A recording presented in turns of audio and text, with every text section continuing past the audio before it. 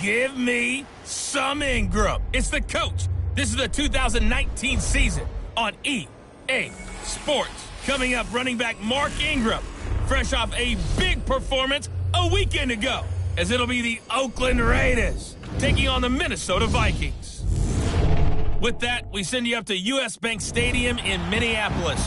Standing by our commentators, Brandon Godden and Charles Davis. And we find ourselves at the stadium that played host to Super Bowl 52, the wondrous U.S. Bank Stadium in Minneapolis. Nothing like the fanfare of introductions to an NFL game, and that was in evidence a moment ago. Fireworks, pyrotechnics, you name it. This crowd is ready as their guys get set to match up between the Oakland Raiders and the Minnesota Vikings. Hi again, everyone. Brandon Gaudin alongside Charles Davis. And, Charles, you look at this Vikings ball club. They come in losers of 2 straight, so they're trying to right the ship here a little bit. They're teetering a little bit, aren't they? And now things could really go south if they lose this game, so they understand the importance of playing well and stopping this streak. On the other side of the field for the visiting Raiders, they're in a real groove of late. Winners of 5 of their last 6 games. And the way they played last week defensively, you look at the...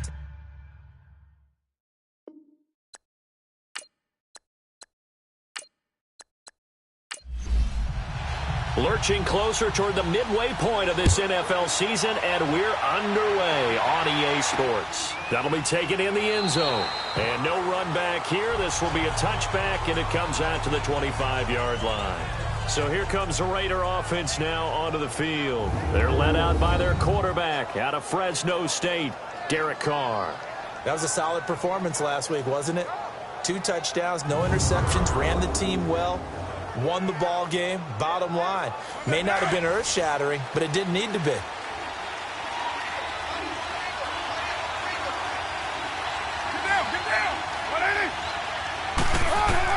Carr now on first down. Looking left side, and he's got a man. It's Ingram. And he'll get to the 29-yard line, brought down there. A gain of 4 on the play, and it'll make it second down. And the big boys up front in the trenches. What do you think of the O-line, Charles? I love them because this is a group that's so cohesive. They know what the man next to them is going to do at all times, and they operate as a terrific unit. 2nd and 6, just inside the 30.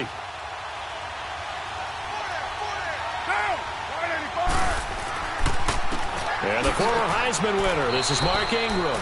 And nothing doing. He's immediately taken down at the line of scrimmage. They'll say no gain on the play there. Now it'll be 3rd down.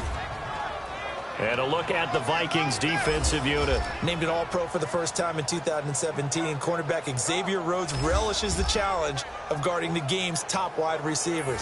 He'll trail them anywhere, even into the opposing backfield, to make big-time plays.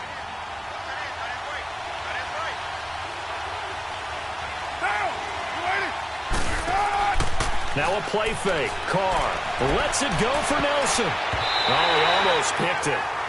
Nearly a turnover there on their opening drive. And that's a throw he'd like to have back. Now 4th down. Well, that certainly looked like something that they discussed all week in practice getting ready for this one. Take the big shot right out of the gate. At worst, you'll open up the defense a little bit, loosen them up, have them back on their heels.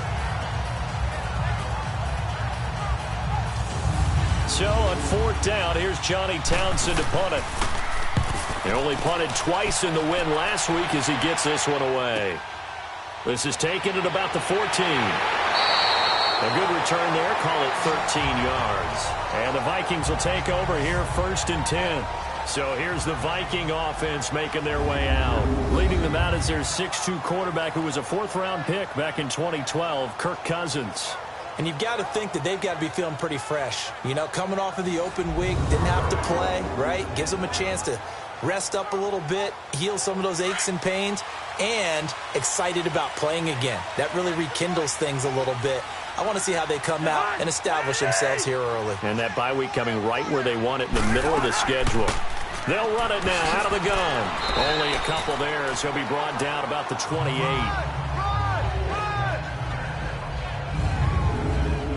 And And the offensive starters for the Vikings. For a lot of people, there are pros and cons to playing close to home in the NFL. But for Adam Thielen, it's nothing but pros. Grew up not too far from the Twin Cities, loves being a Viking, and is a really dependable third down receiver.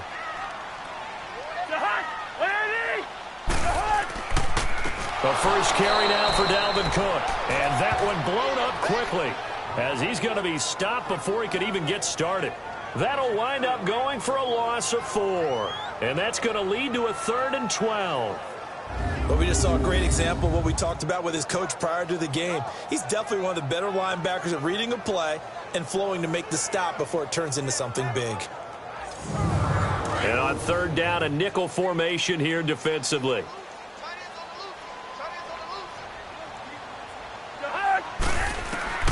From the shotgun, it's Cousins. And the Raiders have got him. Khalil Mack. He's the one to get him, and that's sack number 7 for him on the year. 2 sacks last week, another one right here. He's been unblockable lately, and I think that goes all the way back to not just his offseason, but the film study he's been doing during the week, because I think he's found matchups that he likes, and he's capitalizing. A few times he's even defeated double teams. He doesn't care at this point.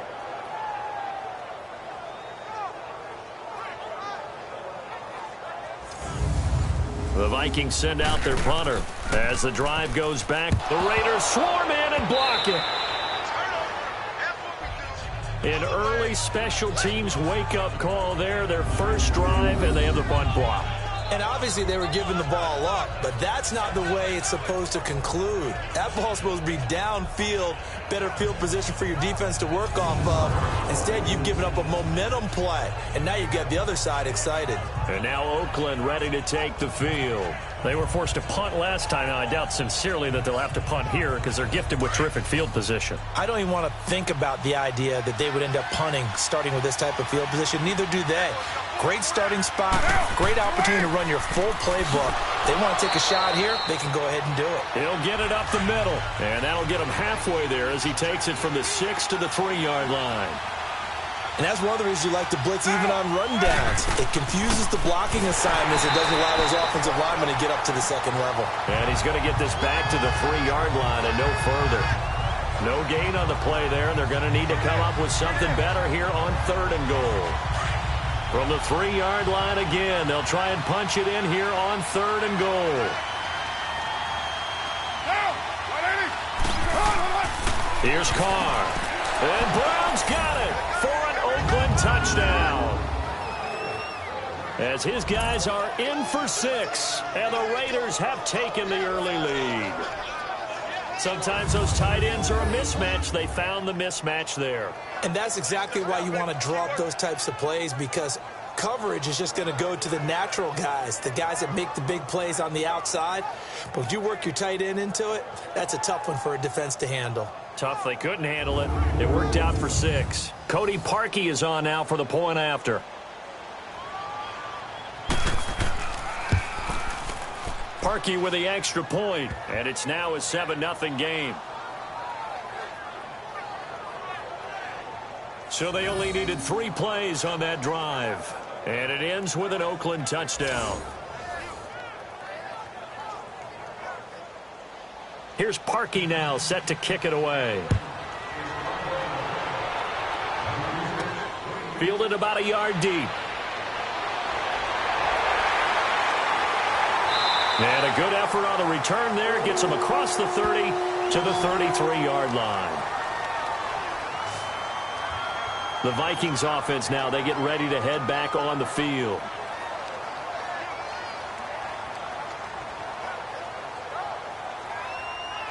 So they'll come up 1st and 10 now from the 33.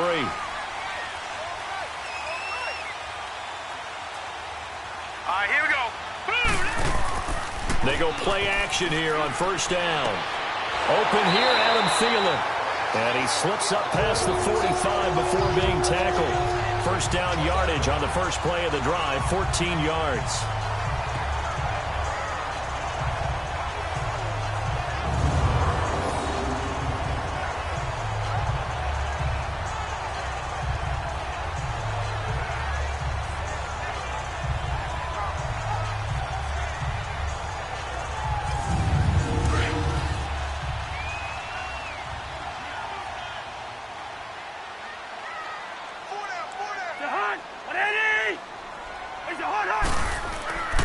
First down, here's the run with Cook. And he got blown up. Losing yardage on the play back at the 44.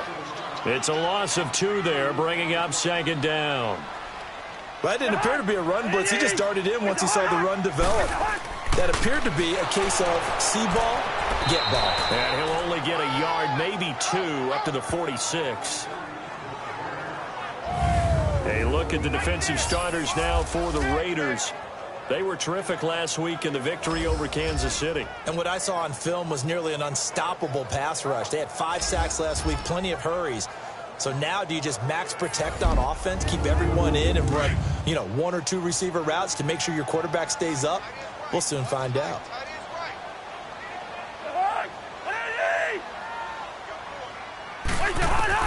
On third down, Cousins. Wide open receiver complete. Touchdown, Vikings. A big play there. His 3rd touchdown now on the year. And the Vikings are an extra point away from tying this thing up. When they drew that up, I don't think they envisioned it ending in a house call. But he got it and took it all the way home. Really impressive run after the catch, wasn't it? That was really special by him. But let's face it, in today's NFL, those tight ends are often former wide receivers or maybe even sometimes bigger running backs. They just put them in a position to get a great matchup and make plays like that. Extra point by Carlson, up and good. And we are tied at 7.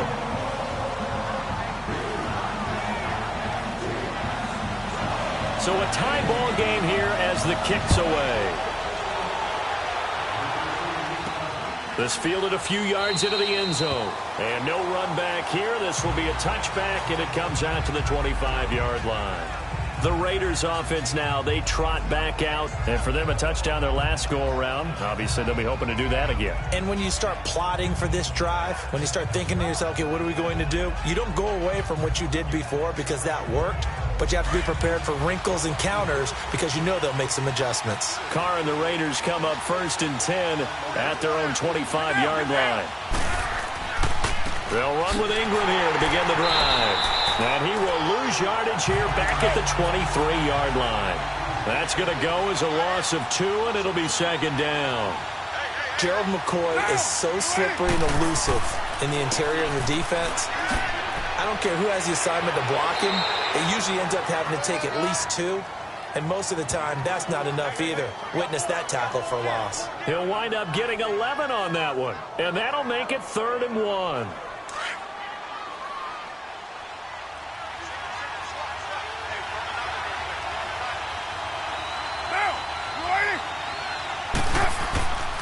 Throwing now is Carr. The Vikings after him, and they get there for the sack.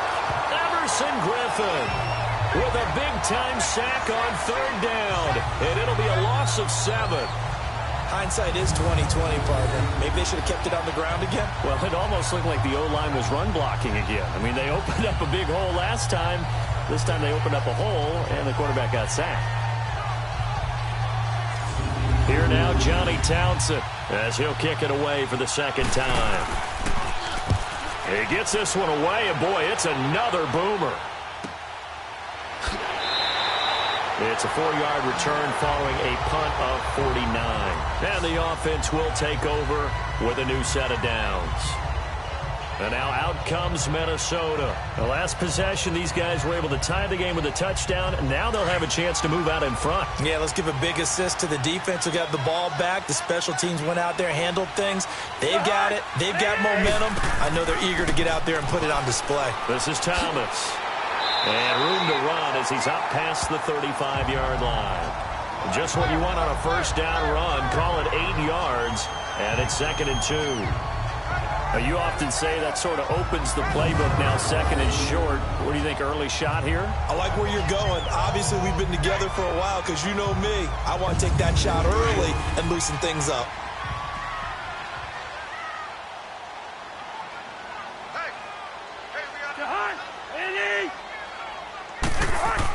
Back to the ground, this time Cook. And he'll bring it up here to right at the 40-yard line. Just 4 yards on the pickup, but that's good enough to extend the drive. 2nd and 2 is prime time for a little bit of a gamble, isn't it? Open up the playbook, go play action, toss that bad boy deep. But in this situation, go ahead and give it to your back. Let him pick up a first down. Keep the sticks moving.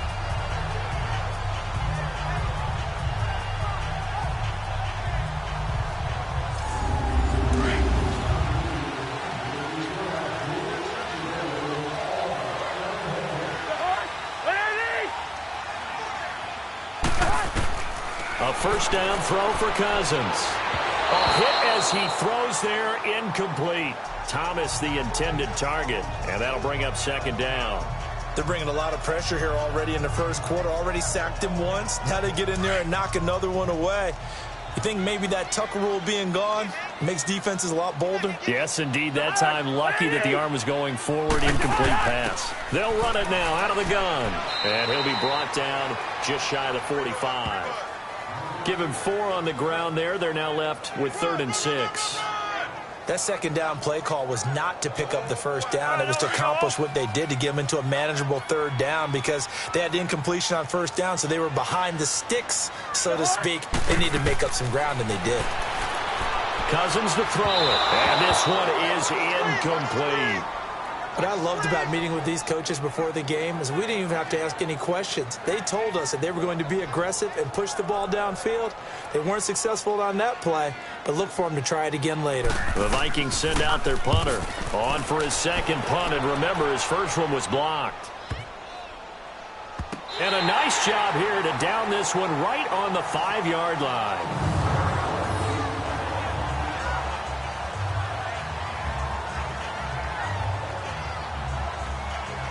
And now Oakland ready to take the field. Well, they're going to have to go at least 50, 60 yards here if they want to ensure that they don't have to punt the ball like they did last time. Yeah, so what you're saying is we're not playing to just get out of the shadow of your own goal line, right? You're playing to make sure the punter doesn't see the field again. So it's not picking up a couple of first downs.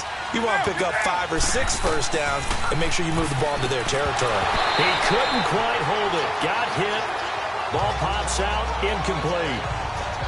Anytime a defense can sit back in a zone like that, it tends to create a lot of congestion in the middle of the field. Makes it very hard to slot one in. Looked like I-4 at rush hour in your hometown of Orlando, Florida. An absolute mess. Now Carr, after the incomplete pass, brings him up 2nd and 10.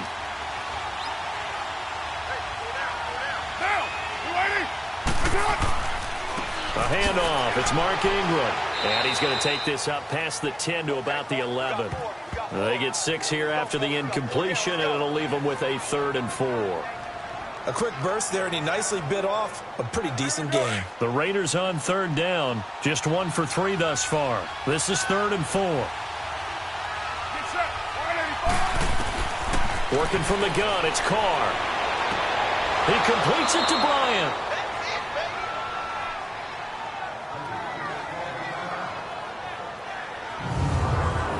Football 101 there. You just see the receiver try to run down the defender, meaning he goes right at him and really trying to move him a little bit towards the center of the field so he can put his foot in the ground and break to the out, to the sideline, and make a catch.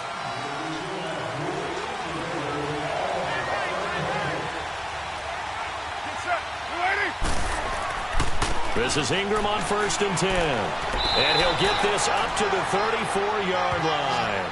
11 more on that one, and another first down. Well, they came into this game saying it was important that they set the tone and show that they can run the football. I believe that they've done that here in the first quarter.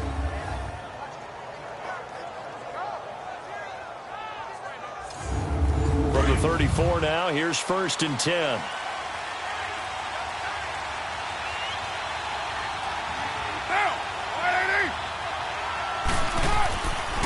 Ingram again, a first down carry. And the hole closes quickly. He gets it across the 35 to the 36-yard line. 2 yards on the pickup there. It'll be 2nd and 8. Well, we saw him there trying to get it to the outside, trying to get to the perimeter, but not a whole lot of room there. But there's got to be one positive to that. If you keep moving laterally, creases tend to develop as the game moves on, and they can run it back inside later. Now Carr. Into double coverage, and it's intercepted. Xavier Rhodes with a pick. And his crew will take over at their own 45-yard line. That was a really nice interception. I think it illustrates the differences between playing man and playing zone. When you're in man, all you're focused on is the receiver in front of you. But when you're in zone, you're allowed to read the quarterback's eyes and go to the ball. That's exactly what happened on that play. Now the Vikings offense gets set to take over here and hoping to do better than they did their last possession when they punted the football. Appeal to the vanity of your offensive line. Tell them that they control your fate. Leverage guys. Win the line of scrimmage. If you do that, you start to win first down. You win second down. And guess what? You start accumulating first downs. And that's what they need in order to not punt the ball again. And a minimal gain here as he's up to about the 47-yard line. Carl Joseph up from his safety spot to make the play. And there's the first tackle of the game for Carl Joseph. He's one of those safeties that you can utilize in any way you want. But I will have to say, I think the number one thing he does best is tackle. Now Cousins here on the bootleg. And a quick throw here, that's complete. And he'll get it out a couple yards shy of midfield at the 48. That catch good for only a yard, and it'll be third down. And, partner, I think that's a great example that not all tight ends are created equal. Because everything was right. Got the completion, but he's not one of the more dynamic guys in the league. So even though he caught it, couldn't turn it into much more. The Vikings on third down. Just 1 for 3 thus far. This is 3rd and 7.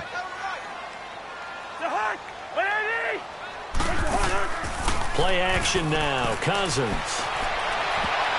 And he can't hang on to it. Nearly picked. He's known for his hands defensively, but instead it just brings up 4th down.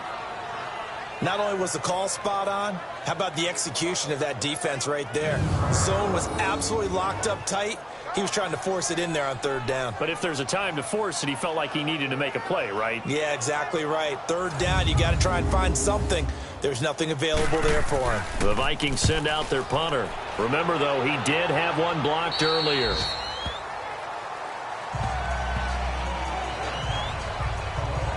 And now Oakland ready to take the field. And following the interception, just any interception, are you a little bit more cautious when you start that next drive, or no, you just throw that out the window? I think you are. I don't think that there's any way you can run back out there and go, totally didn't affect me. Let's just go ahead and be loose with the football again. You're going to take care of it, but you have to be careful about being too cautious because now you can't run any offense at all. Still want to attack. We'll see how they attack them here. Solid way to start the drive. 13 yards, picking up the first. Now a handoff to Ingram. And hard running's going to get him over the 40 to the 42. It's a pickup of 4, and it'll bring up 2nd down. I call that play a success. A nice inside run sets up a very manageable 2nd down. A very solid gain on that play. A 10th carry here for Mark Ingram. And he gets us to the other side of midfield across the 45 before going out. 14 yards is the pickup there at a Raider first. Getting the sense, Charles, they're going to put a big emphasis this afternoon on the run game. And why not? What we're seeing so far, it's working pretty well from them. And here's the best part. We always talk about the best performers do their job when the lights come on. I think he likes natural light best. They run. It's Mark Ingram. And he'll be brought down at about the 42. Give him a couple on the carry there. 2nd and 8. They tried a quick hitter inside, but that one was swallowed up because what they're hoping, those big defensive linemen will take the bait and move laterally and open up a crease that they can run through. Didn't happen on that play. On 2nd down, Ingram. And very little there. He might have gotten a yard. Yeah, I think he got a yard to the 41. And this is why aggressive defensive coordinators love to blitz. It wreaks havoc because they end up taking their attention to the blitzers, freed up the D lineman to make the play.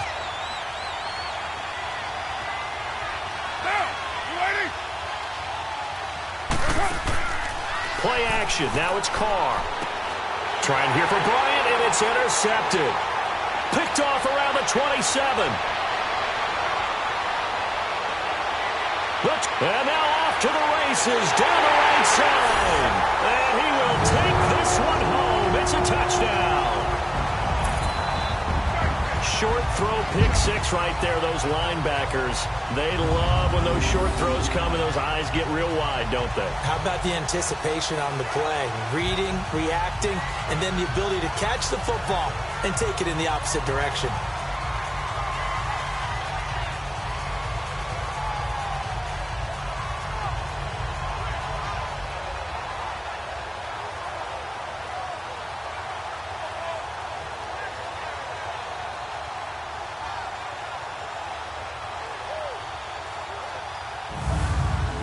Carlson on for the PAT.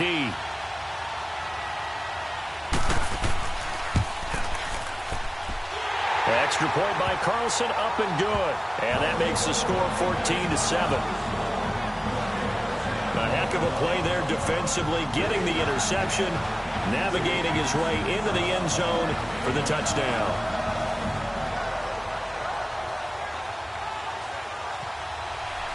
So they'll get another shot on offense following that pick six. And now the kick is away. That'll be taken in the end zone. And no run back here. This will be a touchback, and it comes out to the 25-yard line. And now Oakland ready to take the field. And following the pick six, and they have decent field position in throwing that pick six. We'll see how they attack this drive. And I think all you say to your guy is, listen, let's just take care of the football a little bit better. Make some better decisions on this drive, and they'll probably help him a little bit with maybe some really high percentage throws early to let him get settled back in. But they told him, they told us, they've got confidence. That's not a problem. Yeah, not a problem at all. They just want to make sure they get things settled down a little bit for their offense and give their defense a little bit of a chance to rest. And throwing to start the drive, but that one incomplete. Line of scrimmage, again the 25, 2nd and 10.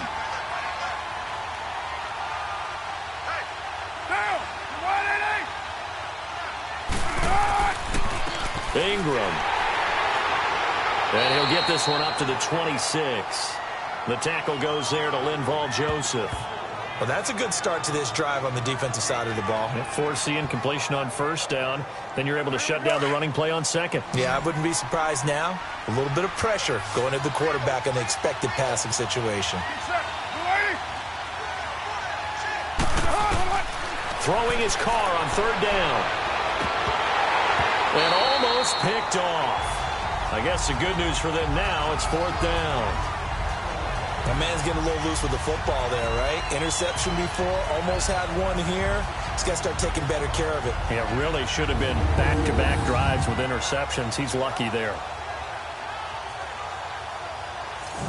Here now, Johnny Townsend, as he's on to punt for Oakland. And he's getting a workout here in this first quarter as he gets it away. This is taken at the 15. Nice job on the return there, 16 yards. And possession will switch hands, 1st and 10. And now out comes Minnesota. They're out in front. Last time they had to punt it away. We'll see if they can add to their lead now. They don't want to go out and punt it away again. This team now wants to get a cushion, put people away. They want to run their offense and have it end up in the end zone. The 4th down run successful. Now they look to pay it off on 1st down. They'll run it now out of the gun. And he is met at the line of scrimmage, and he goes down right there. In on the stop, it's Tahir Whitehead. All right, quick observation, Brandon, because early on in this game, I'm seeing linebackers playing with their noses close to the line of scrimmage. And my guess is the wheels are turning on that other sideline. As a play caller, you're filing that away right now, aren't you? Yeah, you're trying to find that opportunity later on when you can play action them or stick something to them between the 2nd and the 3rd level. So they'll get a little extra time to come up with his 3rd down play as we've hit the end of quarter 1. 14-7 is the score. EA Sports NFL Sunday returns following this. The NFL on EA Sports is presented by Snickers. You're not you when you're hungry. Snickers satisfies. Back now with Charles Davis. I'm Brandon Gaudin. Second quarter begins with the Vikings holding the football. They've got it 3rd and 10 here to start things out.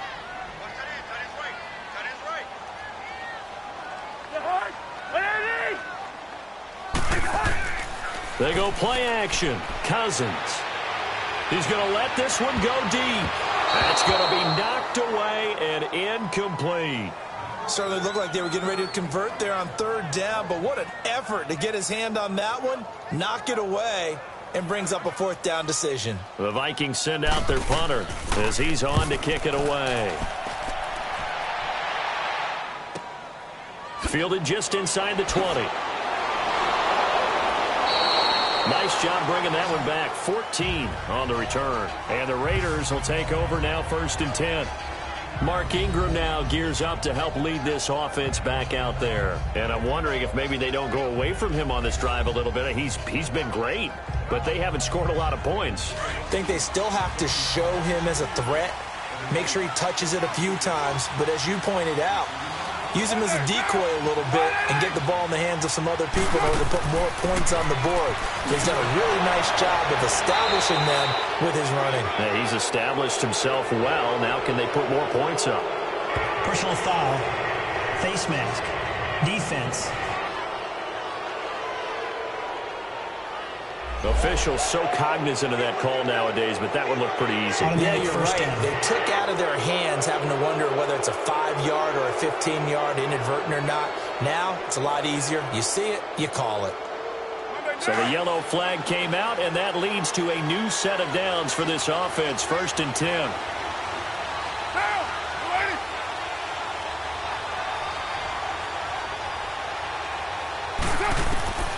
Shotgun now for Carr. Over the middle, it's Jared Cook. And brought down, but able to get it to their 30-yard line. The pickup goes for 16 and a Raider 1st down. I like how they work the tight end on a nice little under route there. And if you're going to give him that much space, he's not even going to catch the football. He's going to run away from you a little bit, and that's exactly what he just did there, picking up extra yardage.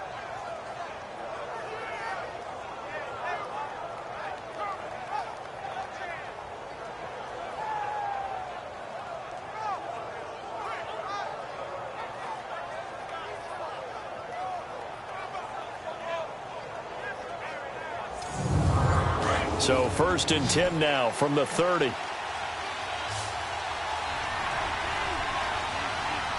get down. 185. Now a play fake here on 1st down. Over the middle, Cooper with it. And inside the 20 before he's brought down. They've got another 1st down. The Raider passing game clicking on all cylinders right now. Not only have they completed a couple on this drive, but they peeled off some pretty good chunks of yardage, too. Absolutely. Great start. 2 nice plays in the pass game. Now can they continue to feed off that? Back-to-back good plays have them on the move on 1st down. Into the red zone. It's Carr. And it pops free. The collision there jarred the ball loose and brings up 2nd down. That's very well timed there defensively because it's not a bad throw, but the collision came at the exact time he was reaching to bring in the football. Really, really well done. Decent offense, just better defense. I think you're right. Another throw on 2nd down, and this one incomplete as well. What a difference a week makes. Last week he hit on over 80% of his passes. This week he's down under 50%. What do you see as the difference? Well, I think we're used to seeing a drop. If someone's over 80%, they're not going to hold that number, not in this league. But a drop under 50%, that just tells me that the defense has spent a lot of extra time on game films and came up with a really good plan to try and chip away at his timing. Now yet another incompletion here as they fail to connect on 3rd. Throwing the football, he's not as sharp as he was last week when he was over 70%. Right now, he's under 50%. Well, that comes from extra game film, extra time. You know those guys watched him all week, saw how precise he was, and constructed a defense to try and chip away at that, and thus far they've been successful. So the drive stalls out inside the 15-yard line, but they do get 3. And I've talked with enough players nowadays, and when they have these types of kicks, that no one says to their guy, hey, that's just like making an extra point, piece of cake. Because the extra point is not a piece of cake anymore. But kicking a field goal from that distance, just give him confidence and let him knock it through. This is fielded a couple yards deep. And this return net's positive as he gets past the 25 and up to the 27-yard line. And the Vikings now heading onto the field. And right now these guys, they're shuffling a little bit, maybe doubting, because 3 straight drives have ended with them punting the football away. Yeah, so you start pointing fingers at each other a little bit, asking a lot of questions. What are you seeing? What are you getting? Maybe trying to narrow down your playbook a little bit and maybe get simpler rather than more complex in order to try and fashion together a drive. And that's going to be too high, out of bounds and incomplete.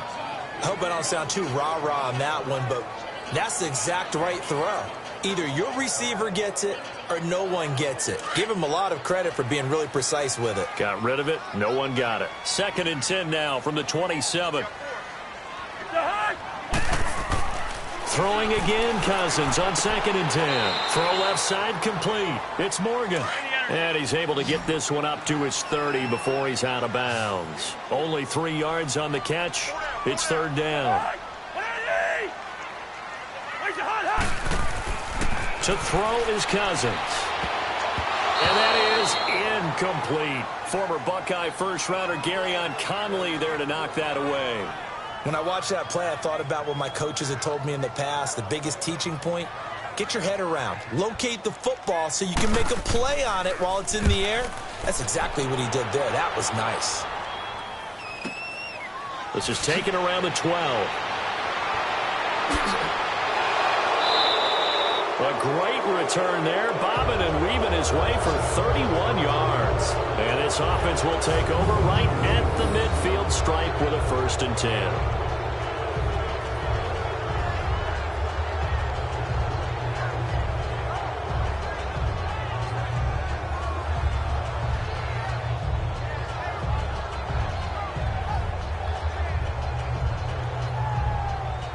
Getting set to go again as we look at the back heading onto the field again. Now, I'm not going to say you completely abandon the passing game, but it would really behoove them to get this running game going more. That's the identity most teams are seeking. Able to establish themselves, control the game by running it, have to touch it multiple times in order to have success in this game. And as we say, yeah, that's right. As we say all the time, that sets up the passing game. I feel like a broken record with that. Listen, we can be broken records all we want. Bottom line is, lather up that big horse and let him run. Now the first play of the drive there is incomplete. Now it's Ingram. And he'll be taken down just shy of midfield. They get 6 here after the incompletion, and it'll leave them with a 3rd and 4. And there's a run to be happy with. Good, solid yardage. He'll take that anytime you hand the ball to a back. The Raiders on 3rd down, lacking much success, just 2 for 7 to this point. This is 3rd and 4.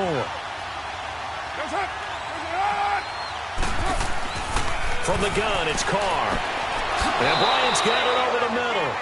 And they'll work this down to the 40-yard line, tackled there. That one will go as a gain of 11. Raiders having a 1st down as well. I know many people like to throw to the tight end, maybe in a little flexed out position because he creates mismatches with his size. But slot receivers do the same thing with their quickness, their speed, and their route running savvy. Carr now has hit on just 7 of 17 passes, 41%.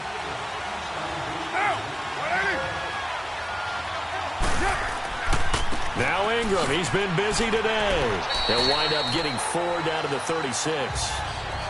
Tough running there. That's a hard-earned 4 yards. Yeah, those are the unsung kind of runs. They don't fill up the stat sheet, but they do set you up in good position on 2nd down.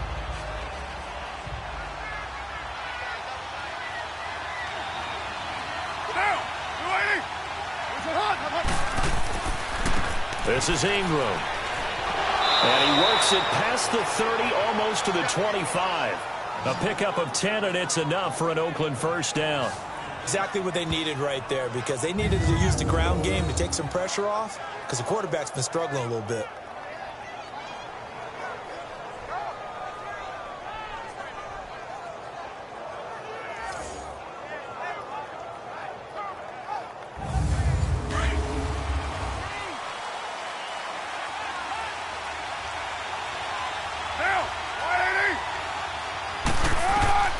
Throwing on 1st down is Carr.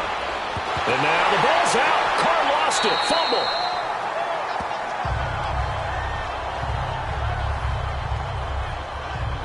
On plays like this where the ball comes free, it's often unusual for the team that lost it to get it back. because this is the quarterback. The ball gets away from him.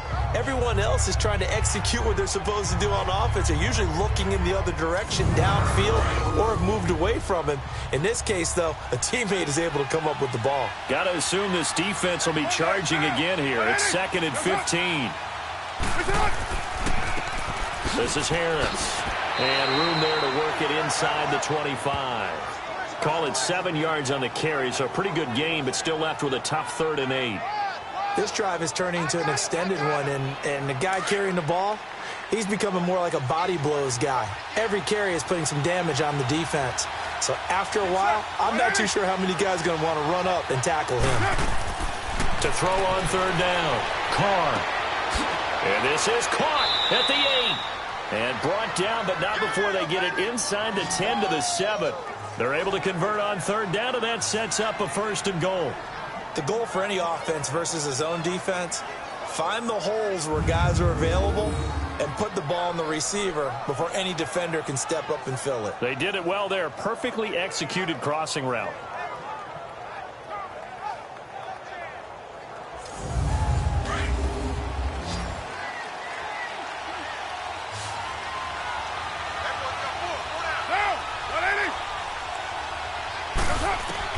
From the gun, Carr. He goes underneath to Ingram. And he is in. Touchdown, Raiders. Mark Ingram with touchdown number 7 on the year. And the Raiders are able to cash in for 6. Didn't have anything downfield, swung it out to the flat. He did the rest. Such a staple of so many offenses we see now. You know, in our discussions with offense coordinators, how many times do they tell us, hey, this offense is designed for either a touchdown or a check down. We saw the check down on that play, and boy, was it successful. We saw a touchdown, too.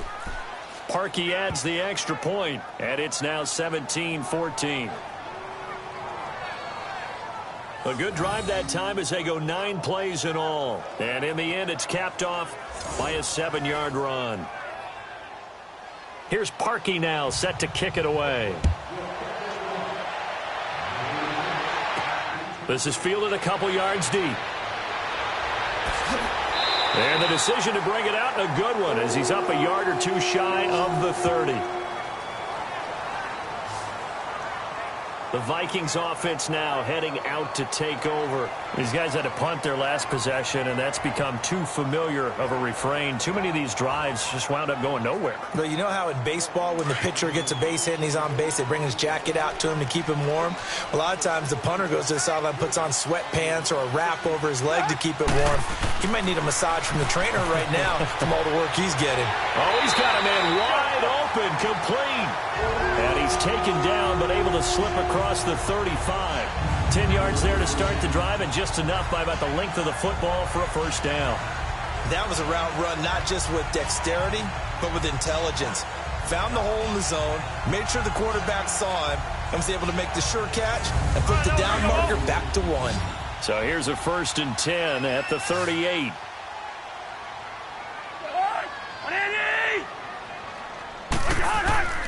Play fake, Cousins. And that is incomplete. I would say it'd probably be a good idea for him to reintroduce himself to his receivers at the half because they're definitely on different wavelengths. But I also don't advocate waiting that long. Next series before you get out there. Hey, let's get together, guys. Let's get this thing moving. They work again from the 38 on 2nd and 10. A 2nd down throw for Cousins. And that's caught inside the 35. And he'll go down, but not before getting this inside the 30. And that one results in 35 yards. Well, partner, I'm not sure how this drive's going to end, but how about the way they flip field position there? A nice attacking play that picked up a heck of a chunk of yardage.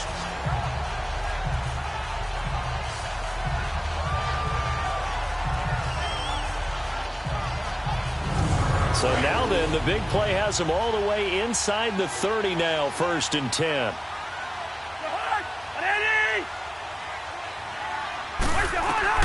First down, here's Cousins. And that'll be incomplete. He was looking for Adam Thielen there. And that'll bring up 2nd down. And that's one he's got to be happy to have back. There wasn't a hole open in the zone. You'd have to think on early downs like that, first down there, need to be a little bit more careful. Yeah, fortunately for him, got a couple more downs to play with. An incomplete pass on first down. That leads to a 2nd and 10. Off the play fake, Cousins. Under pressure, and he will go down. Sacked back at the 38. Khalil Mack in there to get him, and that's sack number 8 for him on the year. Well, someone's closing in on the league lead in sacks. He came into the game in the top 5. Now you add 2 more to his total.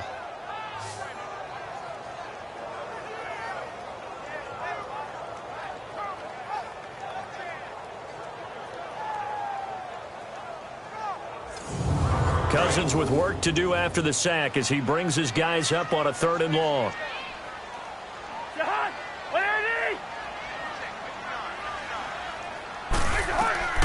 From the gun, here's Cousins.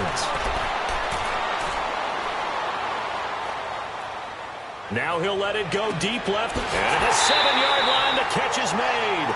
And finally down he goes as they work it inside the 10 to the 7. They're able to convert on 3rd down, and that sets up a 1st and goal.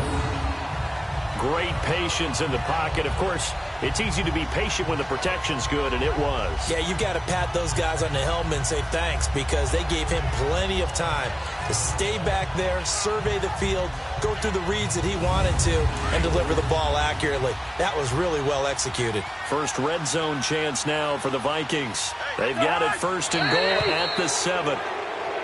Now we've got movement up front, and I think this is going to be on Minnesota. False start, offense. Expect this from the visiting team when playing indoors, but not the home team. They're supposed to get all the advantages, right? The home crowd's supposed to help them. They forgot where they were, perhaps. They go play action here on 1st down. It's complete to Brown, right side. A loss of a full 3 yards, and now it's 2nd down. A pass for negative yardage, obviously no good. Maybe he shouldn't have thrown it, or maybe he shouldn't have caught it. I think we were seeing it at the same time, weren't we? Maybe you let that one go, right? Because you can see the lost yardage about to develop. But that goes against every instinct of a receiver. They're taught to catch everything. So it's really hard to be mad at him and yell at him for trying to make that play. And he'll get about 3 just outside the 10, stopped at the 11. Well, he hasn't made much of an impact in the running game thus far. And after that last run, not much is going to change in that area. He hasn't been able to get anything going, and really the offensive line not helping him much. 3rd and goal for Cousins.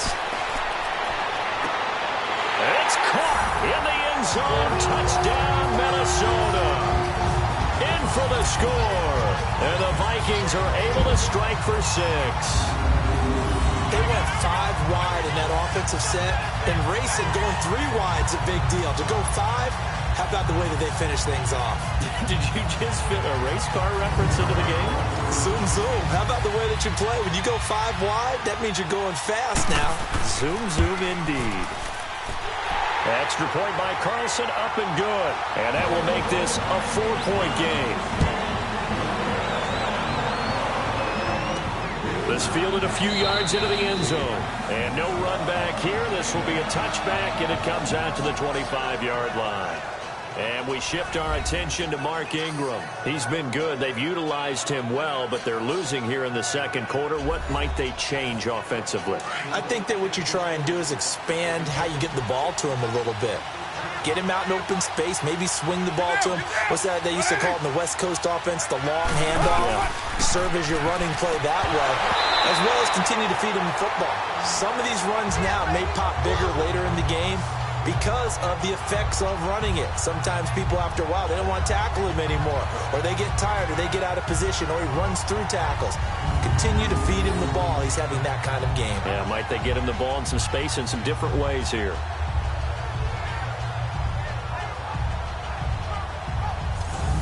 Line of scrimmage, again the 25, 2nd and 10. Get down. Here's Ingram. And he'll take this up near the 35, maybe the 34.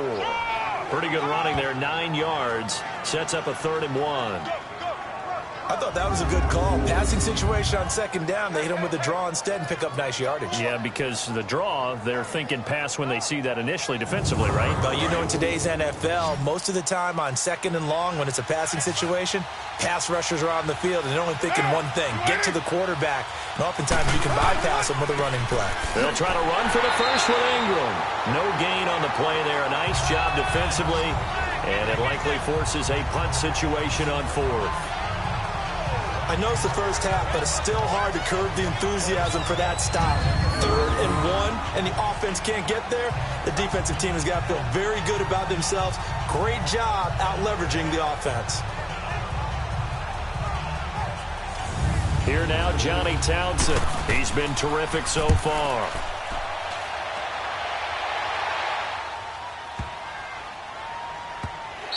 And he didn't quite have the backspin on that one. It hits at the 4 and continues into the end zone. It's a touchback.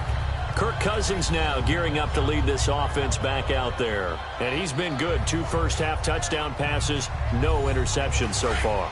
Does a lot for your confidence. Does a great deal for your team.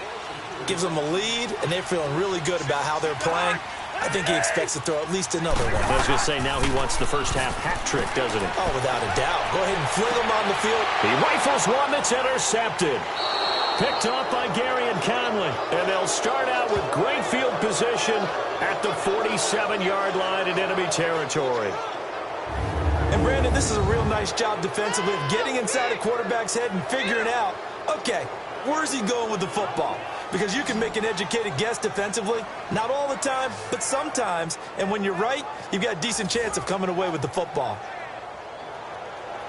Mark Ingram now gears up to help lead this offense back out there. Now, he's having himself a little bit of a banner game. His team right now, though, losing.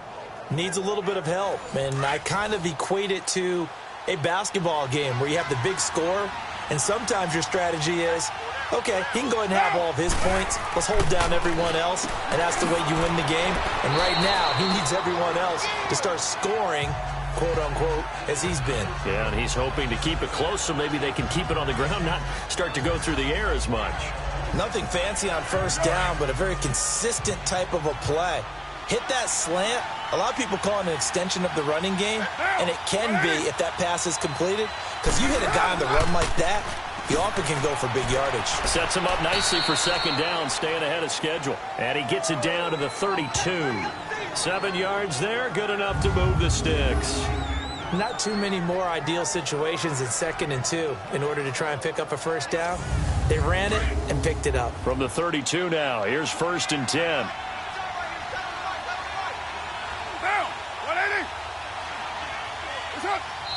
So 2 minutes to go in a wild first half. More from Minneapolis after this.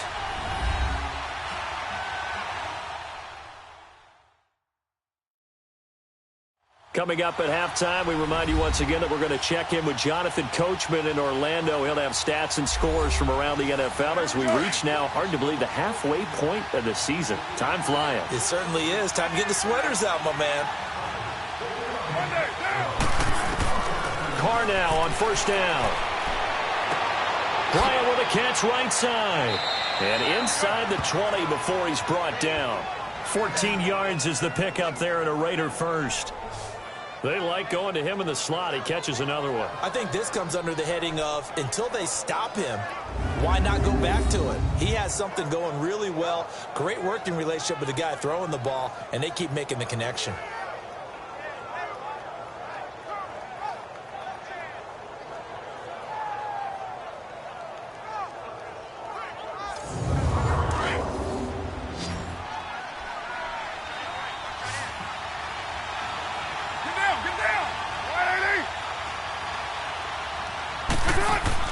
Carr now on first down. They go screen. This is Ingram. And he'll get him inside the 15 down to the 14-yard line. Only 3 there on the screen at second down.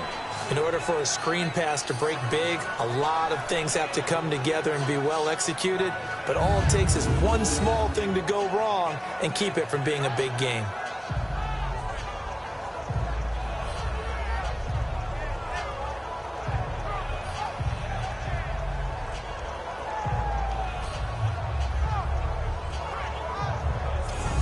That first down completion only netted him 3.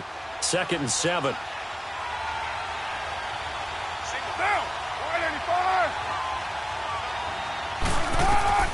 185. Working from the gun, it's Carr. No, he almost had it. Already with 1 interception, just missing his 2nd there. He's got to be kicking himself right there. His team's already picked off 2 passes.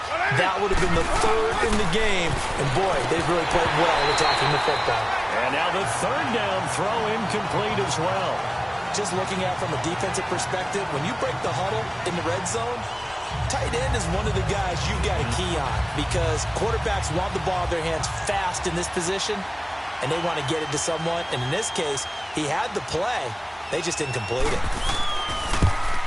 And Parkey's kick is good. And the drive will wind up yielding 3. No problems in the field goal department so far. He's 2 for 2. Pretty reliable here in this game, isn't he? And to me, that bodes well for them. If they need him late in the game, his confidence should be sky high. Parkey now following the made field goal to kick this one off. Fielded about a yard deep. And he'll wind up getting an extra couple yards here for his trouble as he'll bring this one out to the 27. Here comes Kirk Cousins now to lead his offense back out there. And he's looked pretty good. Does have the 1 interception, but 2 touchdown passes so far. Your analysis. They'll take the offset. When you're talking about throwing 2 touchdown passes, no one wants to see an interception thrown, but those things happen in the course of a ball game and over the course of a season. But throwing 2 touchdown passes, that's why the team has an advantage. That's what they're looking for more of. He'll be hoping to make it a 3-to-1 ratio here in the 2nd quarter. And throwing to start the drive, but that one incomplete. Well, they're slinging it, and then there's one you got to put a timer on, huh? I mean, that one came in hot. That came in hot, but overthrown out of his reach and incomplete. 2nd and 10 now from the 27.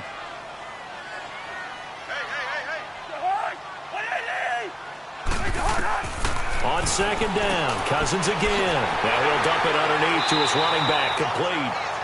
And now prior to this 3rd and 1, we're going to get a timeout here, as the clock will stop with 37 seconds to play in this first half.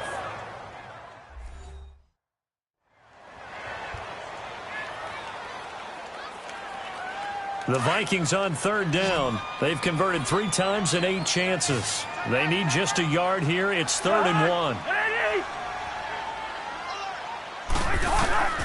From the shotgun, it's Cousins. And incomplete. The contact made the ball roam free and brings up 4th down. Didn't have a receiver open downfield, and as it turned out, couldn't even find his outlet man because of the coverage. It was way too tight, unable to find anyone open.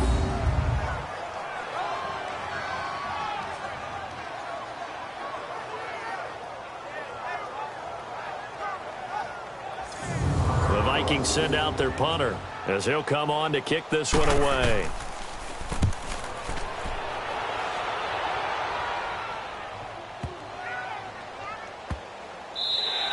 And that hits at the 6 and carries into the end zone for a touchback.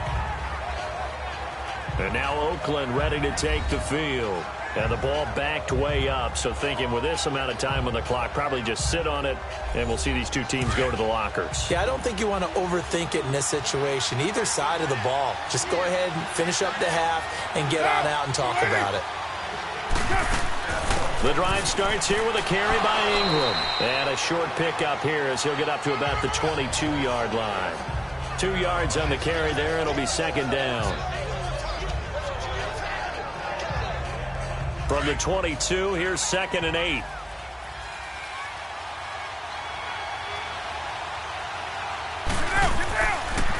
And they'll go on the ground. And an alley to run. And he's got it past the 30 before he's hit and dropped. So we've reached halftime in a wild first half. We'll take a minute to catch our breath as we'll head down to Orlando. That's where we find our man Jonathan Coachman at our EA Sports Halftime Report. Coach. All right, Brandon, thanks very much. Hi again, everybody. Let's get you caught up with what's going on around the league here in the unofficial midway point, Week 8 of the NFL season. We'll get started out at Arrowhead Stadium in Kansas City, and it's the Titans with the lead in the 2nd quarter of play. Marcus Mariota 3 touchdown passes. From there, we head east to Cleveland to check on the Browns at home at First Energy Stadium. And they have the lead over the visiting New York Jets.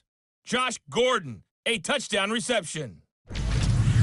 Lastly, let's get to Pittsburgh. Check on the Steelers at home at Heinz Field. And that one all even in their matchup with the visiting Dolphins. Meanwhile, in our game, no shortage of offense as each team has been able to move the ball effectively. Will the defenses show up in the second half? To find out, we give it back to our commentators, Brandon Cotton and Charles Davis. All right, Coach, thank you, and we welcome everyone back for quarter number 3. It's been a shootout so far. We'll see which defense can make the adjustments as we get back underway in the second half. Out come the Vikings. They'll have it first on offense as we begin the third. They have the lead. Now they'll be looking for some separation here as we begin the third quarter. I like the way you term that because now I think they go a little bit deeper into their playbook. They like what they did in the first half. That worked okay. But in order to get the separation that you just talked about, change things up a little bit. Change your tendencies. Try and hit them a little bit more with some things they didn't see in the first half. Let's see if they do just that. Sometimes with the running game, you've just got to stick with it. Look, it's the third quarter, no time to panic. But that also doesn't mean you just do it the same way you've been doing it the entire ball game. Maybe change up some blocking assignments or run a few different plays, but stay with the overall essence of the running game. A loss of a yard there to start out. That leads to a 2nd and 11.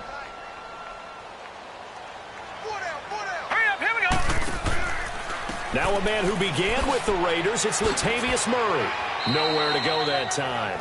Might have gotten a yard up to the 25.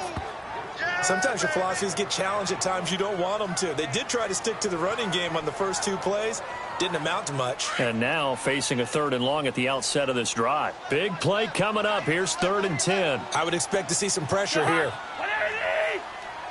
The pressure drops off as they'll look to throw. And down he goes. Brought down a Raider sack. Terrell Suggs in there to get him. And that's sack number 6 for him on the year. That would be exactly what they were looking for coming out to start the third quarter. Get a sack, get off the field, get the momentum going in their direction. Get the ball back to your offense, right? Get that momentum because, hey, this lead is very, very slim.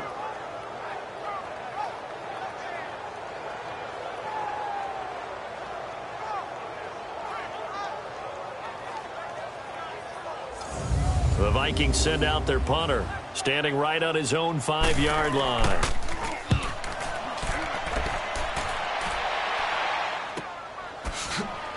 He will not go down. Have to retape those ankles. Just a 2-yard return there following a punt of 48. And out will come the offense as they take over. So here comes the Raiders offense getting ready for their first possession of the second half. They were able to get the stop defensively. Now a chance to turn that into points on the offensive end. Can you imagine what the grease board looks like at the half? Because tell me. That's exactly what they printed up. Stop them on defense, get the ball back for our offense, and go downfield and score some points. Now, the last part remains to be seen, but they got the first part done very well. Do people use grease boards, or you mean the magic marker boards? Yeah, those two.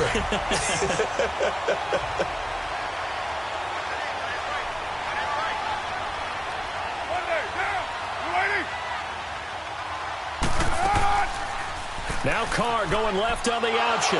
And he's got it up over the 40 to the 41. He'll get 5 out of the keeper, but now it's 3rd down. Brandon, all things considered, they have to feel pretty good about getting that type of a gain, considering the blitz that they just had against them. These guys have punted 4 times already, and they're staring at a 5th, barring a conversion here on 3rd down. Here's Carr. Now they go screen. It's complete. Good contain. No gain on the screen, and it'll bring up 4th down. So unable to get any yardage at all off of the screen there on 3rd down. And ordinarily on 3rd down, that's when you want to bring pressure. You get all your guys who want to get after the quarterback. But how about the patience they showed? Read the play, snuffed it out, and made a nice stop. Here now, Johnny Townsend, as he's on for the 5th time here today. And he deserves a bronze leg as he gets this one away. And a little too much mustard on that one. It hits a couple yards into the end zone. A missed opportunity there maybe to pin them back. Now the Minnesota offense set to take over again. And on the last go-around, they really couldn't get anything going. They had to punt from deep inside their own territory, which means you're going to lose the field position battle as a general rule. What they're looking for now is a little more consistency. Move the ball at least a few times on offense. Get a couple of first. And he fires one that's intercepted. Picked off by Tahir Whitehead. And he's going to get this one to the 23-yard line. Well, this is one of the downsides of being a rookie quarterback. You know you're going to get called out about everything you do that goes wrong. Here, maybe he's a little uncertain about where to go with the football. And at this level, uncertainty equals turnovers. And this one winds up being intercepted. And now Oakland ready to take the field. And a tight game after punting last time. See if they can get something going on this drive. As they head to the field now, with the game this close, you've got to feel there's a sense of urgency for them going on offense right now. But they have to do it without letting panic creep in and affect their play. And they'll bring him down at the 13-yard line. That one good for 10 yards. And it'll be second and very short. Despite the blitz, they're still able to pick up a nice solid gain. The disadvantage of blitzing often alters the normal spacing and run fits and leaves creases like they were able to exploit right there.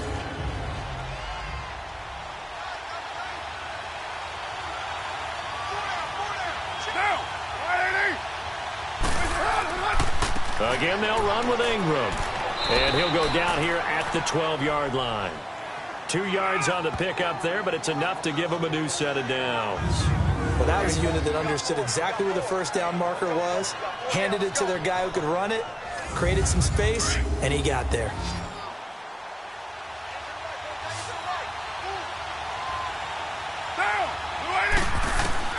On 1st and 10, here's Carr. Incomplete, but a penalty flag is down in the backfield. Let's get the call. Holding offense. That hold coming from the left side of the line. Hands got caught in the cookie jar on that one, and the flag came out. Penalty against him. Carr going to throw. Oh, it's a screen pass. That's complete. And he's going to be brought down just shy of the 5 at the 6. That puts a good dent into their first down setback. It's a pickup of 16. When you run a screen pass really well, you got to like the look of it because so many parts come together to make it work well. The offensive linemen, where they're faking people out, the back slipping out there, catching the football. And that's going to be caught for a Raider touchdown. Third touchdown pass now for Derek Carr. And the Raiders are able to cash in for 6. That's almost just not right. You cover everybody, but those tight ends, they can be awfully reliable. Very reliable. The defense just has to hate those guys. This drives them crazy because oftentimes you can't match up with them. They have you either with size, speed, or maybe even just strength. Hey. Get down. Shotgun now for Carr. He dumps it down to Ingram. And he will step out of bounds. Oh, what a mistake there. And the 2-point try will be unsuccessful. Here's Parkey now, set to kick it away. That's fielded in the end zone. And no run back here. This will be a touchback, and it comes out to the 25-yard line. Now the Vikings offense works their way back onto the field. And last time, one play interception. So this offense, they should be fresh. That's a good way of putting it. And I can't wait to see what they decide to do with play calling. Because a one-play drive where you throw an interception, a lot of people think the very next time out, run the football, don't give them a chance. Maybe play action? I think maybe you go play action, show your quarterback, you get a little confidence in it, and let him fling another one. And he'll take this up near the 35, maybe the 34. First play of the drive, let's give credit all around. Excellent blocking, but the guy carrying the ball, he was the finisher. A really nice run. Again, it's Cook. And this time he's not going anywhere. They'll get him down right at the line of scrimmage. It was Maurice Hurst who got him down. He may be a bit undersized compared to the modern-day NFL defensive tackle, but what he lacks in size, he definitely makes up for in his ability to make tackles in the run game as well. And he'll be limited to a short gain up to about the 34-yard line. Just a yard on the run there, and that's going to bring us to a 4th down. I know the scouting report on him is that he doesn't possess the eye discipline to be an elite linebacker. What that means is his ability to read, react, and make a play. But on that one, he looked like one of those guys. And great special teams work here. This is knocking on the door of the 5. They'll spot it at the 6-yard line.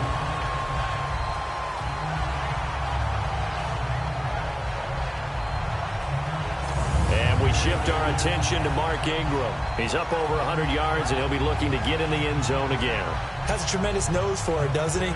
The ability to pile up yardage and find the end zone, that's the combination you want in your runner. That's a combination any coach wants, and we'll see if he can find that end zone once more.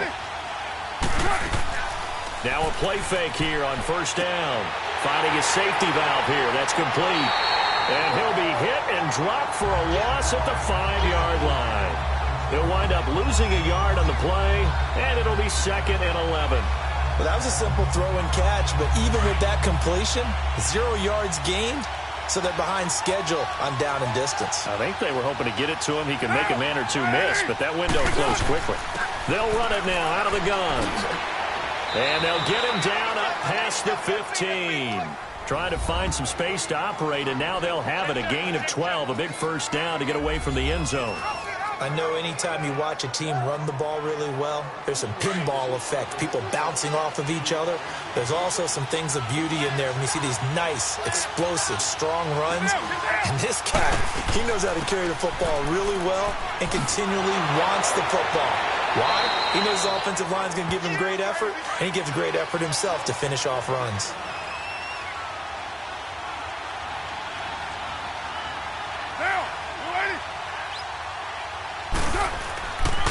They run with Harris. And he's going to be met at the line of scrimmage and taken down. Stop made there by Gerald McCoy.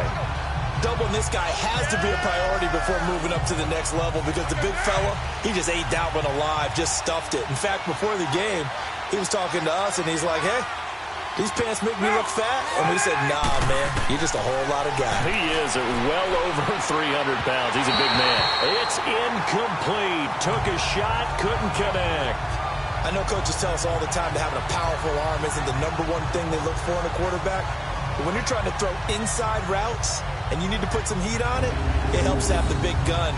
In this case, just a little bit too much. Here now, Johnny Townsend, as they're forced to kick for the 6th time today. He gets this one away, and boy, it's another boomer. Taken in at the 22.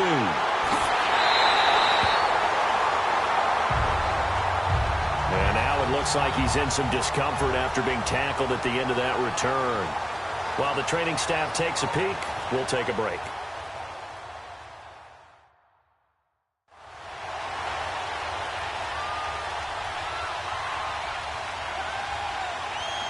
The 4th down run successful. Now they look to pay it off on 1st down.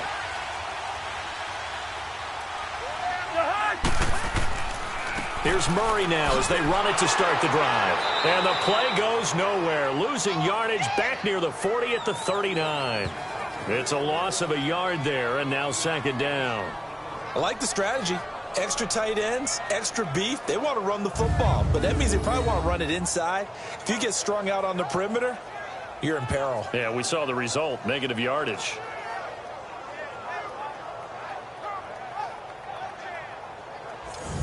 After the loss to start out, here's 2nd and 11.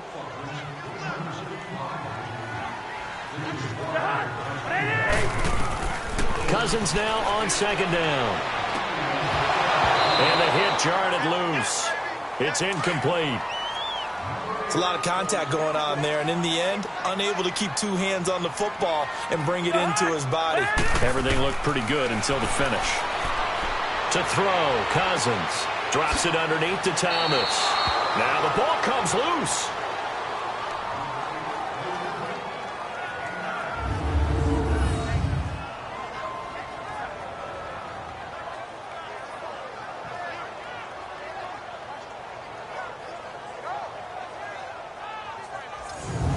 Vikings send out their punter as he's on here to punt it away.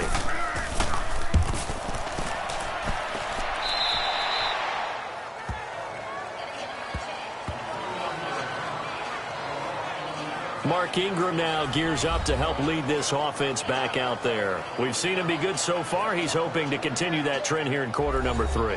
And typically when you see guys running it this well, they see the game in slow motion, don't they? They see the cuts happen. They see the blocks happen. They feel really good about their vision.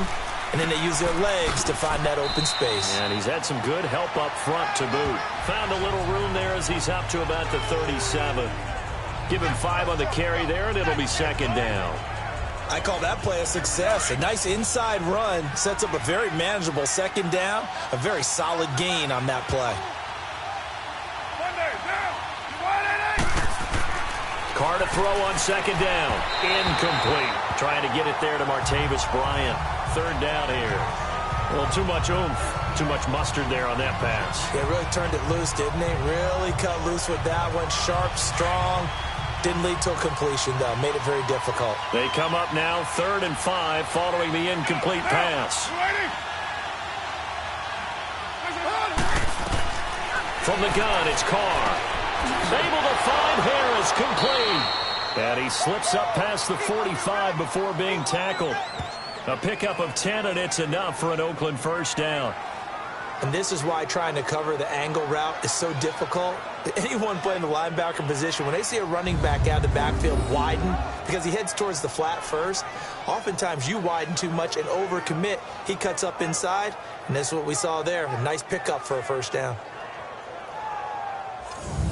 Carr now perfect since the second half started. 7 of 7. It's 1st and 10. Now Harris, and he'll fight his way forward to about the 48-yard line. 2 yards on the pickup there. It'll be 2nd and 8. That play reminded me a lot of a former teammate of mine. We used to call him the trash man. His ability to sift through traffic and make plays was uncanny. And that's exactly what you want from your Mike linebacker.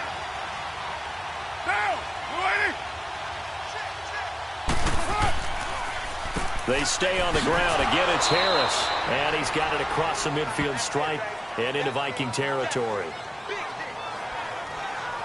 Well, praise has to go to the guys on the offensive line because they've had a very nice, productive day running the football. How about that poor defensive line? They've been knocked around the entire game, and while they slowed them down on that run, can they continue to do so? Because they haven't had much success throughout this ball game. Throwing the out route incomplete. That's Bryant. And he will have first down yardage as he's brought down at the 41. They call his number again. It's his 6th catch and a first down. Harris.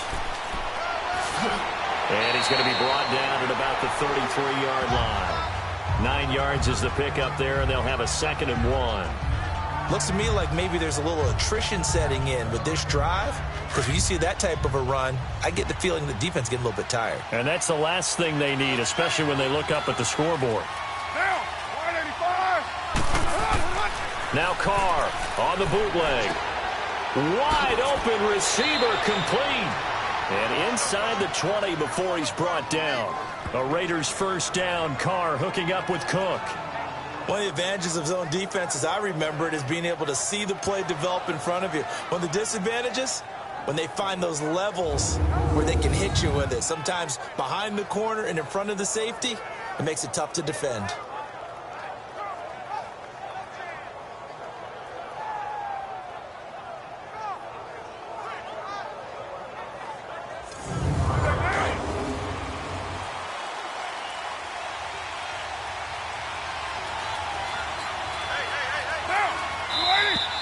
Now whistles here, and I believe one of the Raider linemen might have been moving. False start, offense. Had some momentum going, driving down the field. That'll set him back 1st and 15. I mean, that type of play, when you've got to go in your direction, shoot, my man Old Mo is arching an eyebrow at him right now. You've got me going. Keep me going. And that's incomplete. It's always a battle. Who's going to win on first down, the offense or the defense? Let's face it, if you've got the ball, 4 yards or more on first down is what you're aiming for. They tried to throw for it there. Nice effort to knock that one away and bring up second down. This is Harris, and he'll get it down inside the 20 to the 18-yard line. Call it 7 yards on the carry, so a pretty good game, but still left with a tough 3rd and 8. And that was a really nice run there to bring up 3rd and short. After the incompletion on first down, it's awfully nice to have a running back that you can hand it to and put you back in a good situation. Throwing his car on 3rd down. And almost intercepted. Would have been a huge pick in the end zone, but as it stands, that brings up 4th. Those throwing windows get a lot tighter near the end zone, don't they? And here's the thing. You already probably have 3 points in your hip pocket. You force a throw here and give up an interception, you come away with nothing. Especially tough in the middle third of the field where he threw that one.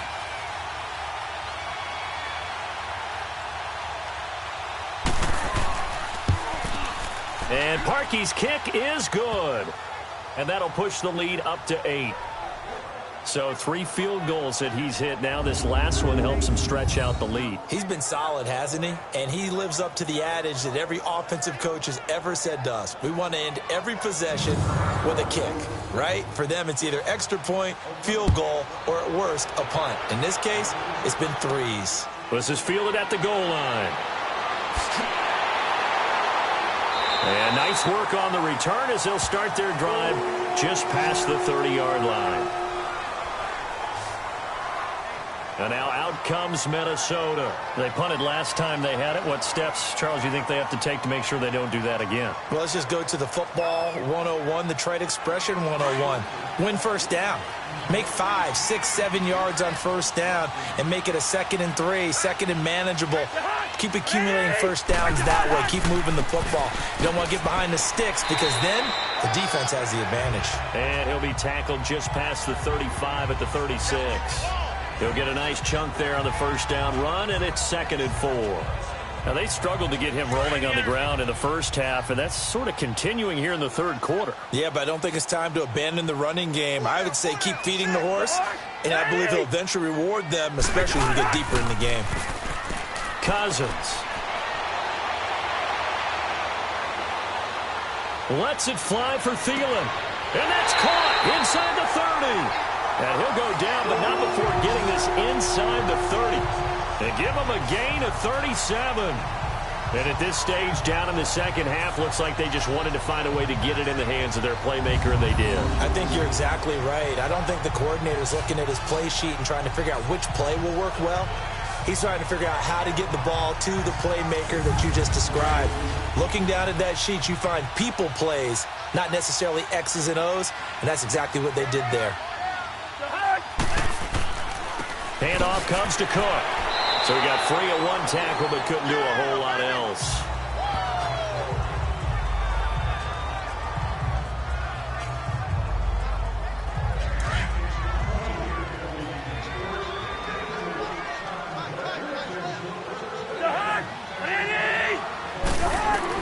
Now a 2nd down throw for Cousins.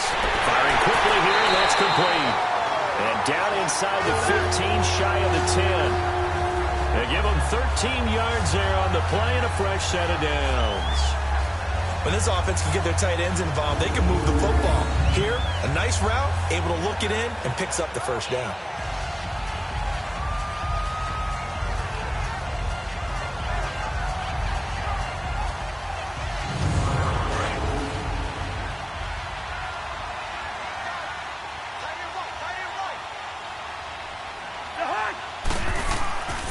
A give. This is Cook. And he will score. Touchdown, Vikings. A great play there. His 3rd touchdown now on the year. And the Vikings are within a 2-point conversion of tying this game. And they're able to run it in. It started with a battle in the trenches. They won there, and they got in for 6 points.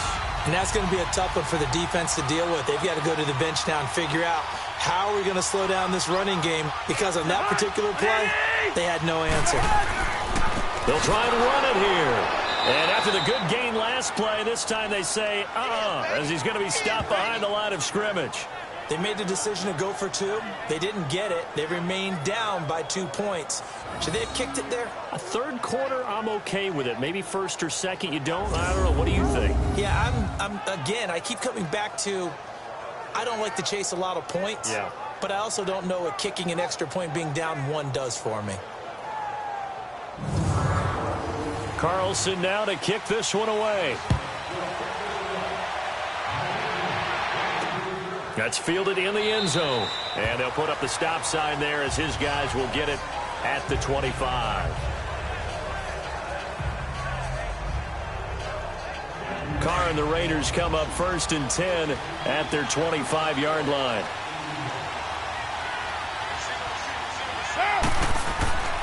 Here's Carr to throw. And complete right side to Cook. A gain of 6 there on 1st. Nice rhythm throw there on 1st down. He located his tight end, made it a nice easy pitch and catch. Hoping he can break a tackle or two. Wasn't able to do that there, but still good yardage.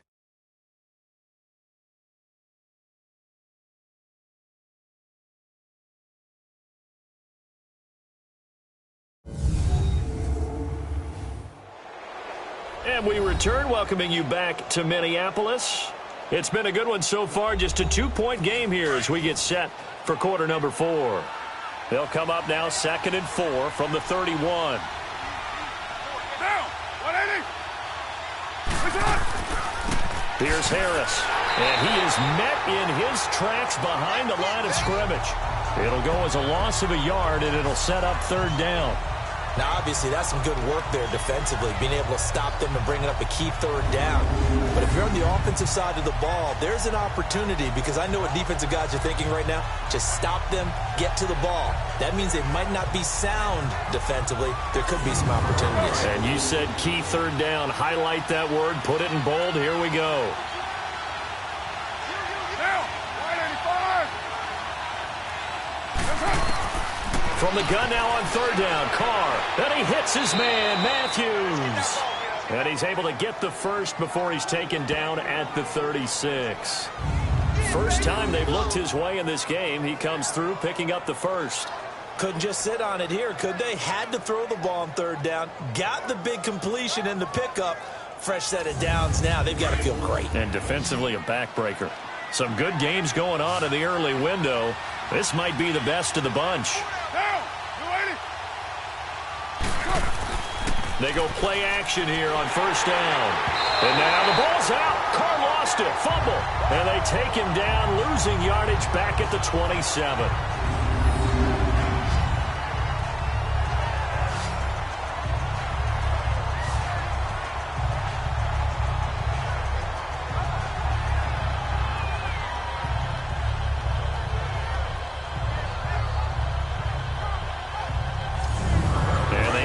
To at least get some of this yardage back after the sack. 2nd and 19.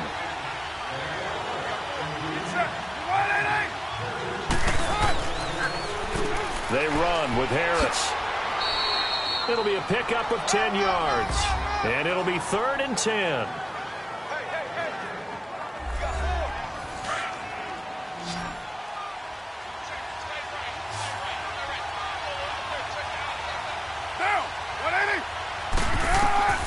Operating from the gun, Carr. He completes it to Bryant. He's up to 88 yards receiving in the ball game now, and he's got a 1st down.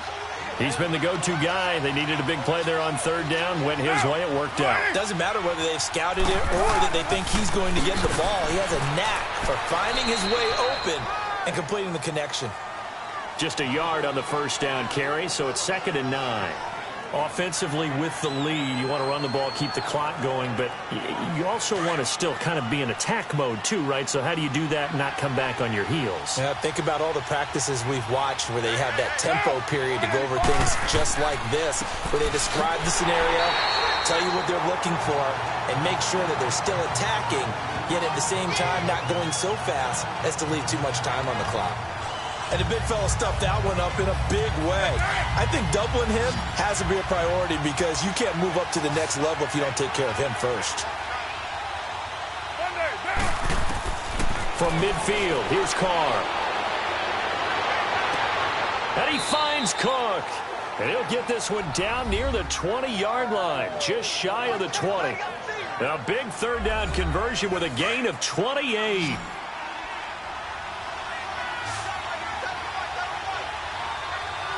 down. 185. From the gun, Carr. He's going to take a shot for the end zone.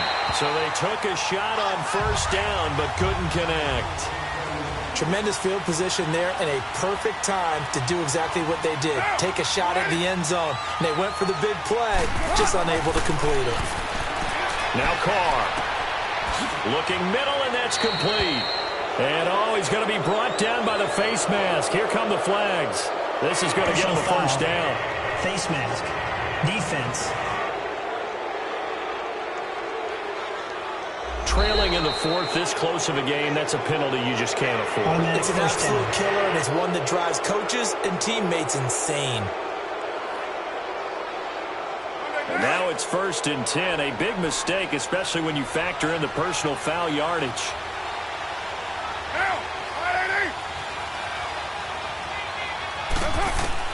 Operating from the gun, Carr. Throwing for his running back, and he's got him complete. And this play doesn't go anywhere. Backwards, losing yardage to the 11.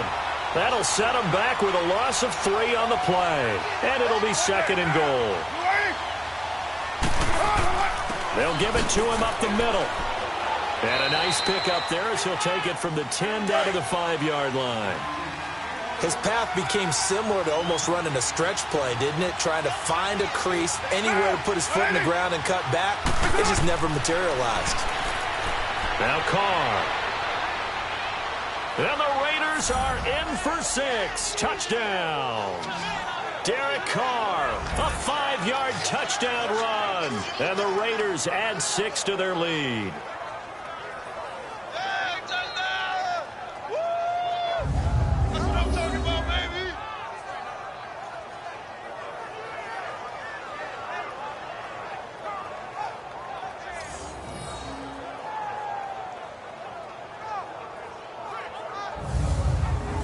Now Parkey for the extra point. Parkey with the extra point. And the decision to just kick the extra point winds up successful. Fielded about a yard deep. And he'll get across the 20 before he's brought down at about the 23-yard line. And now out comes Minnesota.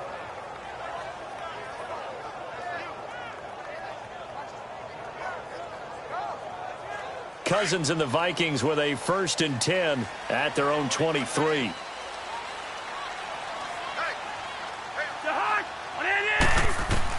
Cousins now to throw on first down. He's going to flip one out here to his running back. And he's able to get up here to the 26. Call it a gain of 3, and it'll be a 2nd down.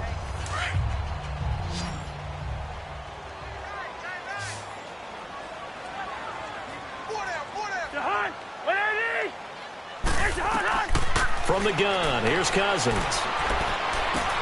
Finding his safety valve here. That's complete. And he gets this up just shy of the 30 to the 29 before he's out of bounds. Call it a 3-yard gain, and that'll bring up a 3rd down.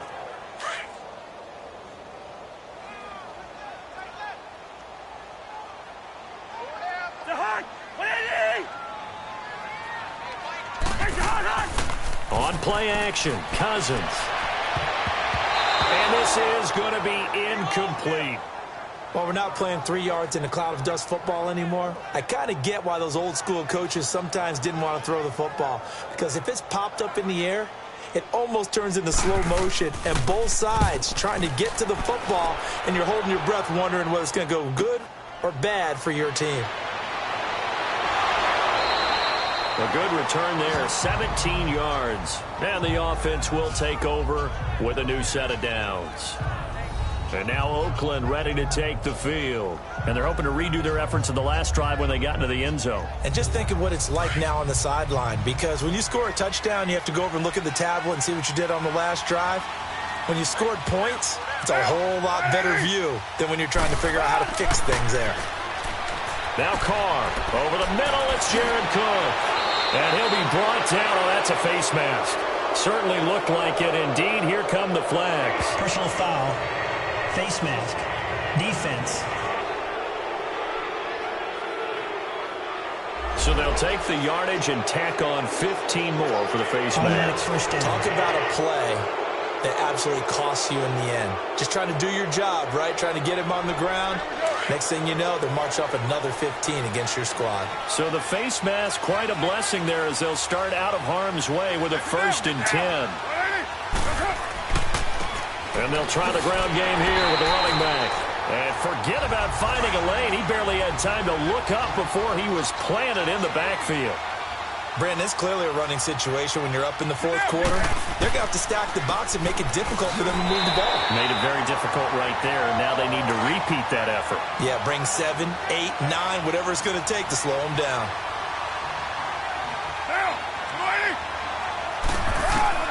On 3rd down, Carr. And that is incomplete.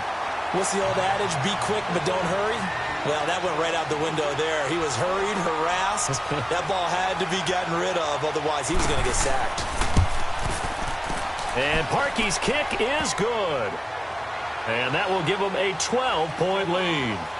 So they settle for just the 3, but clearly right now anything helps trying to salt this one away in the 4th. Without a doubt, obviously a touchdown probably would have been the final nail to finish this thing off, but it's still ate up time, got points. So while it's not mission accomplished, it's darn close. Cousins and the Vikings with a 1st and 10 at their own 25-yard line.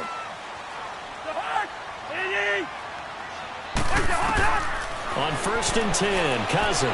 Now the hit comes, and Cousins lost the football.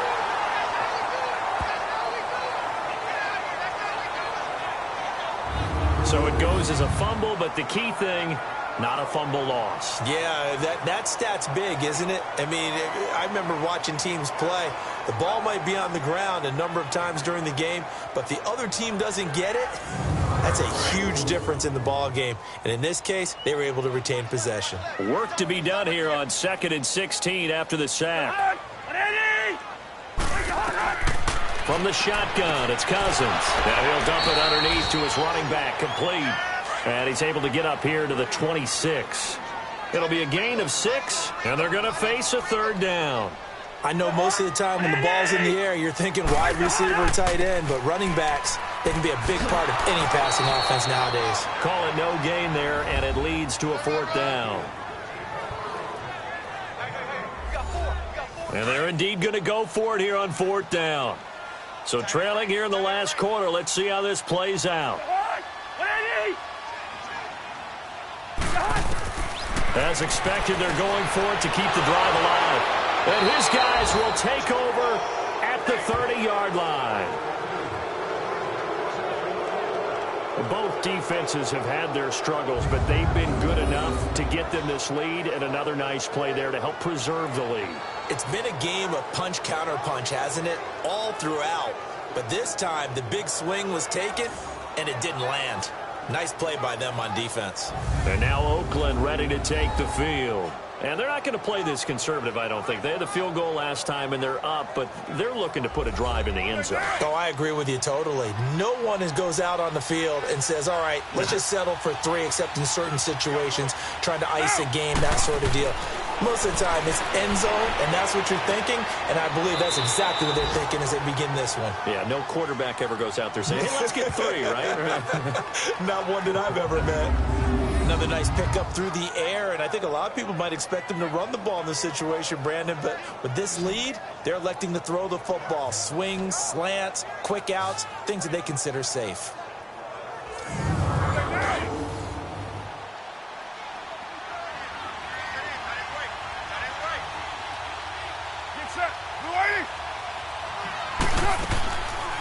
Now Carr going left on the option.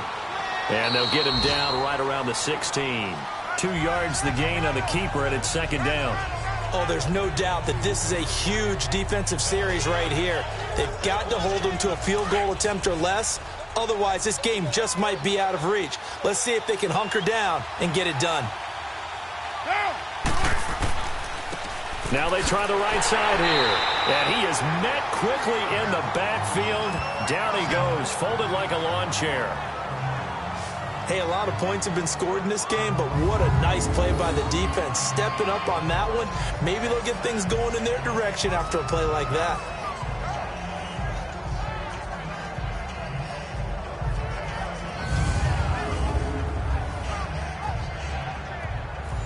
And the Vikings with an extra defender in the secondary on third. Playing coverage here.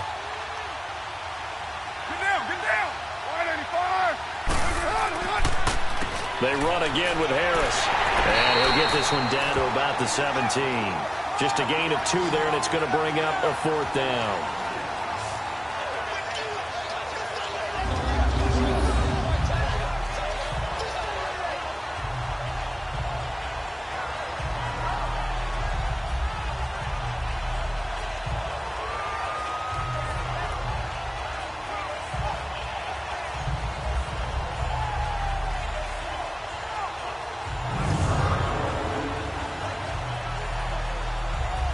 Now Cody Parkey out to try the field goal. This will be a 34-yard attempt.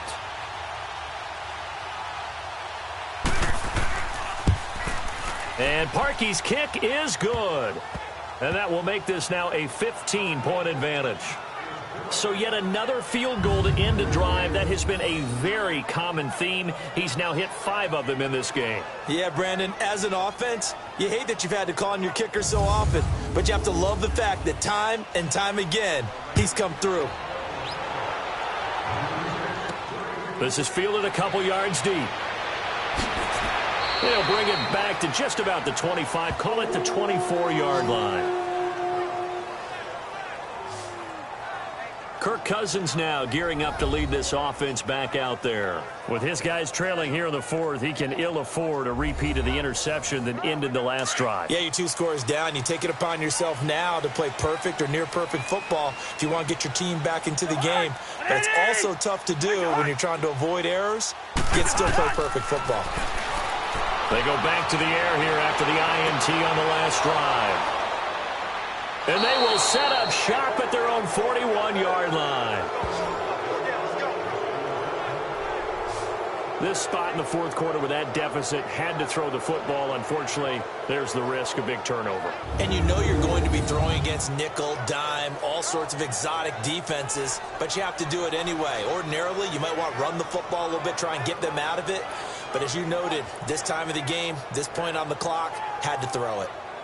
Now the Oakland offense heading back onto the field to take over. And they split the uprights last time for 3. They've got the lead. They're not going to play this conservative. They're not hoping for another field goal. They're hoping for a touchdown. I'm with you on that one. I like where your head is. I like the way you're thinking because you're exactly right. Trying to sit on a lead and play that way, that doesn't work too well for most teams. Run your offense. Run what you do best. Exactly. Put it all the way down and try and increase your lead in a big way. And the best way to do it, touchdowns. They may want to go back to that one. First play of the drive, good for 15 and a 1st down. On play action, now Carr. Pressure coming from the Vikings, and they get there and bring him down. Brandon, more often than not, you'd say they've had his number, and we can count them up so far. 1, 2, 3, 4 sacks given up. But guess what? He's still been able to make some plays, and right now they have a lead. They try to throw on 2nd down, but this one is incomplete. Let's face it, you can run the route tree as many times as you want, get in sync, practice it, do all those things. But once you get to game speed, it doesn't always time up quite that well. That one goes incomplete.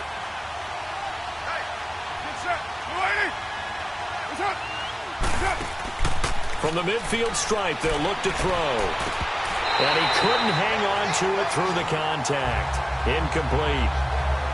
The beauty of being able to play a zone defense when you can sit back and see the ball coming out of the quarterback's hands, guess what? Creates a lot of confusion, kind of a muddle in the middle of the field where you go make a play on the football. Here now, Johnny Townsend. They'll boot it away from about his 35.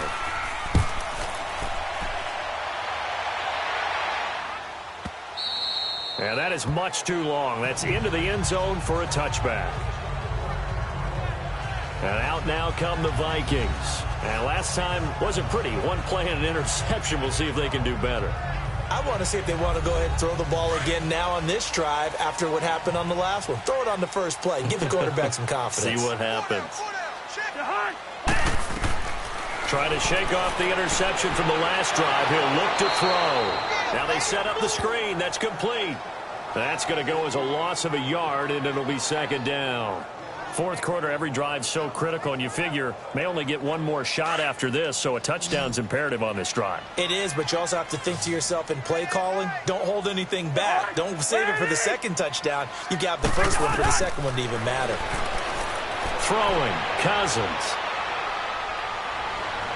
And he's just going to get rid of this thing. To no one here. He throws it away, and now it's third. An incomplete pass on that last play, and that means they'll need to come up with something here on third down. Throwing is Cousins. And Beasley with it over the middle. And they'll get him down here at the 23. Just a 5-yard pickup, and it leads to fourth down. And right now, defensively, you love that, don't you? I mean, you'll give them that play. And they'll take it every single time. This is almost like nickeling and diming it downfield, and too much time's going to run off the clock. Desperation time. Cousins on fourth down. Oh, he's able to outmuscle him here as he pulls it in. The time to pull out the stops is now, and they convert there on fourth down. Fourth down, trailing in the fourth quarter. They felt compelled to go for it, and they got it. Well, I'd look down at my play sheet, and what I would find, plays have been successful throughout the game that have worked in the distance you need, and that's exactly what they got done.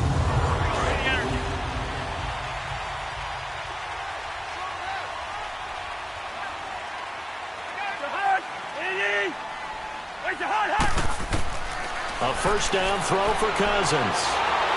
Under pressure here, and down he goes. Sacked back at about the 43-yard line. Khalil Mack in there to get him for sack number 9 now on the year.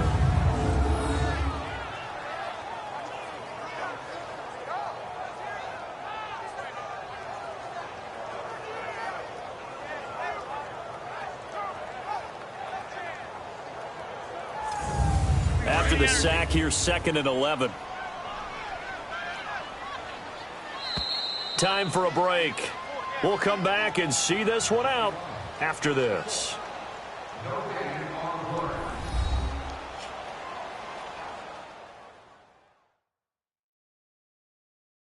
So the Vikings in possession of the football as we get you reset. And let's see what they've come up with offensively after having time to talk it over. The sack cost him only a yard. It's 2nd and 11.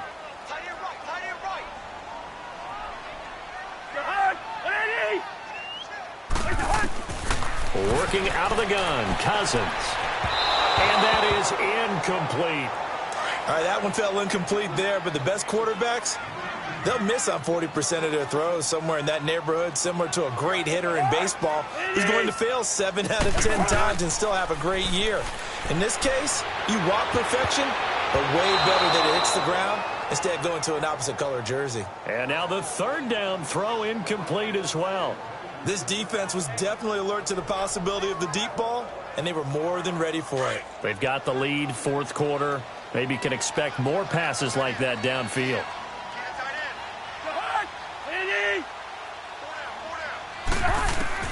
Got to try it here. He's back to throw.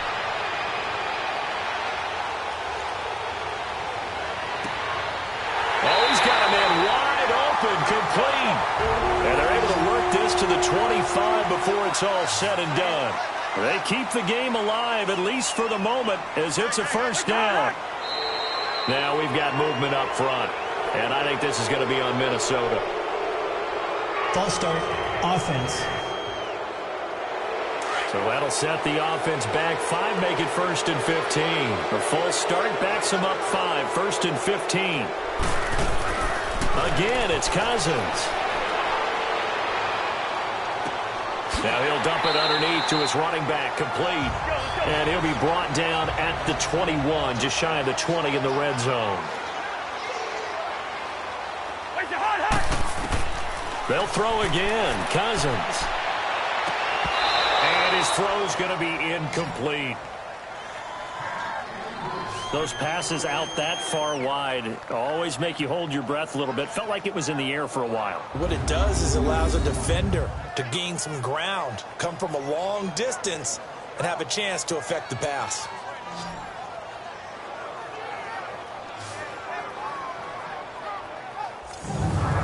They head to the line facing a 3rd and 7 following the incompletion on 2nd down.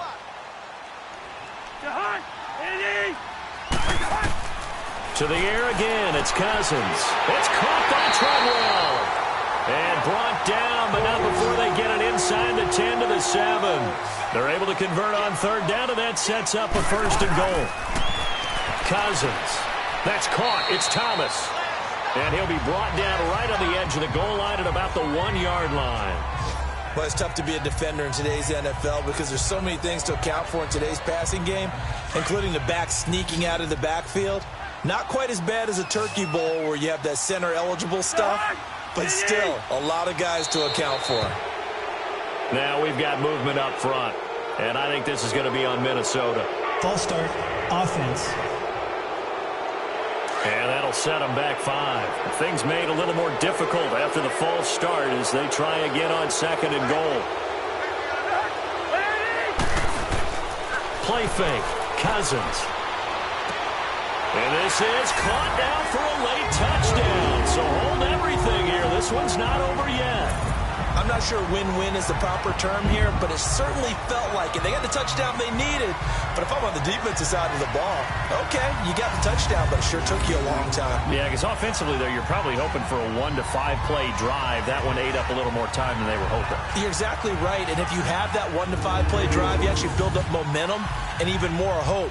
When they had to slog their way downfield, they got the touchdown, but it's almost like, yeah, you know, doesn't feel right. Exactly. Extra point by Carlson, up and good, as this gets them back within a touchdown and a 2-point conversion. So that one a 13-play drive in total, and it all culminates in a touchdown for Minnesota. So a little under 50 seconds to go, plenty of time if they can get this onside kick. And it's the Raiders that'll come up with it. And that will put victory in sight for the silver and black. The 4th quarter, they felt like they needed the football back. Unfortunately, they couldn't get it. And I know we brought analytics into the game, and someone has said here that the data says that when a team's expecting an onside kick, 80% of the time, the team expecting it, they do actually recover the ball, which is what we saw here. I just wonder if that number is much more of a anecdotal type of a number. Kind of like when the coaches tell us, well, when you score on special teams, 93% of the time you win the game. I'm still waiting to see that number is empirical. Carr going to look to throw. He's got his man on the crossing route. Another timeout called by the Vikings now, as they stop it here with just under 40 seconds to go in the game.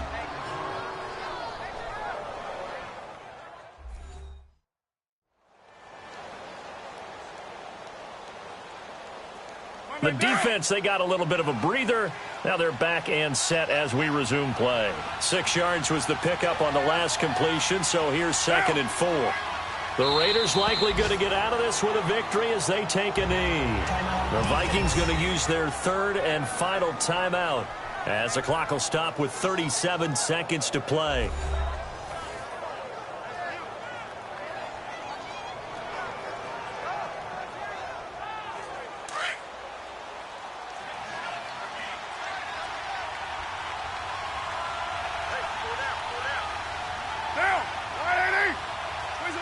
Carr down to a knee, and that ought to just about do it.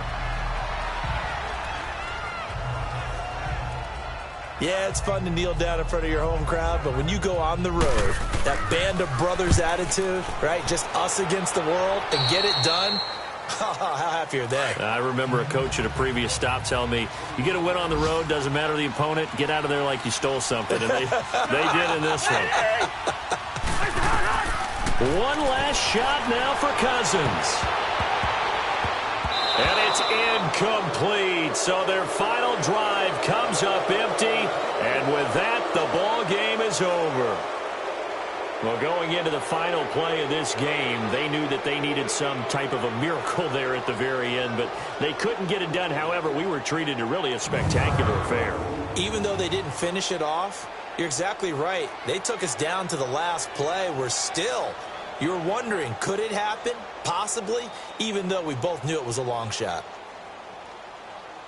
So for the Raiders, the win here means it'll be a 7-1 first half of the season. And they'll get another road test next week as they head to Jacksonville to take on the Jaguars. Meanwhile, for the Vikings, the loss drops them back to 4-3 so far. And they'll get a chance to redeem themselves next week at home against the Chicago Bears.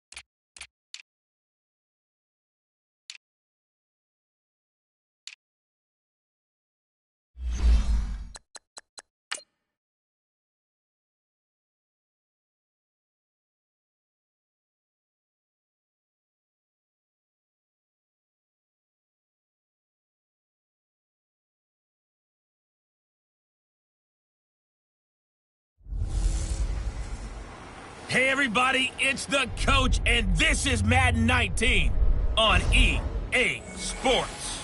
Coming up next, we've got what should be a good one between the monsters of the Midway, the Chicago Bears, and the Minnesota Vikings. I'll be back with you again with scores around the league at halftime. But kickoff right around the corner. And standing by to call the action, here are Brandon Gaudin and Charles Davis. Now we find ourselves at the stadium that played host to Super Bowl 52, the wondrous U.S. Bank Stadium in Minneapolis. The scene a few moments ago, here it is. It's unlike any other in sport as both teams made their way out of the tunnel. These folks are fired up as their guys are ready to do battle between the Chicago Bears and the Minnesota Vikings.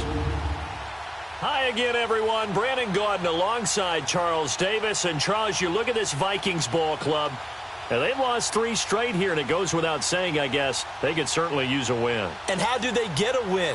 Because they've lost 3 straight, I think it's paramount that they get a fast, clean start to this game. Meanwhile, for our visitors, the Bears, they too were losers last week, so they're also hoping to get back in the win column.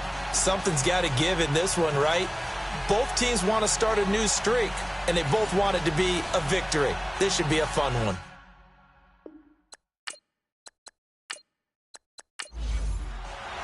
The first 2 months of the regular season down. What will the final 2 bring us as we're off in Week 9? Fielded about a yard deep. And a nice return sets him up pretty good here at the 30-yard line. So here are the Bears now for their opening drive. Do we get a peek at the former number 2 overall pick, Mitchell Trubisky? And you've got to think that they've got to be feeling pretty fresh. You know, coming off of the open week, didn't have to play, right? Gives them a chance to rest up a little bit, heal some of those aches and pains, and excited about playing again. That really rekindles things a little bit. I want to see how they come out and establish themselves here early. And that bye week coming right where they want it in the middle of the schedule.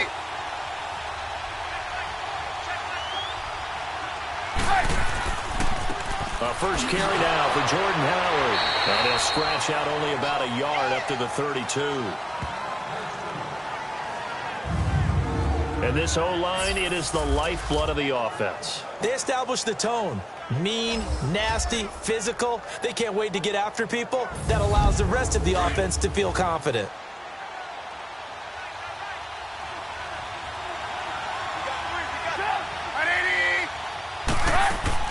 This is Howard on second down. And they get him down, but not before he takes it across the 40-yard line. A nice pick up there, 10 yards, and it'll move the sticks.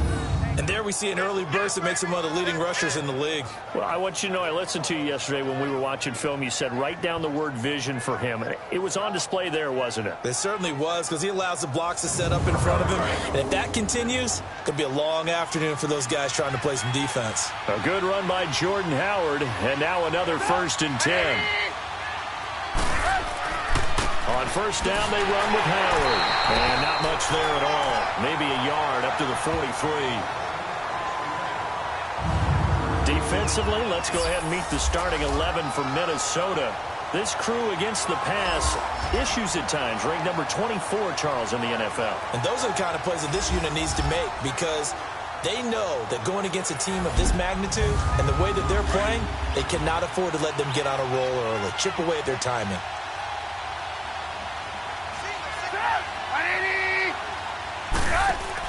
They run play action for Howard. Now Trubisky. Oh, and a bad throw there. It's intercepted. Picked up by Mike Hughes. And his guys will take over at the 25-yard line. Certainly not how they envisioned ending their opening drive here in the first quarter. Too many ones in this play. First quarter, first drive, first interception thrown. And that last one, that hurts.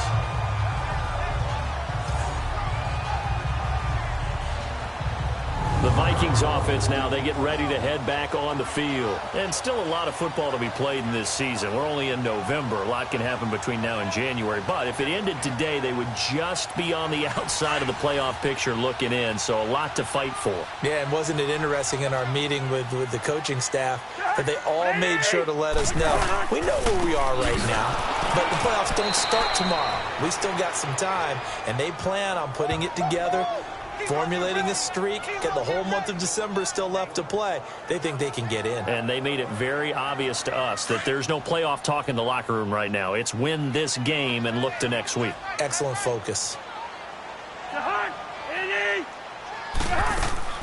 They'll run it now out of the gun. And he'll get this one up to the 26. On the stop, it's Delvin Breaux. Well, so many times we look at a short run and we praise the offense for trying to set the tempo and establish things. But the defensive guys, hey, they just won the battle there. It wasn't a big run given up. They don't always have to absorb the body blows. Sometimes they dish them out themselves. On third down, Cousins. And he's out of bounds, able to take this one up to the 35. They do get 9, but it leads to fourth down. One thing you're hoping for when you run drag routes, you're able to hit a receiver in stride, and he can pick up a lot of yardage after the catch. But in this situation, the defense was effective, able to stop him before he could get a good head of steam going.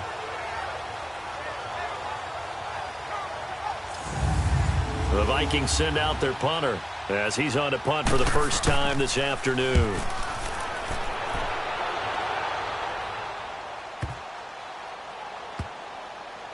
Oh, and what a play on special teams here. This is going to be down inside the 5, all the way down at the 2-yard line.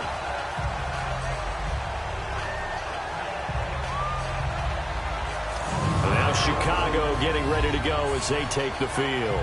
That opening drive ended with the INT. It didn't lead to points, but still not the way they were hoping to begin the game. But how about going and telling your defense, thank you, a huge thank you. You said it didn't lead to points, stalled off that drive.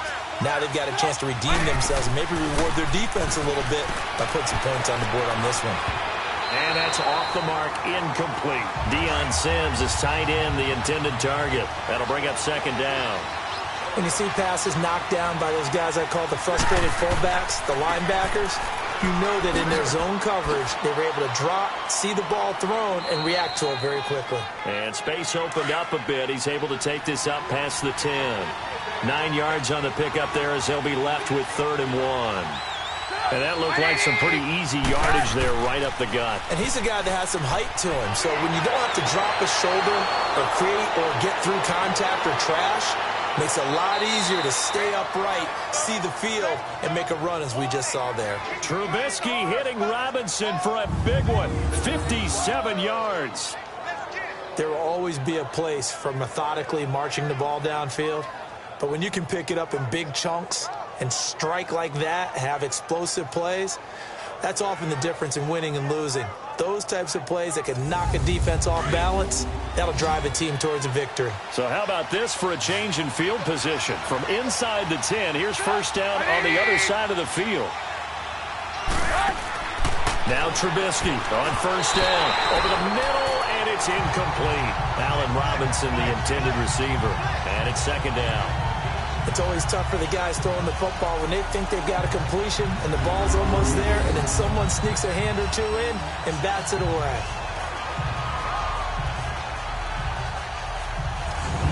Line of scrimmage, the 31 as they line up, 2nd and 10.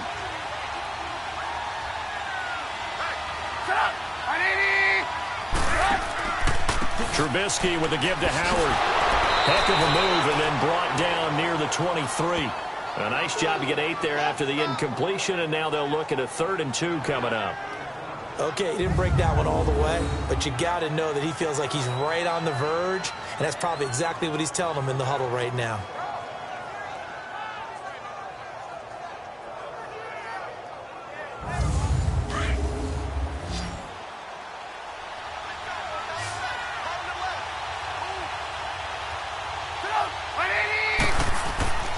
They'll try to run for it with Howard. Give him 10 yards on that one, and that'll earn him a fresh set of downs. And that's a run that'll energize an offensive line. They'll take that one all day long. Fundamental breakdown by the defense. You've got to be able to make plays on the edge.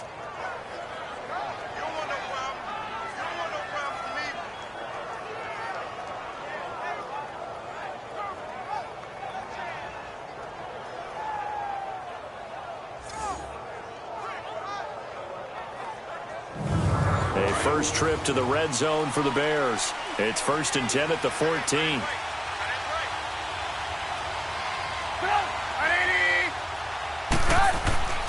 Here's the first carry for Alex Collins. And he takes this one in for a Bears touchdown. Alex Collins, his 4th touchdown on the year. And the Bears have taken the early lead. The touchdown giving them the first quarter lead. Remember, they lost a rough game 2 weeks ago. Then they had to sit through the open week, but a good start here. And just think about everyone around them, everyone around the organization. When you lose headed into that open week, everyone's cringing because you don't have a chance to get on the horse and ride it again for at least 2 weeks. Well, they were able to take that time, use it constructively, and now they're back in form. So this drive spanned 7 plays, and it was finished off by the 14-yard touchdown run.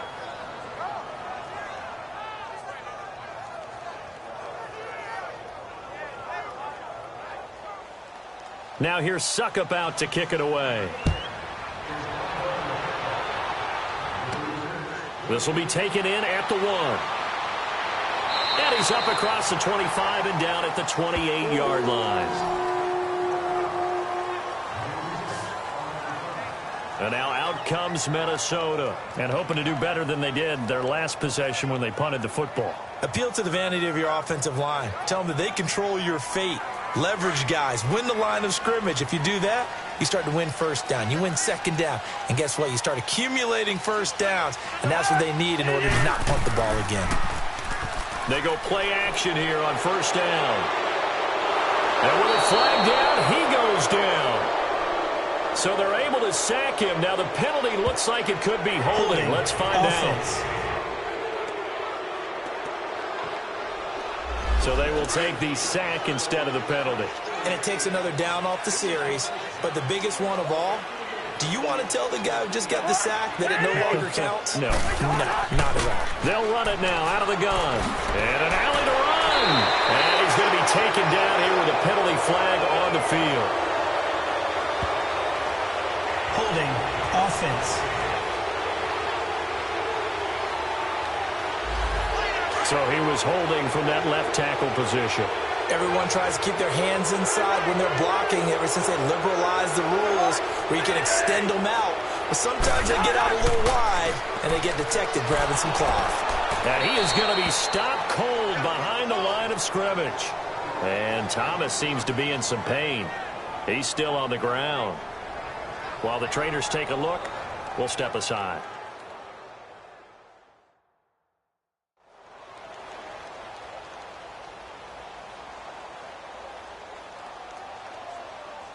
Need something from deep in the bag of tricks here after 1st and 2nd down went backwards. It's 3rd and very long.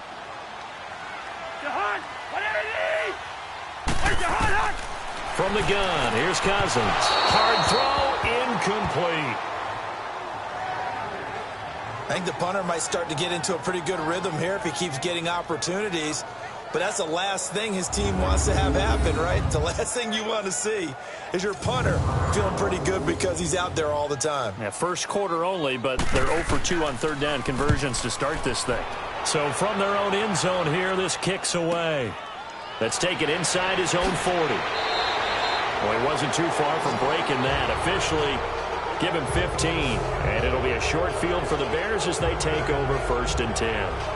And now Chicago getting ready to go as they take the field. They had to go a long way on their last drive to score the touchdown. This time they get at least a little bit more of a cushion with field position. I have to think that with this field position, after what they did on the last drive, they might want to take a shot right now and try and cut down the length of the drive. Now a play fake here on 1st down. He'll buy some time right. And he'll take it down shy of the 45 at the 46. He'll get just a yard on the scramble. It's 2nd down. Yeah, he only gets a few yards on 1st and 10, but he's better off doing that than throwing an incompletion or even worse, an interception.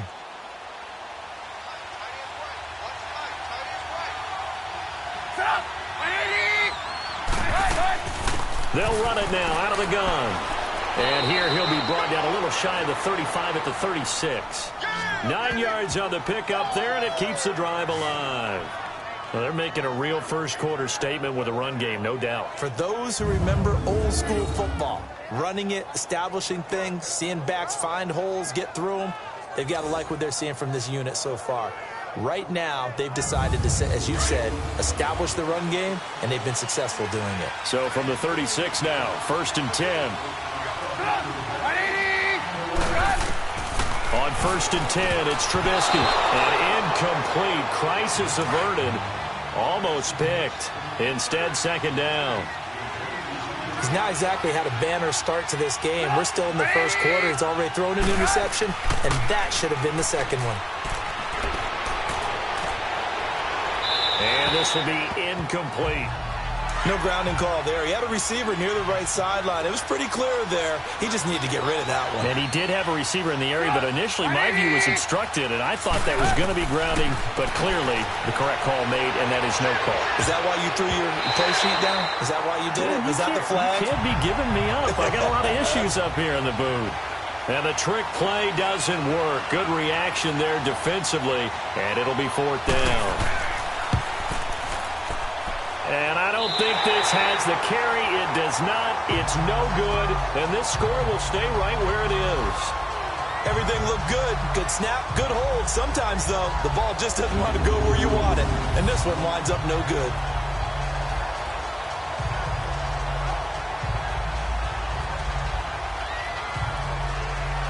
Now the Vikings offense gets set to take over here. And this is their 3rd drive. Right now, maybe not about points, just about getting something. They haven't gotten a 1st down yet in this game. It's a mental barrier you don't think about until you go a couple of drives without getting a 1st down. Then all of a sudden it looms big. It gets harder and harder to actually attain that first down.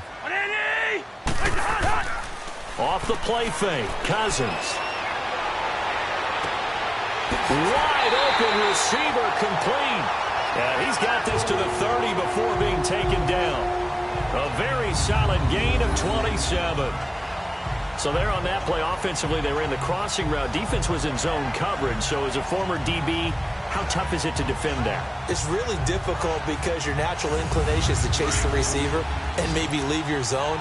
So you have to have discipline in order to talk to your other coverage guys and let him know that that receiver's crossing from your zone to the next zone. He's coming your way. Make sure you have him.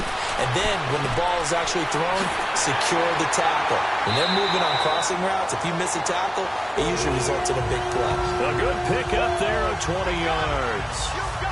Not too many teams will use a 1st-round pick on a tight end, so you know that when one does, he's got to be pretty darn special. A small example of why they took him in the 1st round there. A nice little catch and run to get the good yardage.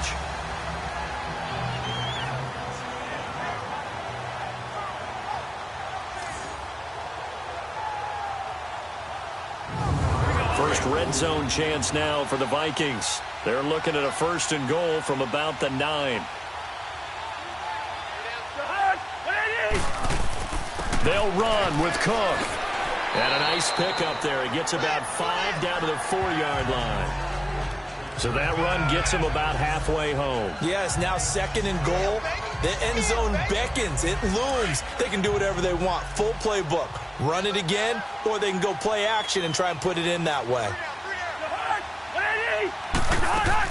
He'll get it up the middle. And the hole closes quickly here. He can fight only to about the 4.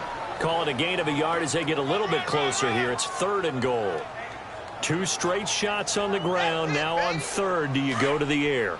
I think the possibility exists, and if you're doing it, you're probably going play action since you ran it twice. But I often think that 2nd down is the time you go play action and throw the ball. I say commit to the run and think about it being 4-down territory. And he'll just toss it away. So he throws it away, and that brings up 4th down. They certainly thought they had him surrounded and probably thought they were going to get him on the ground and get the sack, but he was able to elude that. And even though it threw it incomplete downfield, if you're a defensive back, you're loving the pressure that you're seeing from your front.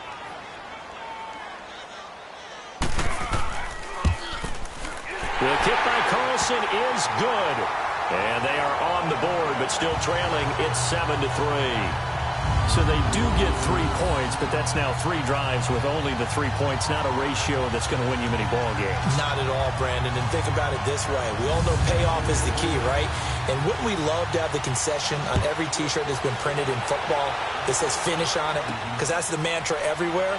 Got to be able to finish drives, put points on the board. And not a bad return. Here he gets it out to the 25-yard line.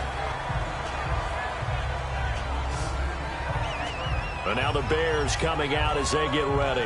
Last time out, they had that long 50-plus yard field goal that they missed. And I'm sure on their sideline they're thinking to themselves, okay, do we still want to try one if we're in that position again? And I would dare say that the answer would be yes. They're going to have a lot of confidence in their kicker. But just to be on the safe side, I'm sure they told their offensive guys, can we get a little bit closer this time? Closer. Yeah, I'd rather get in the end zone first and foremost. But if all else fails, less of a field goal attempt for him. And they're able to get this one across the 35. Give them 13 yards on the opening play of the drive and also give them a first down. One thing's for sure, this defense has to figure out how to stop the ground game.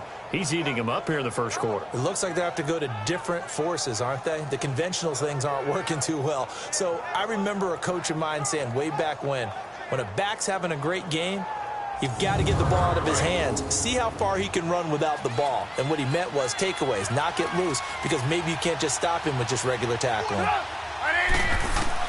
On first down, Trubisky throwing over the middle, and it's incomplete.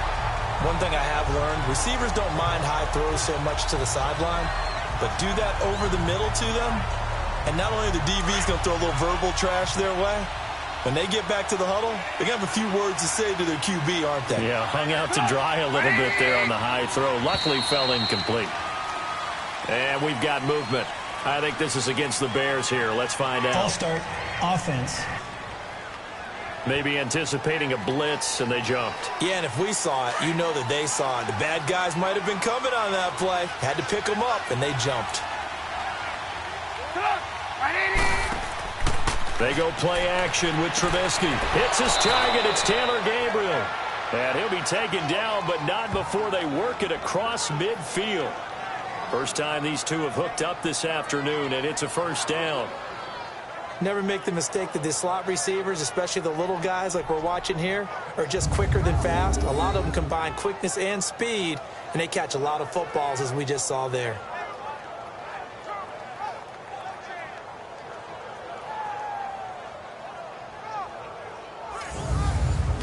From Viking territory now, they'll come up 1st and 10 at the 47.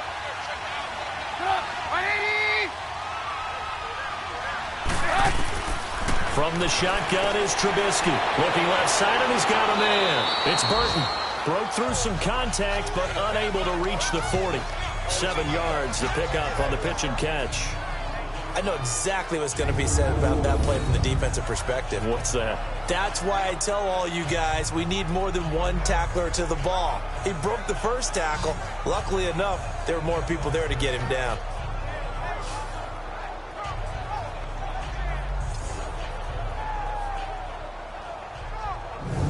Able to get 7 on that first down pass play. 2nd and 3.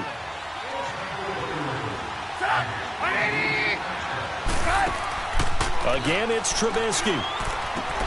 It's caught on the right side by Robinson. And this time not quite to the 30. It'll be down at the 31-yard line. I like watching the wide receiver screen because it's a real teamwork play. Because guess what? The guy catching the ball, he'll get all the credit. But how about the people up to block in front of him, either fellow receivers or offensive linemen? That makes that play a really nice timing play, and sometimes it can break big.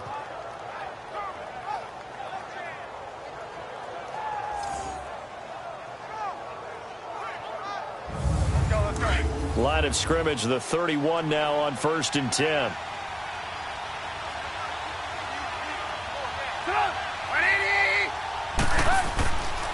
On the handoff, this is Howard. He winds up getting only a couple there, down to the 29. Well, he's looking for some running room, and there wasn't a whole lot of it there on that play. I think he was lucky to get a couple of yards out of it. Because those defenders, they were rallying to the football pretty quickly.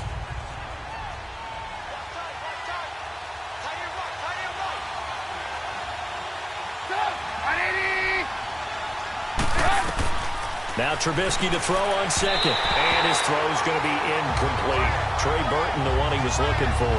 And it's third down. Let's face it, perfection is something we all chase, whether it's playing this game or whatever we do. Hard to attain, but that's what they were searching for as that pass goes incomplete. They missed a field goal on their last drive. Here they need something to even get into field goal range on third down. On third down, Trubisky. Oh, the ball comes out on the hit, but they'll say it's incomplete. There is no denying they want to get him involved. That's already the 5th time that they've looked his way in this first quarter. So that tells me defensively that they want to insist on going in that direction. Make sure you've got your best people in the area to try and take that away. So out comes a field goal team now for the second time here today. This one from 46 yards out.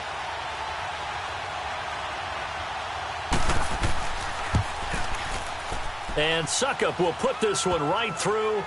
And they push the lead up to a touchdown now at 10-3. So he gets an early chance to redeem himself, and he's able to put that one through. And how happy is he that he's able to get that second chance so quickly after the first miss, gets his confidence back up, and who knows, they may need him for an even bigger kick later in the game. That'll be taken in the end zone. And he won't return this one. He'll go down to a knee, and they'll start at the 25. And now out comes Minnesota. And they had 3 points last time, but they didn't want 3 points because they were well within range of scoring a touchdown. We'll see if they can do better now. I'm with you on that one. Let's just go ahead and be frank about the whole thing. The only one happy about the 3-point? The kicker. Exactly. He put it through the post. That's going to help him in contract time. But that offense, they're thinking, let's get in the end zone this time. I don't know if that'll help him in contract time. You could have kicked that one through. I don't know about that. Toe bash. I don't know about that. Super toe. And Murray's still down. Maybe shaking up that go-around. Let's hope he's all right. We'll check on his status when we get back.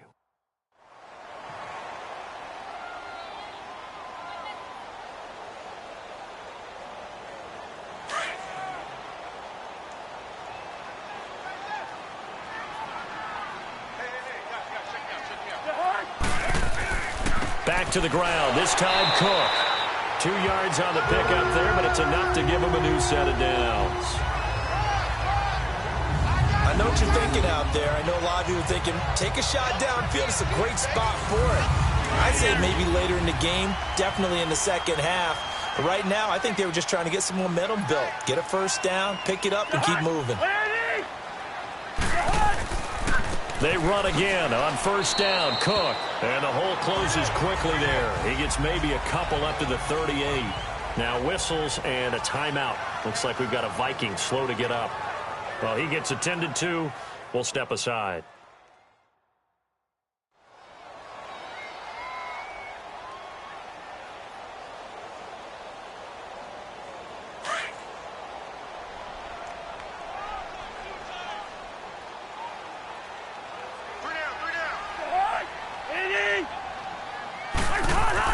They'll try to throw now. Cousins. And this is incomplete. Kendall Wright, the intended target. And now it's third down. They always say that real estate is about location. Well, guess what? When it's a slant route, the quick ones, timing, timing, timing. You got to be able to lead your man with the football. And the timing off right there. Threw it behind him. The Vikings on third down. 0 for 3 to this point. They could use a conversion. This is 3rd and 8. From the shotgun, it's Cousins. Got a man, it's right. And he'll have it past midfield almost to the 40 before being taken down. And a nice gain of 21 yards.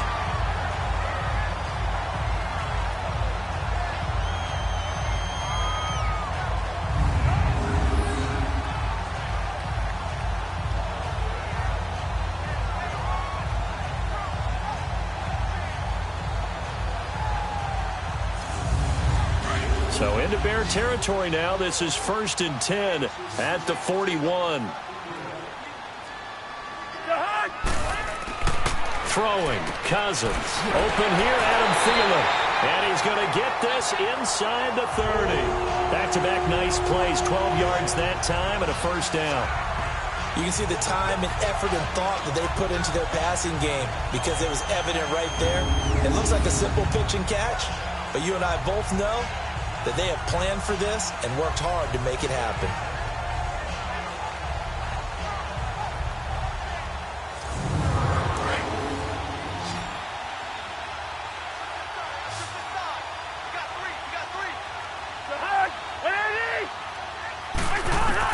Cousins now to throw on first down.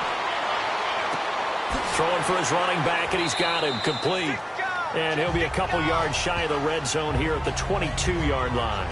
It's an 8-yard pickup, and that'll make it second down. And we see another pitch and catch there to the running back. This position just continues to evolve. They become just as critical to the passing attack as a lot of receivers, tight ends, because their ability to make people miss in the open field can really generate big plays for an offense. Facing a 2nd and 2 after that last catch, good for 8 yards.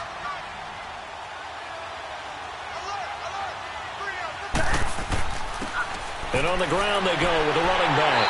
And he'll get it down this time to the 17. They get 5 out of that one, and it moves the chains. In this stage of the game, the run-pass numbers are a little bit out of whack because most of their yardage has come through the air. But in a sense, that just sets things up for big runs like that because the defense might be a little bit off balance. They pick up another first down with that run.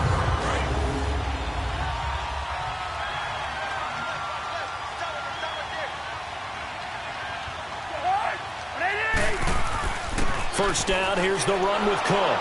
And he stopped immediately there. Call it no gain on the play, and it'll be second down. And he got off the end there very quickly to make that play. Yeah, it was almost like the bullet train, wasn't it? I mean, just zoom. Quick, quick, quick. And what a terrific play, holding them to no gain. And before they can get settled in here, time expires. On the first quarter of action. 10-3 the score. We're back to Minneapolis in just a moment.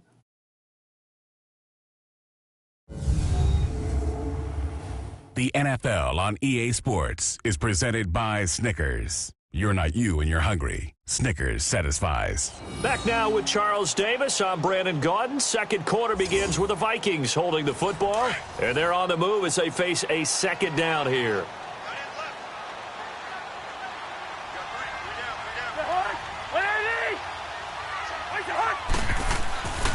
On the carry, it's Cook.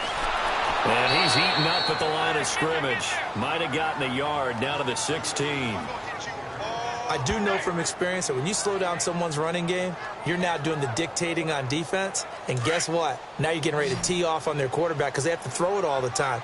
But you still have to be alert for the draws and other plays of that nature to make sure you don't get hurt. Cousins from the gun on third. And incomplete. The contact made the ball roam free and brings up fourth down. That's a good job there creating the contact to force the incompletion. And now, since it's fourth down, that should set up a field goal situation. And a nice sigh of relief defensively to be able to hold them to 3. A dozen plays on that drive that ends with the field goal. Let's go ahead and break out some of the old chestnuts here, right, partner? Keep the ball in front, rally to it, and make the tackle, right? No big plays given up, no balls over your head. Bend, don't break. Hold on. Chestnuts?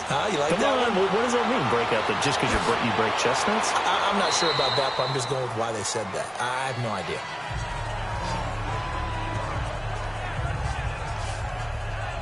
Jordan Howard and the Bears offense making their way back out there. A good job in the passing game, decent job in the running game, but really they've been more effective through the air. We'll see if that shifts at all as this goes on.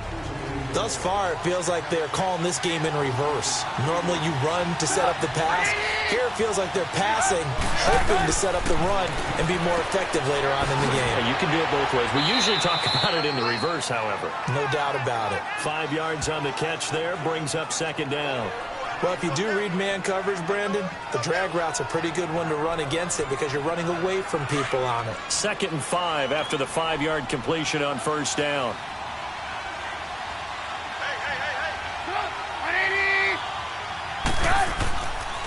A give to Howard. And this defense not giving him anything there. Maybe a yard up to the 36. What an advantage having an elite guy in the middle of the defensive line, because not only does he take up the space and let the linebackers run free, but he can also make plays himself, as we just saw there.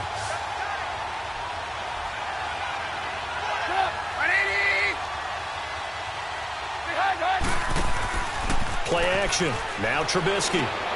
Throw left side complete. That's Burton. And he'll be taken down, but not before he works it past the 50. That one good for 16, and the drive will continue. Well, from an offense's perspective, that sure was pretty, because the corner route is extremely difficult to defend from my perspective. What we just saw there, is that sort of the evolution of the tight end position? Yeah, I think it is, because more and more, tight ends are being treated like wide receivers. These are some agile players who can make a play in any spot on the field. They run with Howard, and he's got it across the midfield stripe and into Viking territory.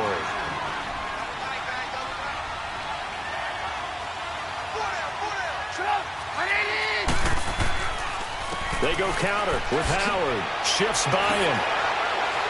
And the reinforcements come in as they're going to stop him behind the line. It's a loss of 2, now 3rd down. Part of the thinking when you bring in extra tight ends, you're hoping that each of your guys gets those one-on-one blocks and creates a crease for your runner. You know what the converse is, though? You've got to win those one-on-one blocks, and when you don't, that's the result you end up with.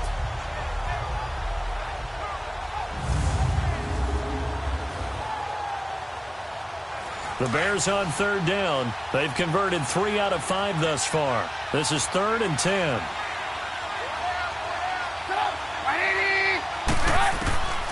Out of the gun, Trubisky. And this is going to be incomplete. And not to get too overcritical there, because he knows what he's doing, but his shoulders looked a little off kilter there when he threw that. I don't think you're being overly critical there. You're just analyzing it, and he gets those shoulders right. That pass will go from incomplete to complete. So on 4th down, as seen on TV, here's their resident strongman, John Ryan, on to punt.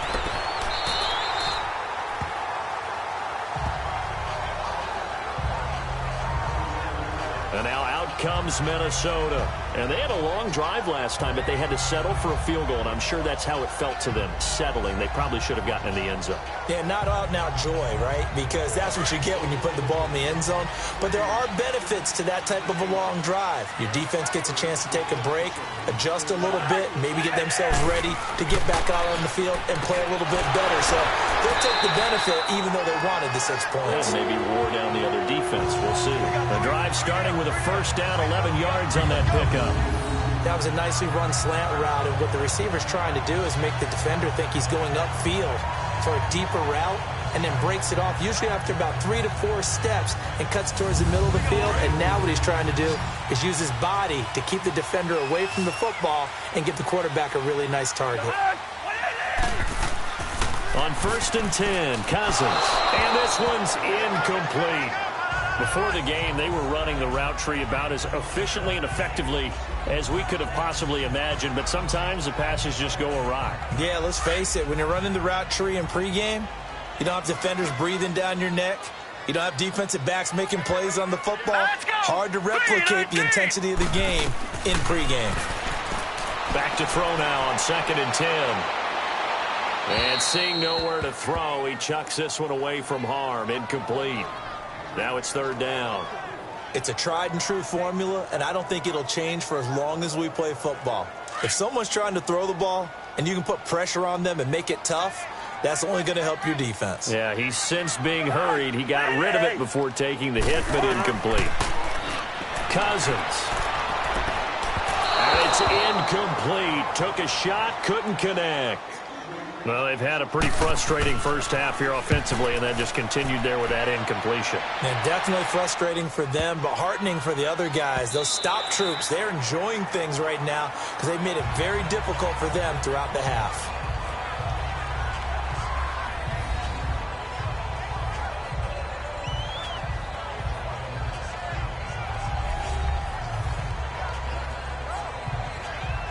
Trubisky brings the Bears up 1st and 10 at their own 20-yard line.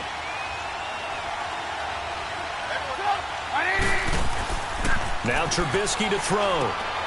It's complete on the bubble screen. That's Robinson. And they'll bring him down here up at about the 22-yard line. Give him a couple on the catch. It's 2nd and 8. The goal of a wide receiver screen is get enough blockers in front to create a wall and let him pick his spot to run the football. How about the defense there, swarming to it and not allowing that to happen? Did not let him get downfield. And he'll be brought down here at the 28. It's a gain of 6, moves him to a manageable 3rd and 2 situation. I think we can safely say that those types of plays are the backbone of this offense. We know not every run's going to be a big hitter, but you know they'll take that type of result on each and every attempt. On 3rd down, this is Howard. And he's going to have the first down, yardage to the 35. It'll go as a gain of 6 that time, and it moves the chains as well. Well, that was big right there because they're in the bottom 5 in the league in converting on 3rd down. They needed that pickup in a big way. There were 2 things they said they wanted to win in this game. One, the turnover battle, and the second, 3rd down conversions. So they got one there. A good pickup there. 8 yards on the first down completion. Facing a 2nd and 2 after that last catch, good for 8 yards.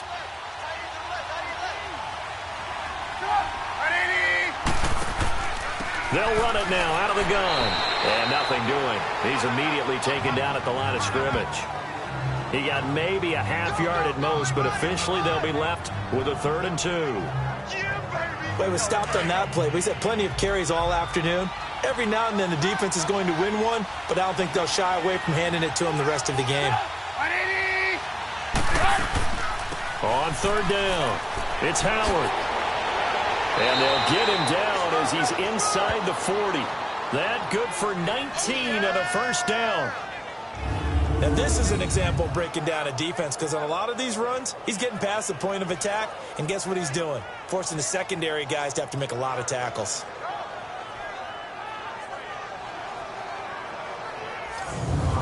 So here's a 1st and 10 at the 38.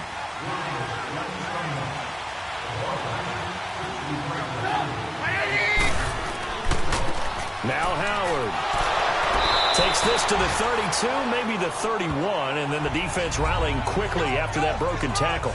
8 yards on the pickup, and now they'll have some options on 2nd and short.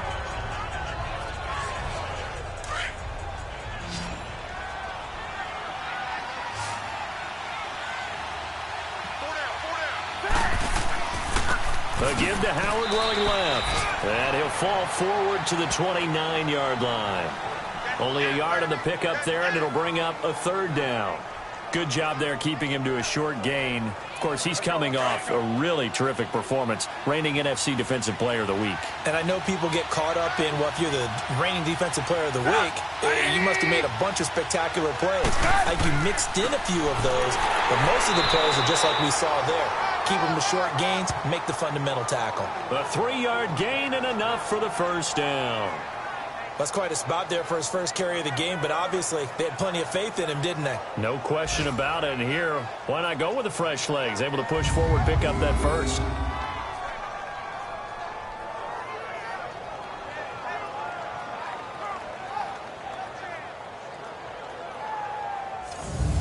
All runs on this drive so far. It's 1st and 10.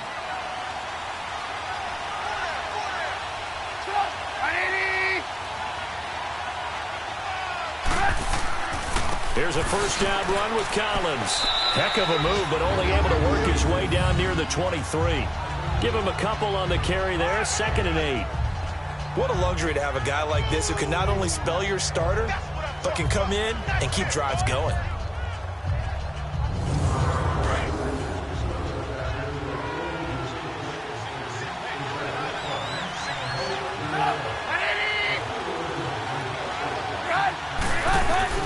Now they'll throw it with Trubisky. Drops it underneath for Collins. And they'll bring him down at the 18-yard line. Give him 7 on the play, and that's going to bring up a 3rd down. Everyone's got to be able to catch the football. Doesn't matter what position you play, but if you're on offense, be aware a ball may come your way.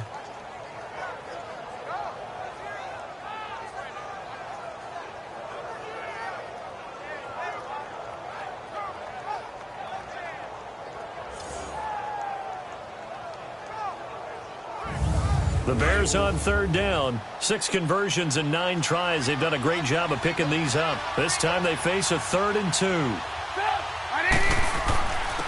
Running with Howard. And he picks up the first down yardage as he takes it down to the 16. They only get 2 there, but on 3rd and 1, that's all they needed to keep the drive going. Well, someone's been having a good game so far, and you know something? A lot has been power running. They decided to turn him loose again on 3rd down, didn't they? They did indeed. He delivered the tough yards. And he'll take this one down near the 15. Tackle made by Everson Griffin. He's had success on this drive, but not on this play. Finally, they bowed up defensively. I think they were determined not to let him take it pretty much all the way down the field. Yeah, it looks like they handled their run responsibilities correctly this time. What we call them run fits, everyone was in the right place. And maybe a measure of revenge there. He's had his way in this one, but this time they get him behind the line. Well, Brandon, he's had a great day, and sometimes that just happens. It is the NFL. They will make some plays against you. Under 4 to play now. Clock running. 3rd down. From the gun, it's Trubisky. Throwing the out route, incomplete. That's Burton. And he's able to work it here to the 8-yard line. They do get 9, but it leads to 4th down. He wasn't the primary target, but I think it was almost like a check-down situation, wasn't it? Yeah, hoping he can break some tackles, a big tight end, but he couldn't do it. Yeah, get it to that big frame and hope he could scatter some bodies, unable to get it done.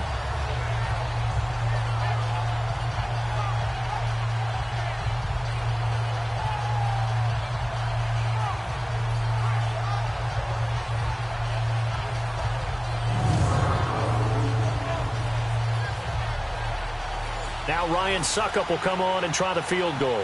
From the right hash here, should be an easy one.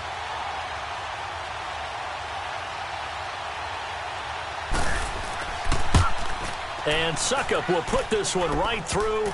And that'll open the lead up to a touchdown now at 13-6.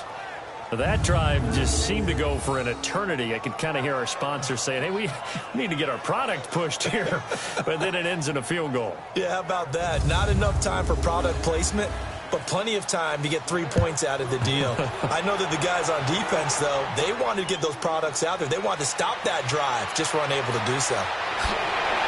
Solid return, pretty good field position. They'll start at the 32-yard line.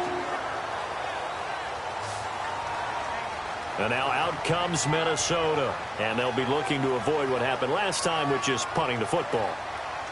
But when you look at how teams play the game, that complementary football comes into play. How do I take care of my defense? How do I take care of my offense? Well, the defense is taking care of them in a lot of ways. Now it's time for the offense to jump things up and help their defense out. Give them a little bit of rest. Yeah, it's time for them to give them a rest. Took the words right out of my mouth. Just a yard on the pickup there, and it'll bring up a 2nd and 9.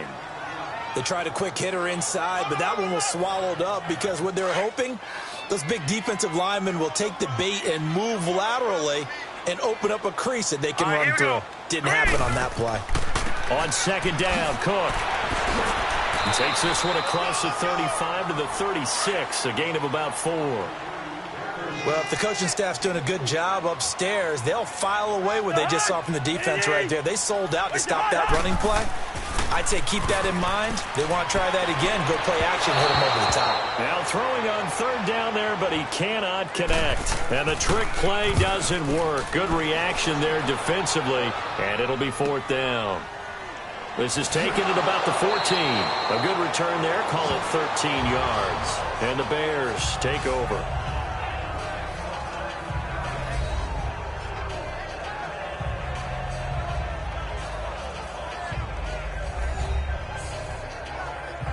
Trubisky brings the Bears up 1st and 10 at their own 26.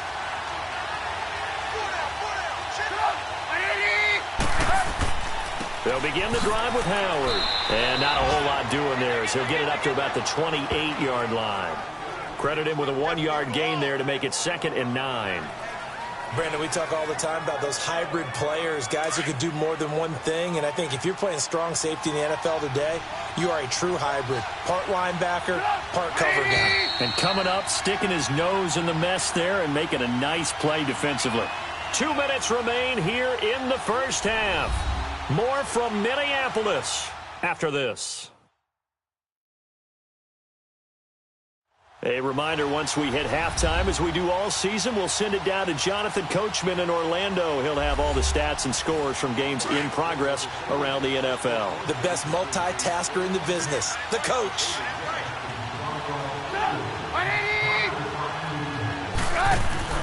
Trubisky, draw play, gives to Howard. And for one of the few times here today, this run's not going to go anywhere. And now the Vikings are going to stop it here on defense with a timeout. It's just their first, so they'll have 2 remaining here before we get to halftime. The Bears on 3rd down. Now, they've converted 7 times and could use another right now. This is 3rd and 8. Now it's Trubisky. He's got his tight end on the corner route. It's complete. And they'll get it up just short of the 45 at the 44. Trubisky finding the former Eagle Burton for the Chicago first.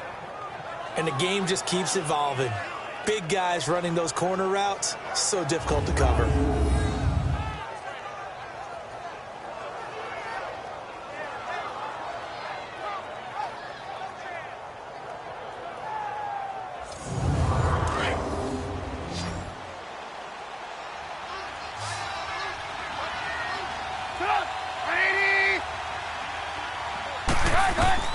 Looking to throw, Trubisky on 1st down. Looking left side, and he's got a man. It's Burton. A very nice pickup of 33 yards. I know that halftime's approaching, but I don't think he's going to want to take a break. That's his 5th catch. Yeah, they've really been targeting the tight end.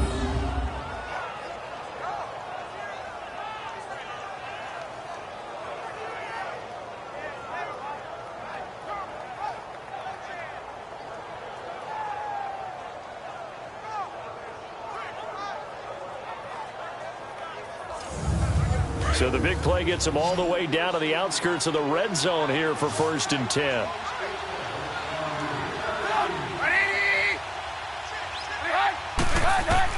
They'll throw on 1st down with Trubisky. Quick hitter here, it's complete. And on this one, he'll get to the 15, right at the 15-yard line. A good pickup there, 8 yards on the 1st down completion.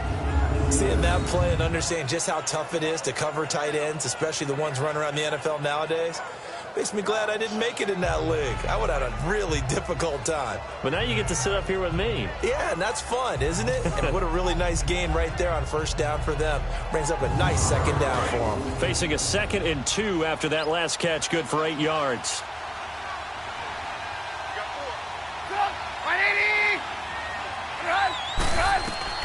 Throwing once more, it's Trubisky. This will be caught at about the 5. And he takes this one in for a Bears touchdown. Allen Robinson, his 4th touchdown on the year. And the Bears will add on to their lead.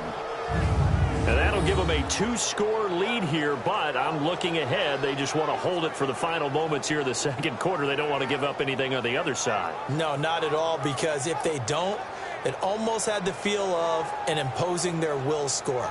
And right now, they want to make sure they keep that and carry it into the 2nd half.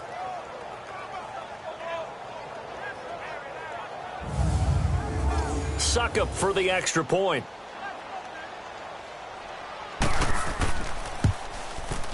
Extra point put through by Suckup. And the decision to just kick the extra point winds up successful.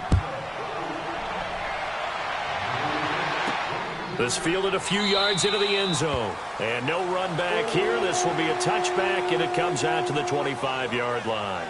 And you see Dalvin Cook and the offense heading back out. They've given him some touches. They haven't had a lot of success on the ground. Do you maybe keep going to that well, or do you mix it up more? I think you mix it up more, try and loosen things up.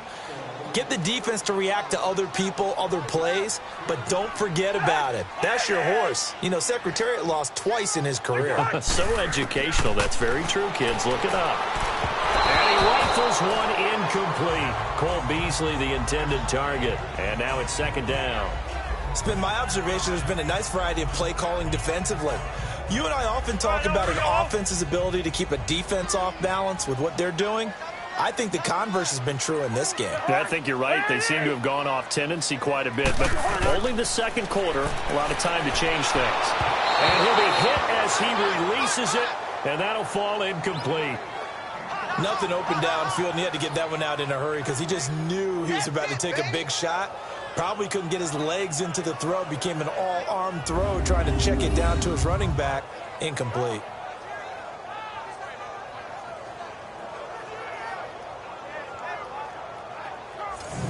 These guys have punted 4 times already, and they're staring at a 5th, barring a conversion here on 3rd down. 3rd down, Dalvin Cook.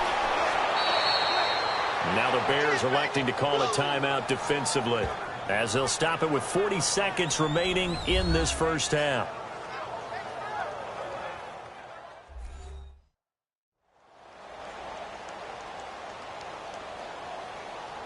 All right, so the timeout over and all 11 men back out onto the field for the defense. Fielded at the 20. A big kick that time, 52 yards. And possession will switch hands, 1st and 10. And this offense led by Mitchell Trubisky going to make their way back out there. They've sort of epitomized balance. I mean, he's thrown the ball pretty well. They've run the ball well. Got to be pretty happy over on that sideline. Takes a lot of pressure off, doesn't it? As much as those guys back there want to throw the ball around and be the focal point, when you're able to run it well and hold the defense back from their pass rush, it allows you to throw it as well as we're seeing so far in this game. Yeah, now they'll be looking to add to their lead here in the second quarter. And there's a nice stop for the defense. They've had a tough time containing this guy all game long, but maybe they can build a little bit off of that play, a little bit of confidence, a little bit of momentum. Yeah, every now and then you can actually tackle that guy. So we reach halftime with the visiting Bears out on top here. As we'll send you down to Orlando, and we check in with Jonathan Coachman for our EA Sports Halftime Report. Coach. Okay, all right, Brandon, thank you very much. Hi again, everyone. Let's get you caught up with what's going on around the NFL as we are officially into the second half of the season. We'll start in the Motor City. Detroit playing host to Green Bay in an NFC North matchup. And it's the Packers who have the lead as that game approaches halftime. The Packers trying to hold on and claim victory. From there, it's off to Jacksonville to see what's going on with the Jags. And they have the lead in that one over the visiting Raiders. DJ Chark, a touchdown reception. Lastly, let's check in at our nation's capital. See what's happening with the Redskins at home at FedEx Field. And they've got the lead in that one over the visiting Atlanta Falcons. 2 touchdown passes for the veteran Alex Smith. In our game, it's been Mitchell Trubisky who's looked sharp thus far. He's thrown for over 200 yards already, and his guys have the lead as well. As we get you back to Brandon Gaudin. All right, Coach, thank you, and we welcome everyone back for quarter number 3. Set to resume. Here we go with the second half. The Bears holding the lead and ready to receive the kick. And he'll bring it a few past the 20 to the 23-yard line. Out come the Vikings. They'll have it first on offense as we begin the third. These guys had to punt their last possession, and that's become too familiar of a refrain. Too many of these drives just wound up going nowhere. But you know how in baseball, when the pitcher gets a base hit and he's on base, they bring his jacket out to him to keep him warm? A lot of times the punter goes to the sideline, puts on sweatpants or a wrap over his leg to keep it warm. He might need a massage from the trainer right now from all the work he's getting. Takes this to the 27. Give him 4 yards. He continues to struggle to find a crease to break off a big one and might need to just put that aside and just try and ram his way forward and get what he can.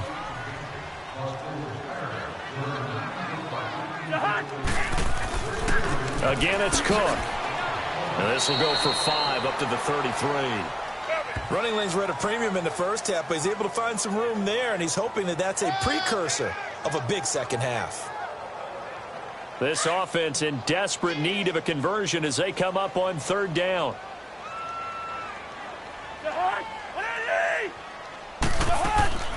They go play action. Cousins. And that's caught by Beasley.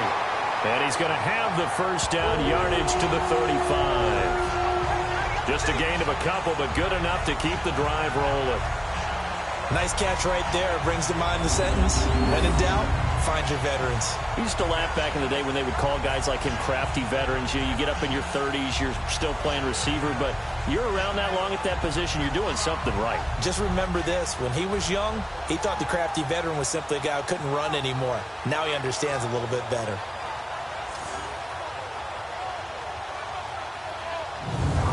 Cousins now 8 of 17 so far, so under 50%, but he's got a 1st and 10. Cook. And there just continues to be nowhere to run. He's bottled up again at the line of scrimmage. No gain on the play. It'll be 2nd down. Early down stuff to put this offense in a precarious position. We know that securing the point of attack, especially against the big-bodied guys in the middle of this D, has got to be priority one. On play action, Cousins.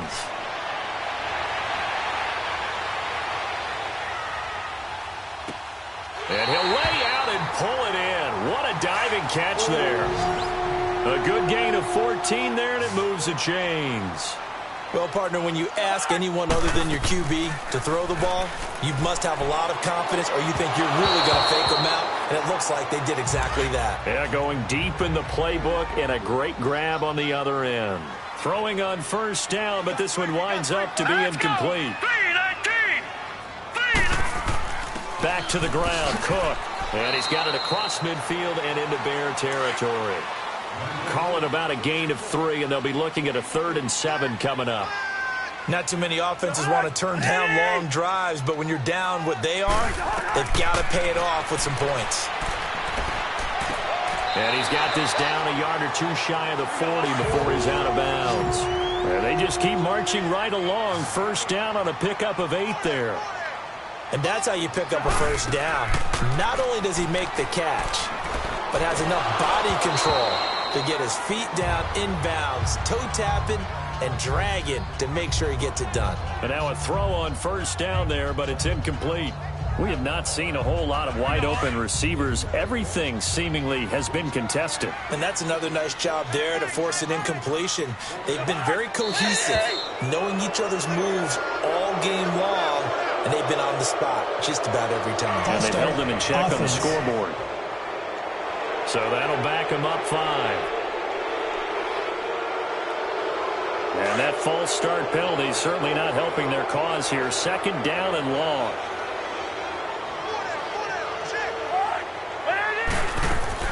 They'll run it now out of the gun. And he's going to be met at about the 43. Danny Trevathan there to bring him down.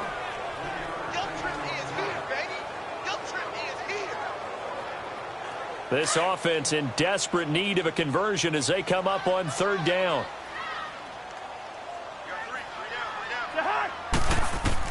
On 3rd down, Cousins.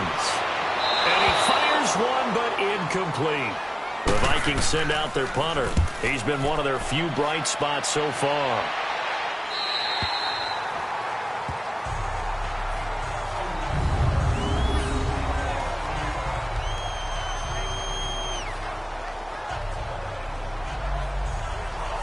So here are the Bears now as they get set for their first possession of the 2nd half. This is sort of what you would call a put-away drive, isn't it? They score here, especially a touchdown. It's almost out of reach. It certainly feels that way, and I think that they're going to call their plays accordingly, because what you really want to do, even though you know the scoreboard is still up there and the game's going to go on, I think you can take the spirit away from another team, that their drive and will to come back and win can be taken with another score right here. It's still 3rd quarter, but you just get that feel. Yeah, they're teetering right there on the brink, aren't they?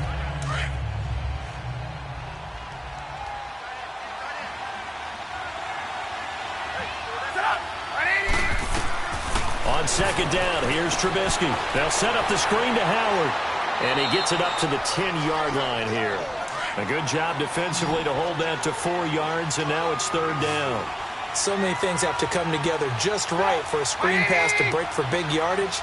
The blocking, the timing of the pass to the runner, everything has to fit together just right. But on that play, the defense was able to disrupt things and hold it to a short gain. Trubisky to Gabriel there for a Bears 1st down. I think it all came together there. In-breaking route, Drove it with excellent pace.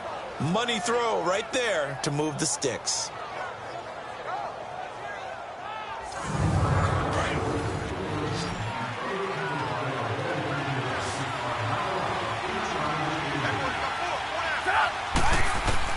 On first down, Trubisky looking middle, and it's incomplete. Sometimes the coverage is so good, no matter what you're doing on offense, you just can't shake anyone free. They try their best to find someone open, but they took away every passing alley, every angle, and shut the play down. They'll run from the pistol with Howard. And this time he's going backwards. So after the no gain on the last attempt, here they get him behind the line. Partner, I think there's a lesson there. Some days you're just having a really tough time, and for the defense, today has been that day. But after that play, what do you learn? You can still make plays even when the other guy's having success against you. Instead of throwing it downfield, Charles, they just tried to dump it underneath there. You like the call? I do. I think it's a high percentage play because you get the completion, and what you're counting on is your back to use his legs and his elusiveness to make people miss and pick up the first down. In this case, it didn't happen. That'll be put in the books as a 53-yard punt. And the Vikings will take over here, 1st and 10.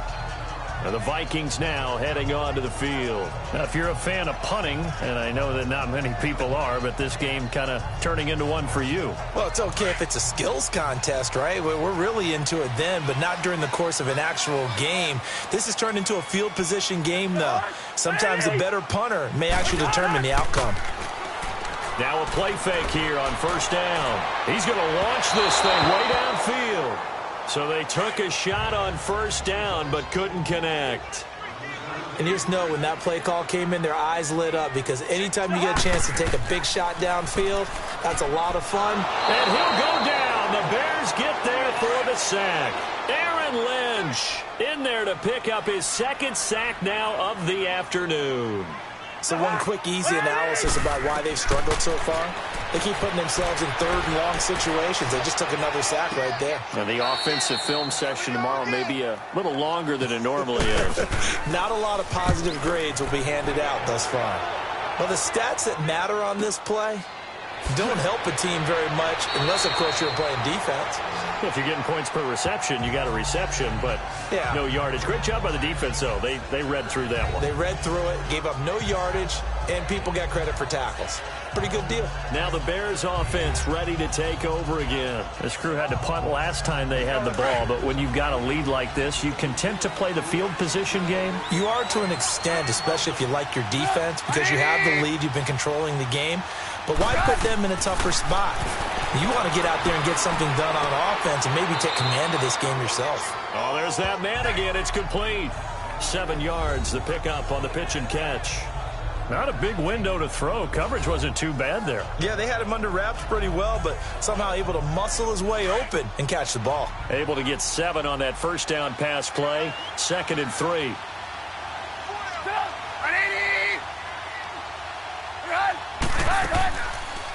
On 2nd down, there's the option going left. And he slips up past the 45 before being tackled. Nice pickup. 10 yards and a first down on the keeper. Well, partner, for a few years there, we thought this read option play was going to take over the whole NFL. It seemed like everyone was using it. But it has been scaled back considerably in the last few seasons, mainly because people are worried about their quarterbacks getting hit. But when you call it at the right time and you use it properly, you see the type of gains you can get. A nice chunk of yardage there by the quarterback.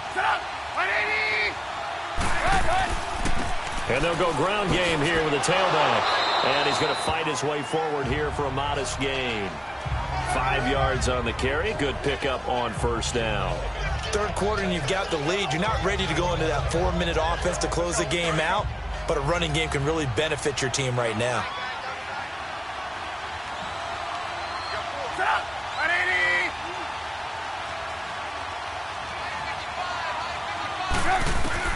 On 2nd down, Trubisky. This will be caught just inside the 10.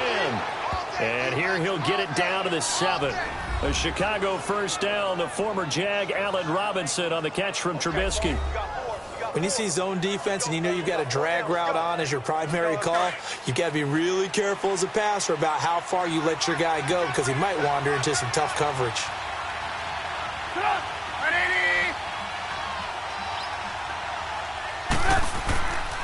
On first and goal, Howard. And he is in. Touchdown, Chicago. Jordan Howard, his second touchdown on the season. And the Bears will extend their lead. That drive that really increased their cushion felt very military to me. Very precise, methodical. That's one of the words you've taught me. And they just got it done. And slowly but surely now starting to pull away a little bit. Things looking good for them here in the third quarter. Not only pulling away, but you mentioned that slowly but surely. You also drain clock, too, with a drive like that. So you really give yourself an advantage. Extra point up and good by Suckup. And the decision to just kick the extra point winds up successful. So the drive there took 6 plays. And finishing it off with a touchdown run was Jordan Howard.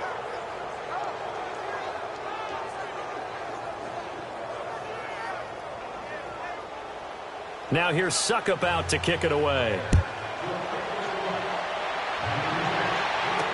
This fielded a few yards into the end zone. And he'll take this up past the 20 and down at the 22-yard line. And now out comes Minnesota. And right now these guys, they're shuffling a little bit, maybe doubting, because 3 straight drives have ended with them punting the football away. Yeah, so you start pointing fingers at each other a little bit, asking a lot of questions. What are you seeing? What are you getting?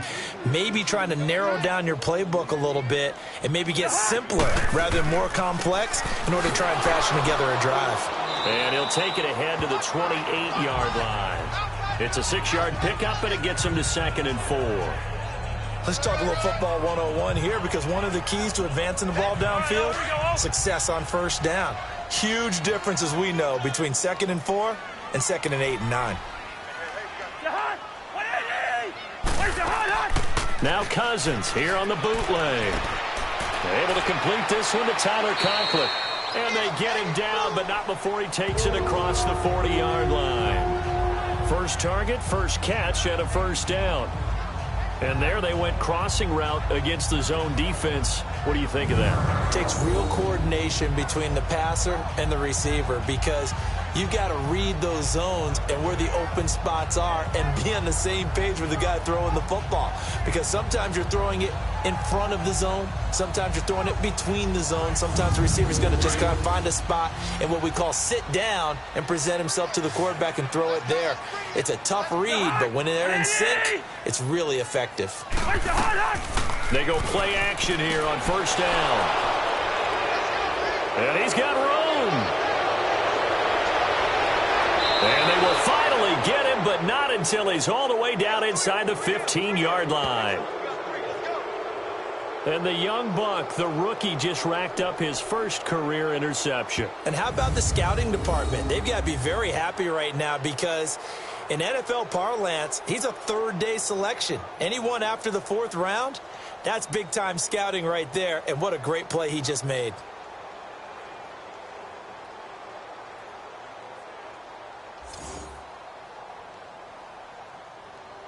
The Bears offense led by Mitch Trubisky heading back out there. How do you think he personally is evaluating his game so far? He was pretty good in the first half, been good so far here in the third quarter. He's got to like it, right? Not looking for the dramatics here. Not trying to set the world on fire in terms of stats. It's almost like you're driving. Hands at 10 and 2, alert for anything out there, watching for trouble on the road, and making sure you get the team home.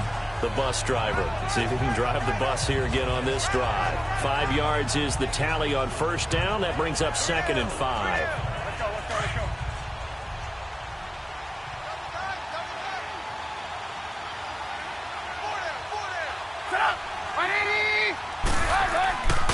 They go with Howard again. And he's able to get it down to the 2-yard line.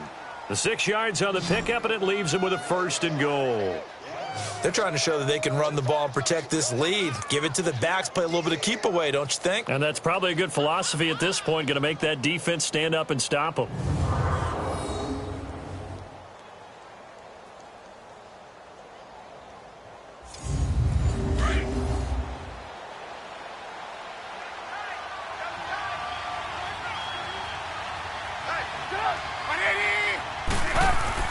Now Trubisky. He rifles one that's intercepted. Picked up by Andrew Sendejo. He's at the 50. He's at the 30. 20. 10. And he's going to score. It's a Viking touchdown. Now, that was a beautiful play. A pick six. How would you punctuate something like that, partner? What do you mean, with an exclamation mark? Exclamation mark, a big word. What would you do with that? Ampersand? I like it.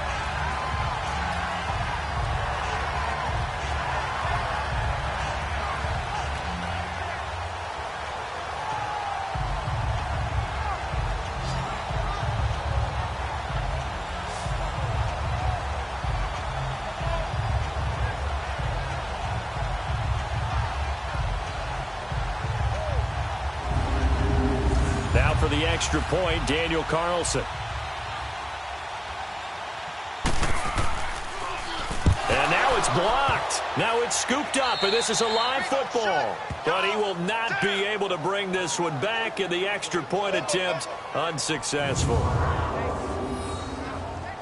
Well, times have definitely changed on the PAT, on the extra point, haven't they? A lot more effort goes into this play from both sides. Yeah, because let's face it, a lot of time on extra points, the effort is not what it is when you're trying to block a field goal. No doubt about it. And before, when the ball was snapped on the 2-yard line, as really a virtual chip shot.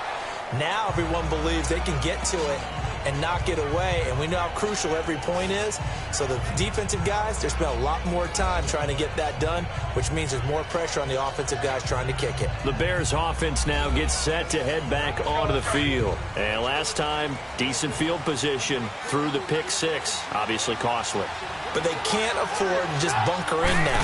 All right, good field position means go ahead and attack on offense. Try and press the advantage a little bit.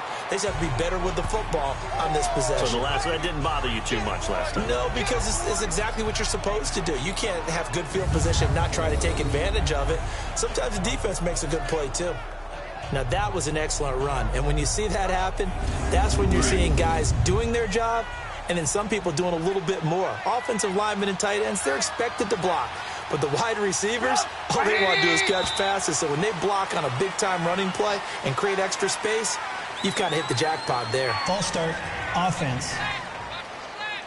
That's going to set him back 5 yards.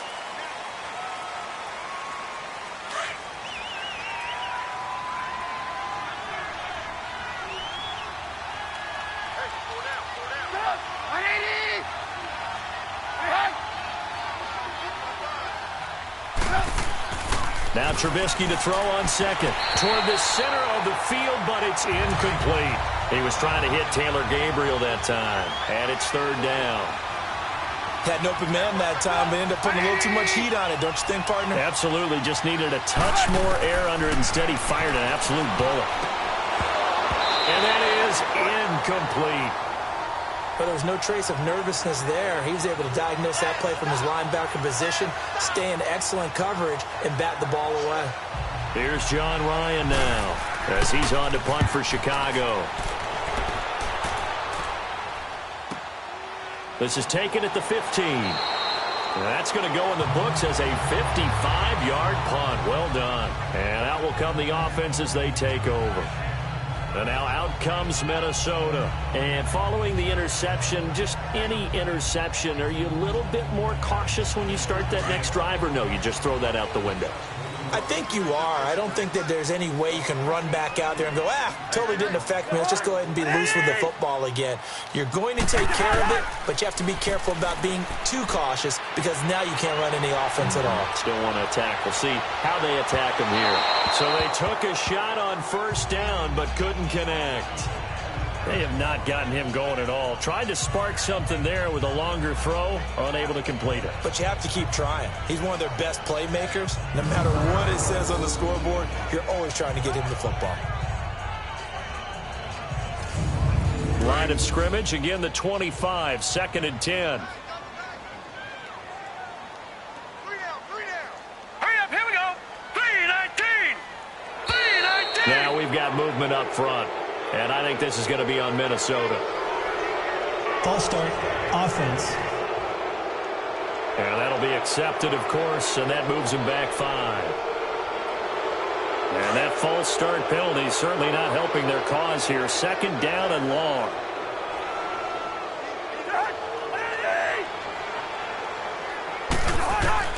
From the shotgun, it's Cousins.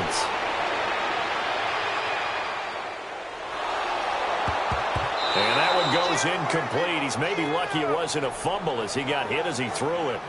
We just saw another example of really good defensive football, which has led to the cushion that they have in this game. Got to him once again, knocked him on the ground, forced an incompletion. Yeah, they've set the tone. It's one thing to set the tone, another to come in here on the road and set the tone.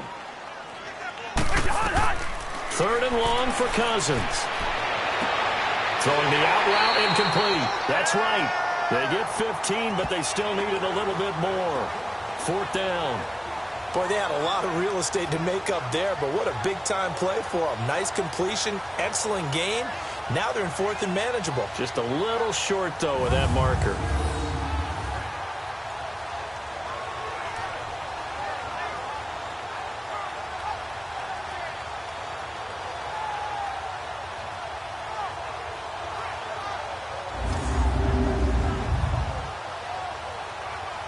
The Vikings send out their punter. He's been terrific so far.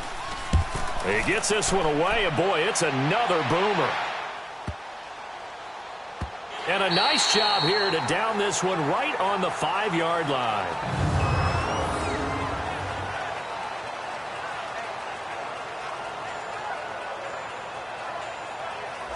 Onto the field now come the Bears. They're going to have to go at least 50, 60 yards here if they want to ensure that they don't have to punt the ball like they did last time. Yeah, so what you're saying is we're not playing to just get out of the shadow of your own goal line, right? You're playing to make sure the punter doesn't see the field again. So it's not picking up a couple of first downs.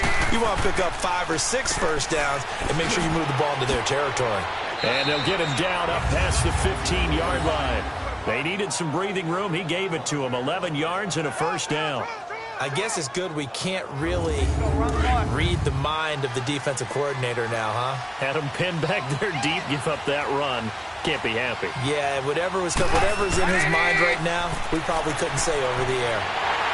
In trouble here, and down he goes. Back at the 8-yard line.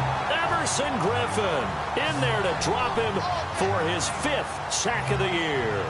Chalk that up as their first sack in this game, and they tallied 4 a week ago. And probably not as much exultation in that sack as what took us so long. Because when you get 4 the previous week, you're counting on continuing that momentum.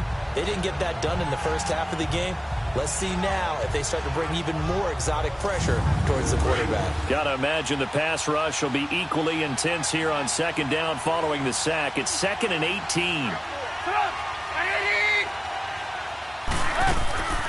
They'll run it now out of the gun. And he'll take this one up to about the 13.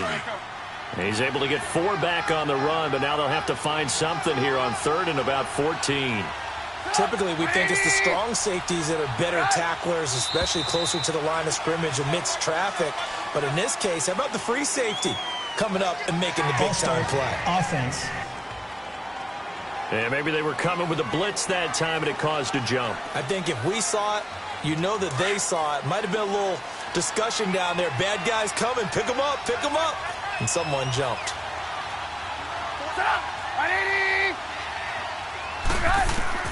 Now Trubisky on 3rd and long. And incomplete on the deep ball. Sure, that pass was incomplete as they made an attempt to get a big one downfield. But that's okay because the second part of that is if you don't get the completion, at least you've told the defense you're trying to stretch them out a little bit, and they may have to change accordingly. On is the punter, Ryan, to send this one away. And he'll take it just outside the 40. So possession goes over here on the punt. And the Vikings, they'll be set up well as they take over in great field position. 1st and 10. And now out comes Minnesota. And down on the scoreboard, certainly needing to avoid what happened on the last drive, punting the football. Sense of urgency has to take over for them here. They know the score. They know the situation. And by the way, the punter no longer exists for their offense. That's how they have to treat this drive. They need points. Big time. And he is met at the line of scrimmage, and he goes down right there. No gain on that run, and while this team is down, they're not out of it by any stretch of the imagination. Maybe you just have to think about different style of running in order to get this guy going. And they're not going to get to the line to run another play. So we will switch ends as the third quarter has come to a close. We'll return with more after this. This is the NFL, and it's on EA Sports. And we return, welcoming you back to Minneapolis. It's the Vikings in possession of the football, but they need some points. They're trailing here to start the fourth.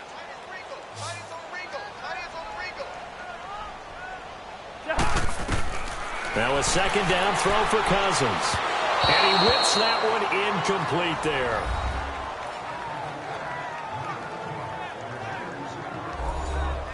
An incomplete pass on second down. That muddles things a little bit here. This is 3rd and 10. From the gun, here's Cousins. And it's a short one here, complete to the tight end. And he'll be brought down, it looks like right at the 40. They get only 4 that time as that leads us to a 4th down. All right, they're going to try and keep hope alive here on 4th down. They're going for it. As expected, they're going for it to keep the drive alive. Oh, he's got a man wide open, complete. And brought down, but not before they're inside the 25. The time to pull out the stops is now, and they convert there on 4th down. Felt compelled to go for it there on 4th down, trailing in the 4th quarter. They got it done. And there's always a lot of pressure on a 4th down call. Doesn't matter the distance. You still have to get it done, as you noted, and they did.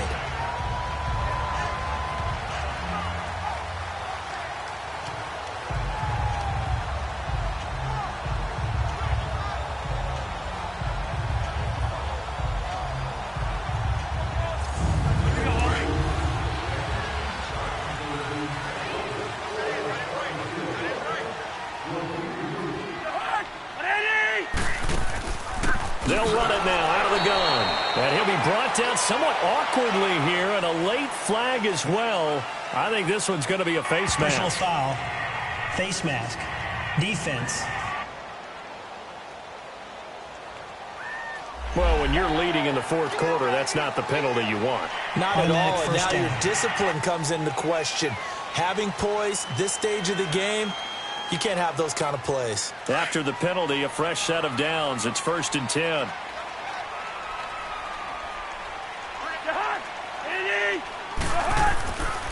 Cook following the penalty. He'll get this down inside the 10 for a pickup of about 3.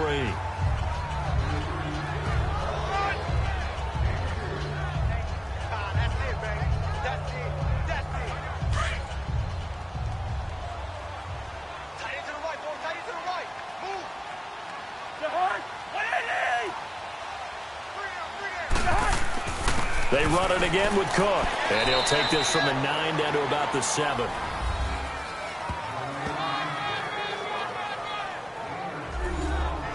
The Bears have put an extra defender in the secondary on 3rd down. Yep, they're in the nickel.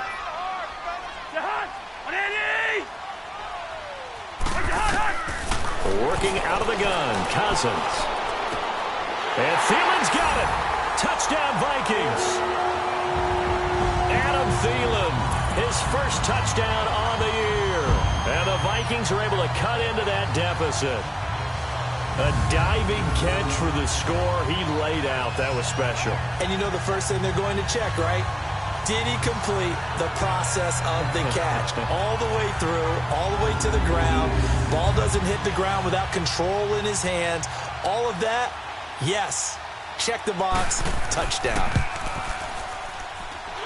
This time, the extra point up and good, as this gets them back within a touchdown and a 2-point conversion.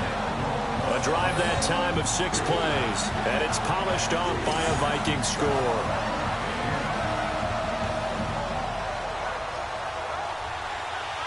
Carlson now to kick this one away. This is fielded at the goal line. And with a marker down, he's up just past the 25-yard line, but I think they're going to be going backwards. Let's check the call. Block in the back. Return team. Now, this is going to put them back with a not great field position. So they really got zero benefit at all, right? Sometimes you can absorb a penalty when you get a big return. Then the penalty brings it back, but you still have great field position. As you pointed out, not in this case. And he'll find some space up to about the 25. 7 yards on the pickup there, and it'll leave him with a 2nd and 3. Oh, that's one to warm the hearts of all those old-school football players, isn't it? Tough, hard, gritty run, got behind his pads, bowled over a few people. Look at that one, right up the gut. Saw it through 3 quarters, no reason to lighten up now. Well, they brought the pressure, and that meant man coverage behind him, so he's still able to complete the pass. Even as he took the hit, and that's what you have to do, because I was just talking with a coach the other day, and he said, look, it's not always going to be pretty back there. You're going to have to give me completions. Even when you're taking some hits, sometimes you have to be your own blitz control, for lack of a better term. Got to make completions, step up, and make those throws, and he did that. And that pickup of a first down, that's going to leave a mark, because they really needed to stop them there, didn't they? Oh, so frustrating. Defensively, you're a play away from getting that football back here, down late. Tough. Now they've got to find a way to create a turnover or takeaway. Otherwise, this one will probably get away from them.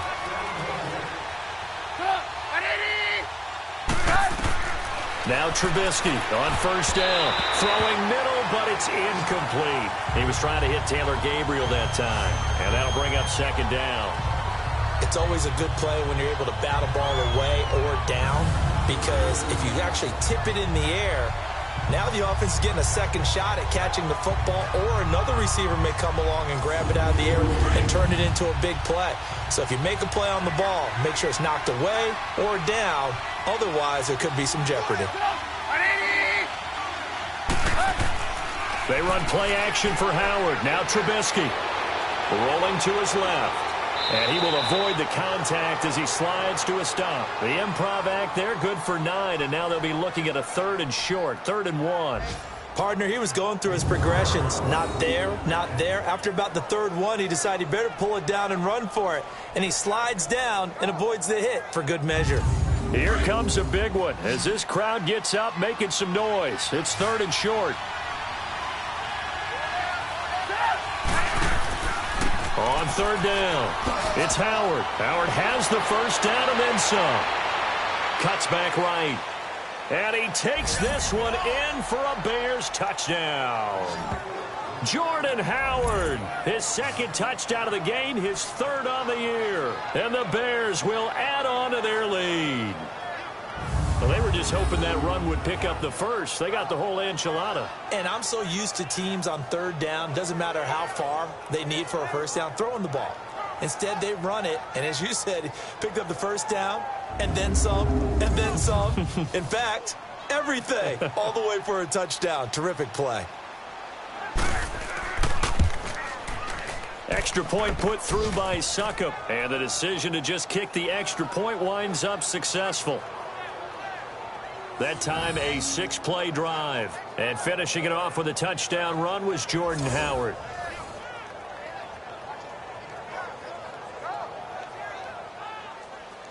Now here's Suckup out to kick it away. Fielded about a yard deep. And he'll make it across the 20 as his guys will set up shop at the 23-yard line. The Vikings offense now heading out to take over. And for them, a touchdown their last go-around. Obviously, they'll be hoping to do that again. And when you start plotting for this drive, when you start thinking to yourself, okay, what are we going to do? You don't go away from what you did before because that worked, but you have to be prepared for wrinkles and counters because you know they'll make some adjustments. They'll run it now out of the gun. And he'll go down right at the 30-yard line. A solid run on first down. Gain of 7 leaves him with a 2nd and 3. Well, no matter how they phrase it, staying on schedule, staying ahead of the sticks, whatever you want to call it, 7 yards on first down, that fits the bill.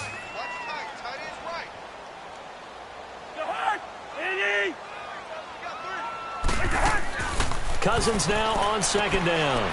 It's a short one here, complete to his tight end. And he'll be brought down shy of the 40 at the 38-yard line. 68 yards receiving now for him in the game. And a first down on that last catch as well. That's a staple of this offense. Drag route to the tight end. Yeah, he's unable to use his size to break off much more yardage after the catch, but still an effective gain nonetheless.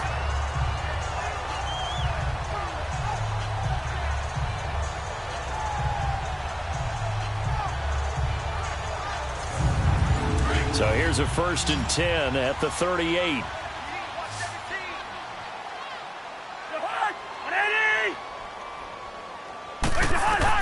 Cousins now to throw on 1st down. Lets it fly for Thielen. And lucky to get away with one there. That one nearly picked. 2nd down. He started out having some troubles back in the first half connecting with his receivers. Really hasn't gotten a whole lot better. Yeah, he's at less than 50%, and you and I both know that just won't do. So I would think about spreading things out, putting it on the receivers, make them win those one-on-one battles on the perimeter and find their way open. They work again from the 38 on 2nd and 10.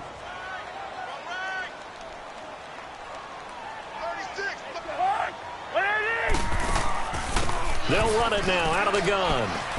And able to get this one all the way up to about the 46-yard line. A nice job to get 8 there after the incompletion, and now they'll look at a 3rd and 2 coming up. And after that type of a run, there's some talking going on down on the field, but it's not trash talking. The guy who just carried the ball, he's going back and telling his offensive line, great job, keep it up, and we'll break that one soon.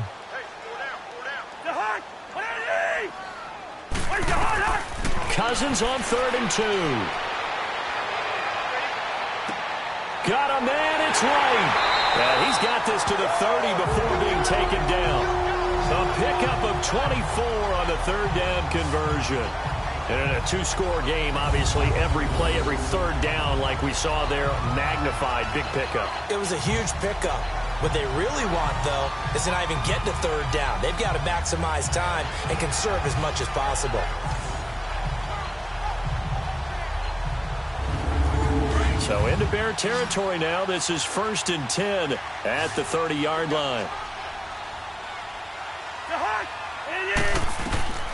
Here's Cousins. He couldn't quite hold it. Got hit. Ball pops out. Incomplete. They went with a dime look on defense. 2 extra defensive backs on the field and covered up essentially every blade of grass. That allowed them to disrupt the play.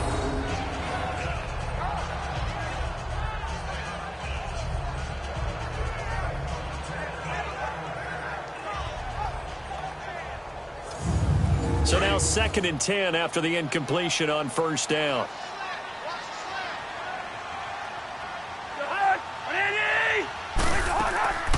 Another tote for the workhorse this afternoon. It's Cook. And he will lose yardage here to the 31-yard line. That'll be a loss of a yard, and it leads to a 3rd down.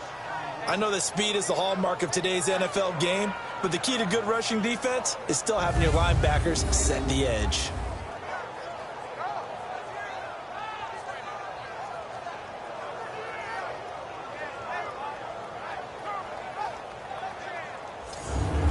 Seventh play of this drive coming up, but a long way to go on 3rd down.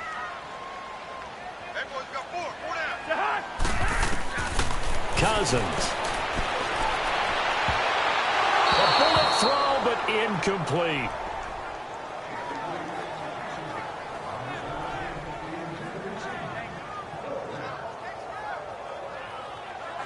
Well, let's see how the offense still out there. They elect to go on 4th and 11.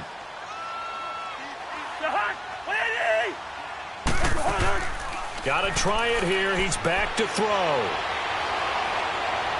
And this is going to be incomplete. Mike Zimmer got to be unhappy with how that turned out. And the Bears will get the football back. So they really needed points here in a 2-score game. Could not come away with anything there on 4th. And while we know they're a little bit discouraged here, they can't check out of this game. You and I have called a good number of games over the course of our career where we've seen these types of situations. Teams get the ball back, and that miracle does occur. So they can't let that dream go just yet. They have to get stout on defense here. Yeah, right now really hoping for a turnover.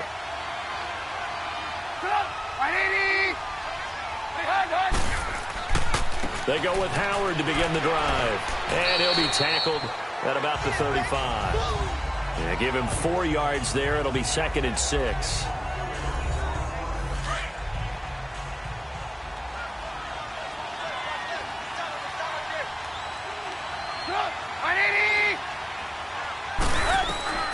From the shotgun is Trubisky. He goes full extension, and he's got it. That'll put him over 150 yards receiving now. Quite a ball game and a first down.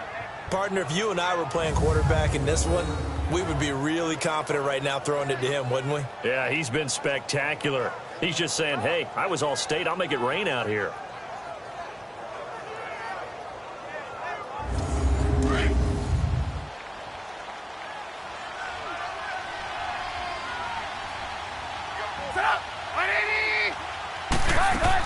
On first down, they run with Howard. Finding room inside the 40. And finally taken down at the 35-yard line. Another nice gain, 16 yards there and a first down again. Ball up to the 35 now as they come up on 1st and 10.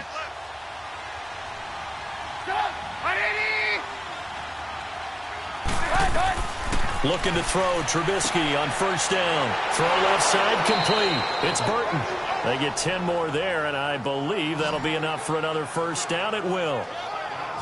And with that last play, he's now up over that 300-yard mark. And in today's NFL, it almost feels routine. And I hate that when you talk about a 300-yard passing game. To me, 300 yards still signifies excellence, and he's achieved that in this performance.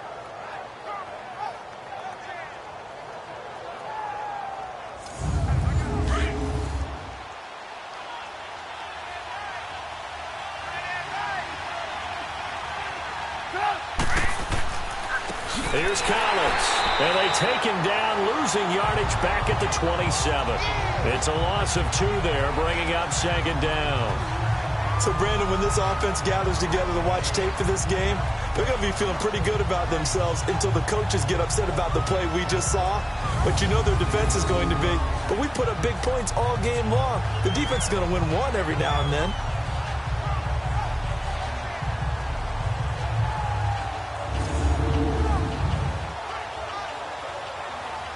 A rare misstep on that last play because the drive has been strong, but now it's 2nd and 12. From the gun, it's Trubisky. Able to find Shaheen here. And able to break one tackle, but then quickly brought down. But a nice little gain. 6 yards is the pickup, and that'll lead to a 3rd down. They gave up the completion there, but this is what zone defenses count on. Catching the ball and not much run after the catch.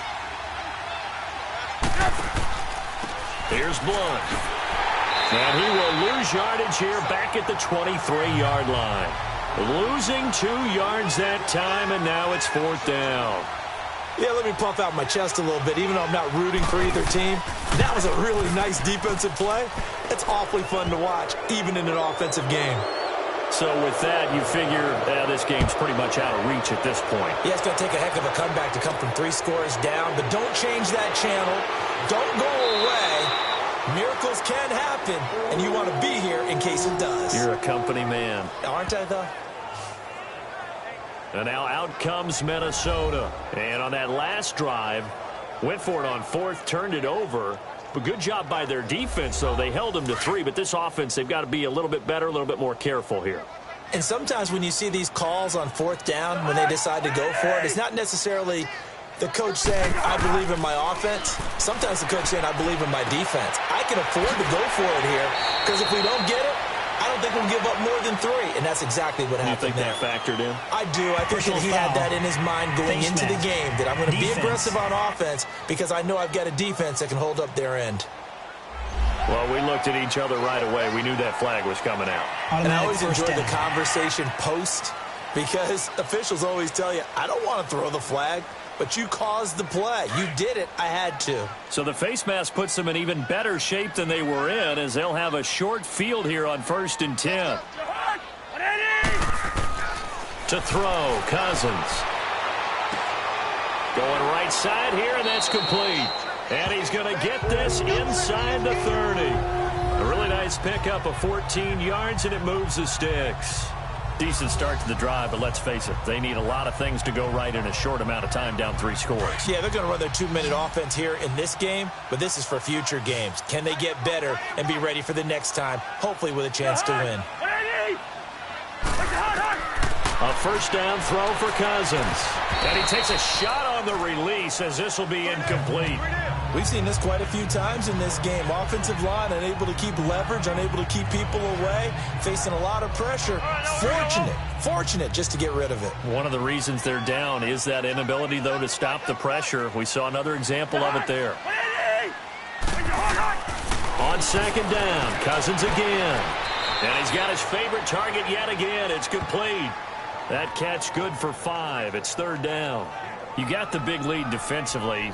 Willing to give them that underneath stuff, right? And this is why you work on your tackling. Tackle them after the catch, inbounds, keep the clock running.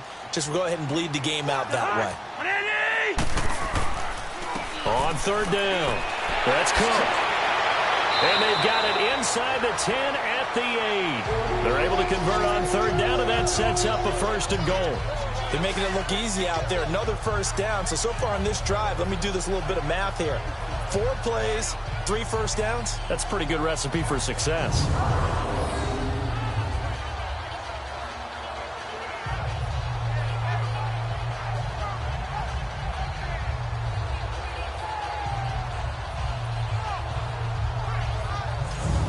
They don't need to run another play here before the 2-minute warning.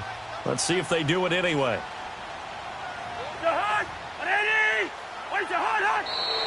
Now we've got movement up front, and I think this is going to be on Minnesota. False start, offense.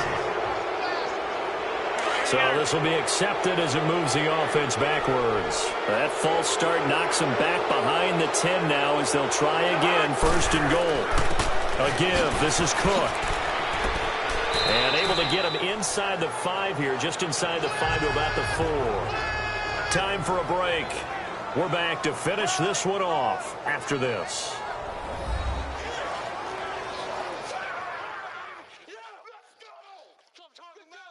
So the Vikings in possession of the football as we get you reset. They've got it second and goal as they look for a late touchdown. On second and goal, Cook waiting in the backfield all alone.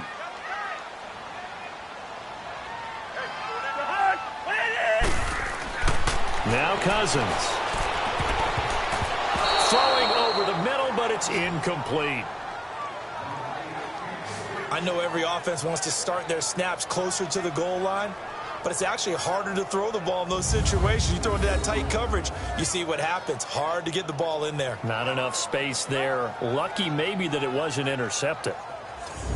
They gotta have 6 here. It's third and goal.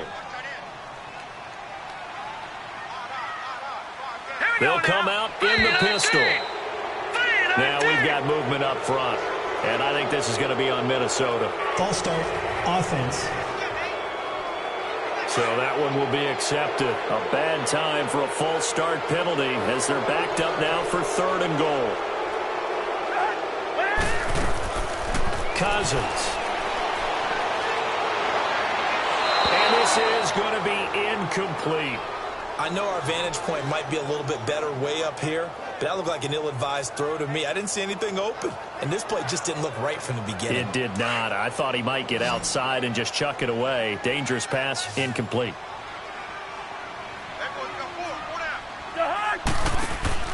Desperation time. Cousins on fourth down. And it is incomplete. They can't hook up here on the fourth down pass attempt, and the Bears will get the football back. So they tried to go for it for pride, but it really wouldn't have mattered. This one, it was already determined. No doubt about it. This one was over a while ago.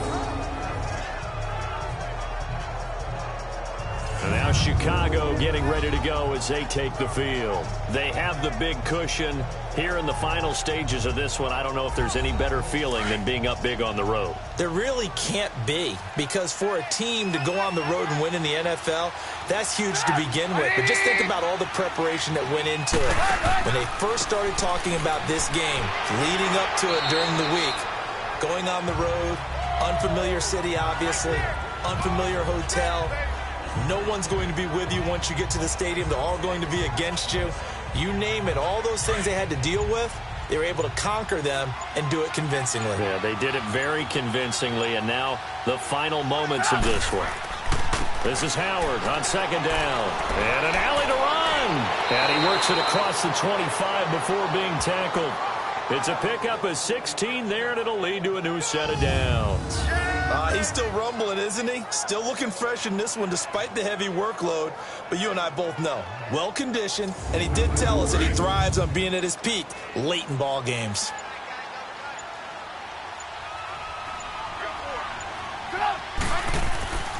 Trubisky with the give to Howard. And he's going to be met at the line of scrimmage and taken down. It's Everson Griffin who made the tackle.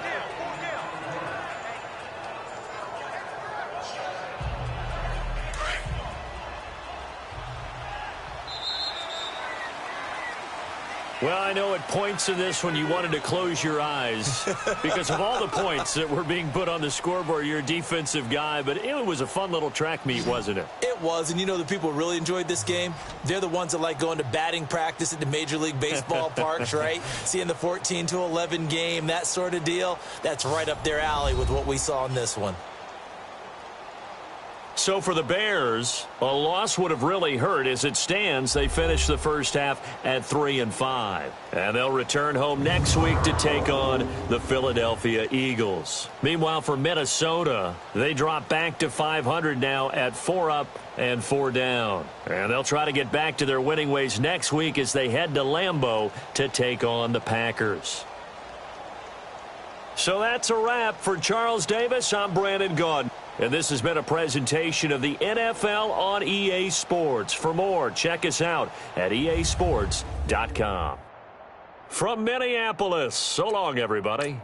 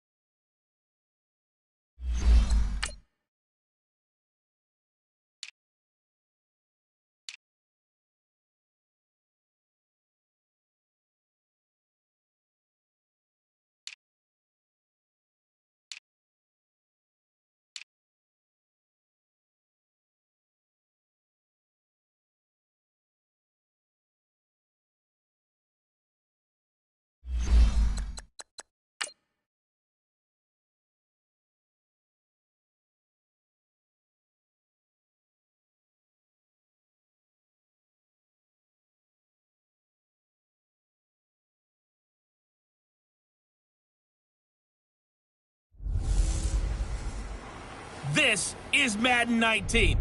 I'm the coach.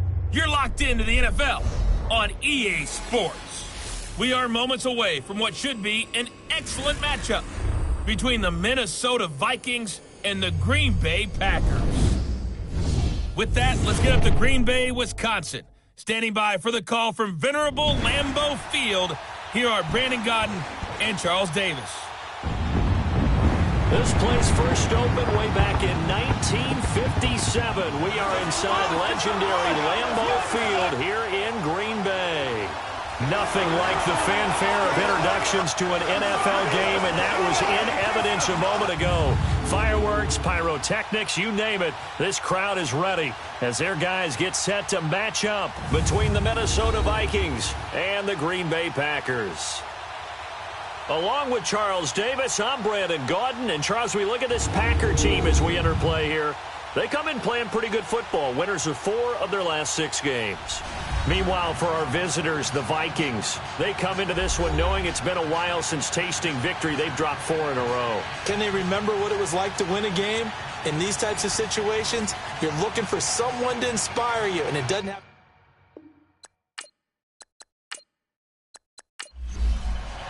The shadows starting to get a bit longer. Week 10 of the NFL season is here, and we're underway on EA Sports. That's fielded in the end zone. And no run back here. This will be a touchback, and it comes out to the 25-yard line. So here comes the Packers offense now onto the field. They'll be led out by the former Cal Bear, Aaron Rodgers. And it felt like in watching the game tape, he got everyone involved last week. He was a manager. He really was. That's a great way to put it because they ran the ball some. They threw it accurately. 1 touchdown pass, so he didn't, break the bank doing that, but he didn't throw any interceptions. That's the bottom line. That's why a defense loves a quarterback like that. Doesn't put them in bad situations. Now a play fake here on first down. And his throw here is incomplete. Randall Cobb, the intended receiver. And that'll bring up second down. And the Buffet boys, the O-line. Hopefully they're ready today. Listen, you got to feed them first. But if you do, you usually get a great product out on the field. And when they play well, the quarterback can't wait to feed them afterwards. Line of scrimmage, again the 25, 2nd and 10.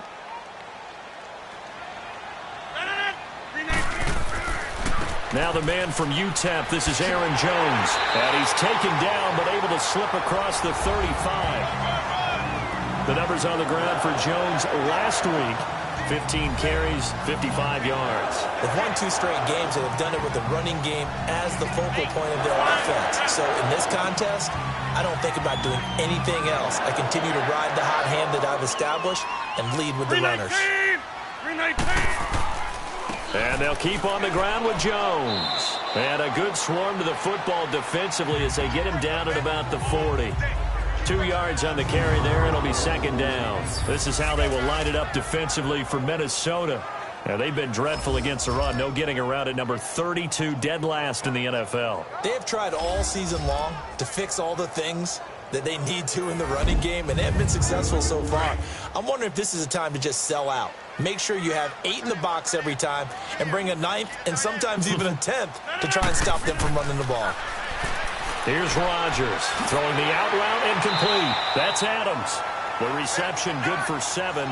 It's 3rd down. One thing we do know, he's going to get his catches. So as they move forward defensively, got to continue to focus on not giving up the big play when he does catch the ball in the secondary.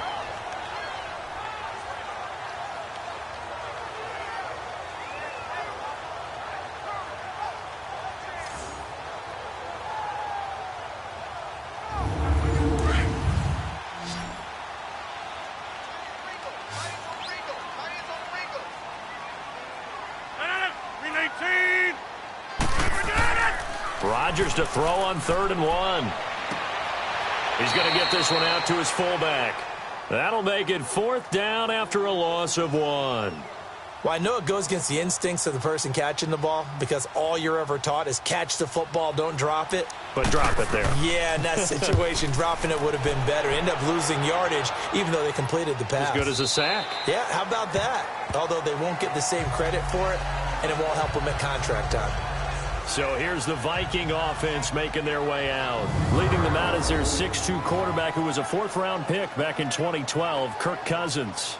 Would you say that last week's performance by him, workmanlike in terms of numbers? 1 touchdown, 1 pick, but obviously a loss. Yeah, and that's the bottom line for him. All he cares about is how do we find a way to win the game. Maybe he leans on a few other parts of the offense and hopefully springs a receiver or 2 free. They'll run it now out of the gun. And he'll get only a couple up to the 22. And the big boys up front in the trenches. What do you think of the O-line, Charles? I love them because this is a group that's so cohesive. They know what the man next to them is going to do at all times, and they operate as a terrific unit. From the 22, here's 2nd and 8. 2nd down, Cousins. Burst by him near the 35. Throw left side on target to Thielen. A 1st down for Minnesota. Cousins finding Thielen.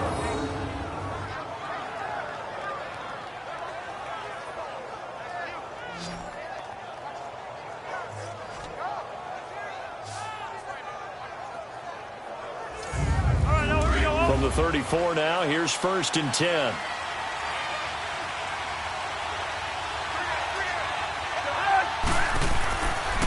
Now the first carry for Dalvin Cook. And he'll get this only up to about the 35. Josh Jones in on the stop. We'll take a look at the starters here defensively for the Packers. They were terrific a week ago in the win over the Lions. Yeah, they gave up 17 points, but that's about what you consider the break-even mark. If you give up 17 points a game all year long, you're thinking you're going to be a playoff team. That's what you're looking for. Room to improve, of course, but pretty nice effort.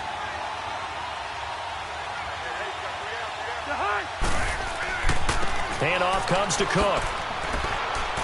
And he'll get this up to about the 40.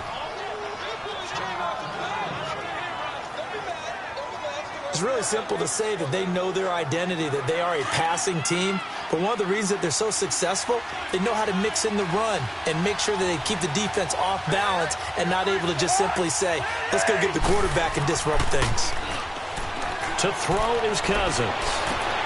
Toward the sideline, he will have the 1st down. Good catch. He was able to keep the feet in bounds. 9 yards on the play and a 1st down. I do have to admit, I like it when it all comes together. When the top part, catching the football, right, whether you're catching it with your hands or cradling it, comes together with the legs, in this case the feet, doing a little toe tap to stay in bounds and complete the catch. And a great job by our crew on the camera shot. Love when you see the grass or on the field turf, those rubber pellets flying up. Great catch. They go play action here on 1st down. Looking left side, and he's got a man. That's Morgan. And he'll take it down shy of the 45 at the 46. 5 yards on the catch there, brings up 2nd down. Well, they were unable to make anything really big out of that, but it's not a bad idea to find your tight end and give him an easy completion and keep moving things forward. Almost as bread and butter as a good running back dive play. They'll run it now out of the gun. And they go backwards here, losing yardage back at the 48-yard line. He lost 2 there, and it's 3rd down. Okay, let's just make this one simple. We know that the running game is not their thing, but they can't just throw it on every single down without expecting some real heat from the pass rush.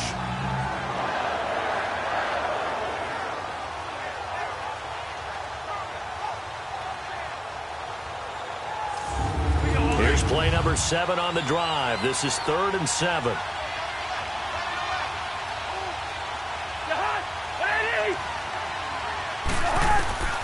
From the shotgun, it's Cousins.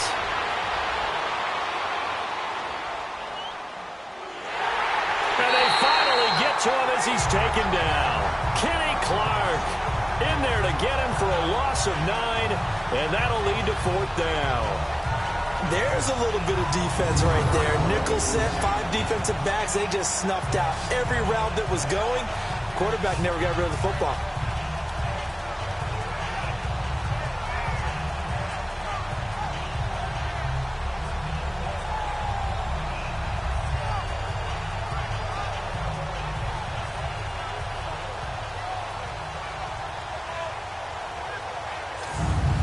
The Vikings send out their punter as he's on to punt for the first time this afternoon. And this is going to hit the goal line and continue on into the end zone for a touchback. The Packer offense now ready to get back onto the field. And, you know, certainly a lot of football left to be played. We're not into December yet, but right now where we stand, they're first place in their division. Looking good, looking to be a threat come January. And let's think about what every team has in their goals, all right? Number one goal is what? Make the playoffs. Number two goal is win your division. Number three goal, and the biggest goal, I think, is to be the highest seed possible that you can be heading into the playoffs so that you can have as many home games as possible to try and get you to the Super Bowl. And right now fighting for every win possible to try to at least secure home field for the wild card and or divisional round. On play action, Rodgers. And left side here, it's Graham. That one good for 16, and the drive will continue. So much goes into a successful play, doesn't it? How about that play action there, freezing the defense just enough to bring the tight end free downfield for the completion. Jones. And he'll fight his way forward to about the 48-yard line. Just a yard on the first down carry, so it's 2nd and 9. Nice job by that defensive front there to hold him to a short gain on first down. Well played, I must say. Yeah, only getting 1 yard. There was no room to run. He finds Randall Cobb with a completion. First connection there of the afternoon for those two, and it's good for a first down.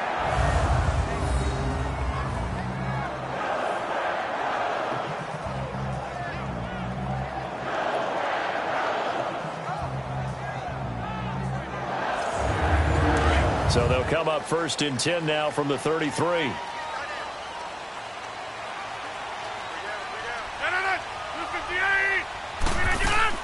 Now a first down carry by Jones. Oh, he's got some breathing room. And he's brought down, but not before he reaches the 8-yard line. 25 yards the pickup there, and also a first down. I'm still an old-school football guy, and anytime you see a big-time running play, that fires me up. And if I'm on offense right now, in the position they're in now, inside the 10-yard line, I think after the way they've run it, they've set themselves up for a good play-action pass opportunity right here. 2 big plays in succession. Not sure this D knows what hit them, but now they got to get ready. It's 1st and goal. Rodgers going to throw. And he floats one there, incomplete. Brandon, some of those windows to throw the football that exist when you're between the 20s, they don't exist when you're this close to the goal line. But as a former DB, I liked it closer to the goal line. Tighter windows made it easier to cover people, actually. Another throw on 2nd down, and this one incomplete as well. And incomplete there. A nice hit. Jars the ball free and brings up 3rd down. 2 incompletions haven't moved him any closer. And likely throwing again, you'd have to think on 3rd and goal here. Here's Rodgers to throw. A hit as he throws there, incomplete. Well, it's been a tough go for them. These guys have been driving down the field, but defensively, once they got their backs to the goal line, turned up the pressure, that's going to lead to a 4th down. Well played.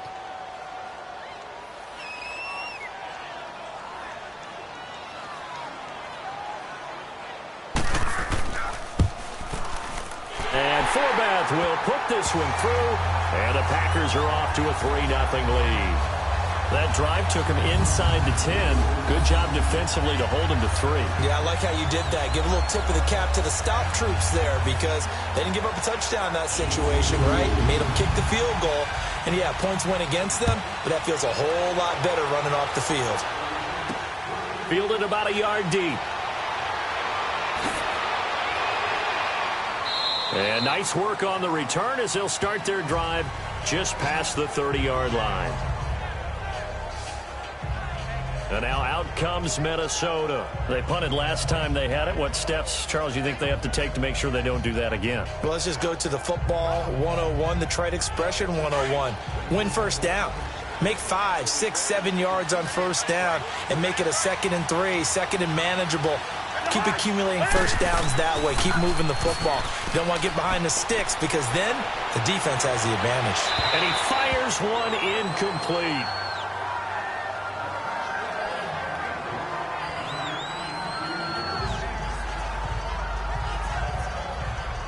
Line of scrimmage, the 31, as they line up 2nd and 10.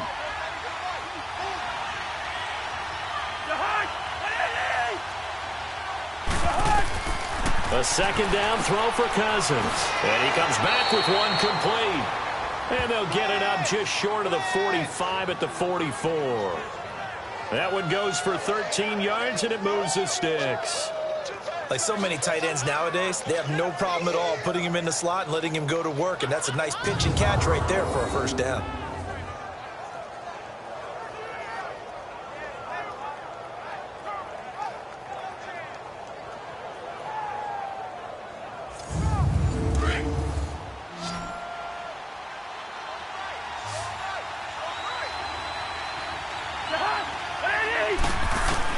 On 1st and 10, Cousins. The catch is made by Kendall Wright. And he'll be brought down at the 48-yard line. A good pickup there. 8 yards on the first down completion. We've seen quite a bit of the short passing game here early on first quarter, haven't we? We have, and I think it works a couple of ways for this team because, number one, you throw the short game until they stop it. And if they're not going to stop it, you keep throwing it, and occasionally you'll break a tackle and turn it into a bigger gain. Also, if they start to creep up, start to pressure receivers, now you go over the top, take it deep, and now you get some of those big shots downfield. Facing a 2nd and 2 after that last catch, good for 8 yards.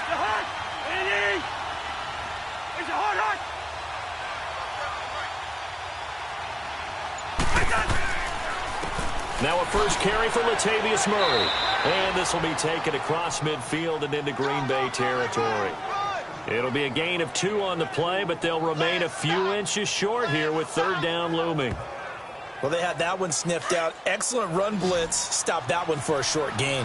What makes a good run blitz a good run blitz? The ability to stay on task, to follow up your assignment, go to the gap you're supposed to cover, and not be deterred by anything else. And he has the first down yardage before they bring him down right at the 45. Officially a gain of just a yard there, but they do convert on 3rd and inches.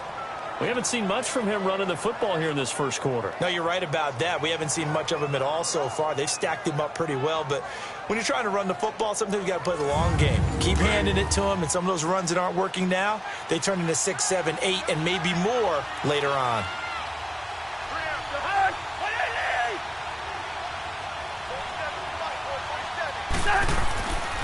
On first down, Murray. And he stopped immediately there. No gain on the play there, 2nd down. Being strong up the middle is imperative. I don't care what your sport, but in football, when you've got a D tackle who can contribute not only to occupying bodies, and he fires one that's intercepted. Picked off by the Michigan man, Jake Ryan. And he'll return this one just shy of midfield to the 49.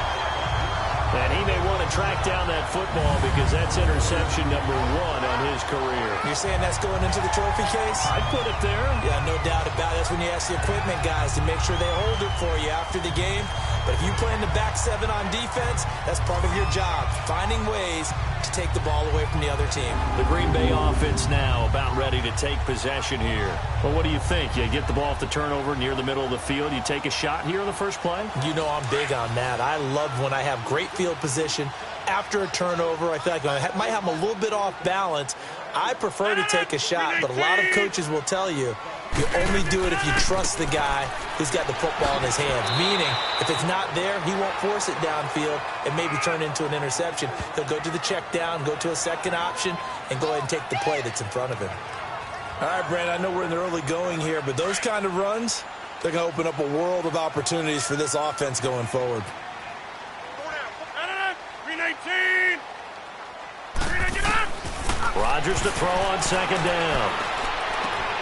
Over the middle, that's caught by Adams. And he'll go down, but not before getting this inside the 30. A good pickup there of 20 yards. And defensively, they were in zone coverage there. Do you have to be a little careful? You're losing playing against a good quarterback like he is to not play too much zone? Yeah, you have to be careful about how much time you're giving up. I think it's a good point you just brought up. So maybe if you still want to play zone, you go to a zone blitz scheme.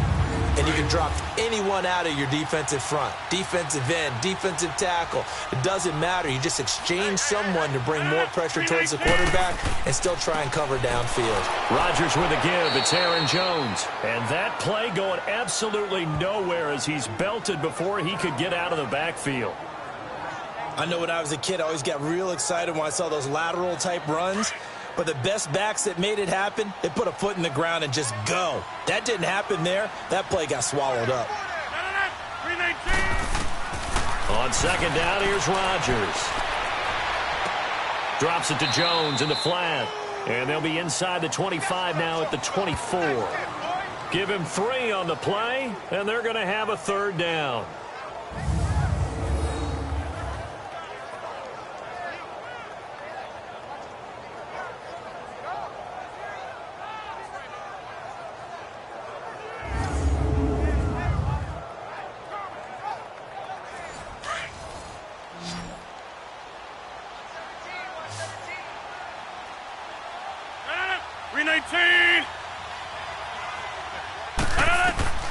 Throwing is Rodgers on third down. And that is incomplete.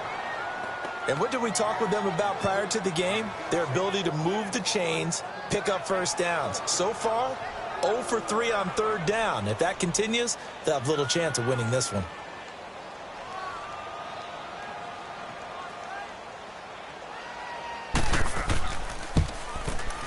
And Forbath will put this one through, and that'll make it 6-0 here in the first. So 2 first-quarter field goal attempts for him, and he's converted on both. I like the positive right there. 2 for 2, got the points on the board. The negative side is they didn't score touchdowns. And, of course, going forward in this game, that's going to be the aim, and hopefully he'll be kicking extra points instead. Fielded about a yard deep. And this return net's positive as he gets past the 25 and up to the 27-yard line. Here comes Kirk Cousins now to lead his offense back out there. He'll look to shake off the interception on the opening drive. He should at least be comforted that it resulted in 3, not 6. And if I were him, I would be the guy all the way out on the field greeting my defense now, saying thanks a lot. You held him to a field goal after I turned it over. That's a big defensive stand for them.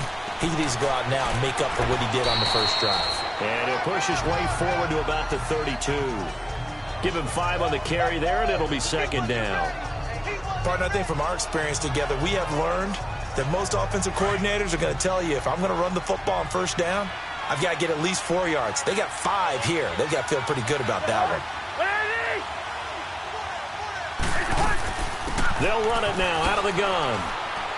And he'll get it out near the 40 to the 39. Call it a gain of 7, and it gets him a new set of downs. Now that's the way to do it. Hand it to someone with vision and good footwork, and add in a little bit of power, and you find a way to pick up first downs.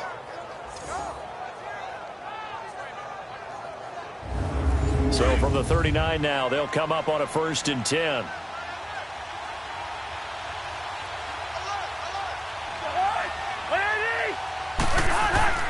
First down, here's the run with Cook. There are the numbers for Cook from a week ago. 19 carries, 59 yards. They've lost a bunch of games in a row now. They've got to start thinking a little bit differently, maybe a little bit outside of the box. Find other ways to move the football. I don't know if you're going to do it through the air or maybe change up how you establish your run game. That's a good play by the guys on the defensive side of the ball. Held them to a gain of 2. And that changes the playbook a little bit now for the guy calling plays. 2nd and 8. Now he's got to probably think about going to the air instead of maybe staying with the ground game. Well, if you're a football guy, that's a pretty run because everyone is in sync right there. Obviously, the guy carrying the ball, but how about the people up front? Leverage, athleticism, they created some nice space for him. Here's Cousins. And right with it here over the middle. It's a 7-yard gain there, and it's good enough to move the chains. Did you see that route the way that I did? I thought he was trying to get deep. Yeah, that first. wasn't the first option. No, it came off of that guy, the deep guy, and came underneath on the drag, completed it very well.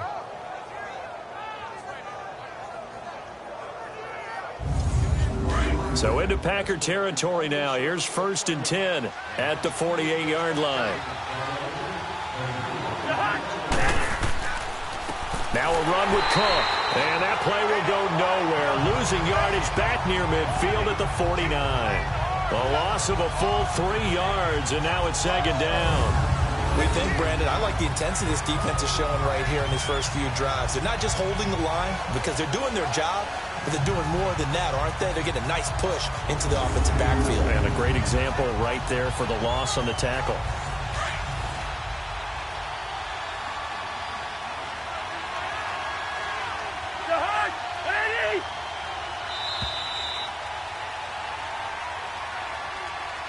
And before they can run another play, the clock hits 000. And time is up on the first quarter. 6-0 is our score. We're back to Lambeau in just a moment.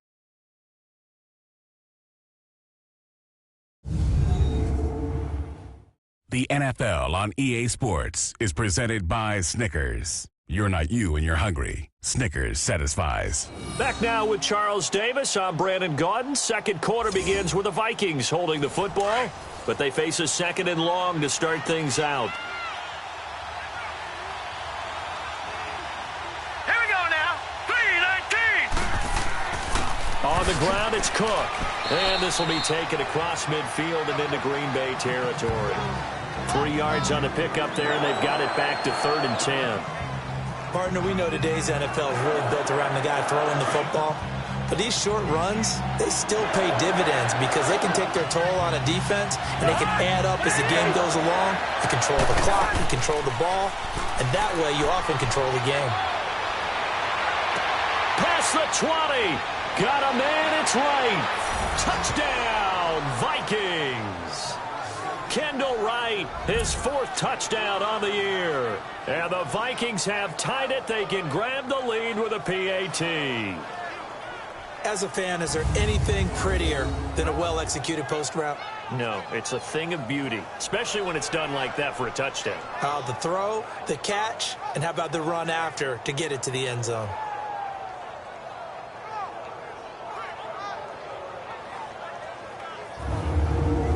Now for the extra point, Daniel Carlson.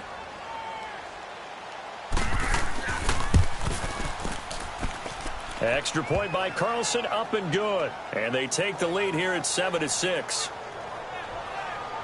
So that drive goes 8 plays. And it all culminates in a touchdown for Minnesota.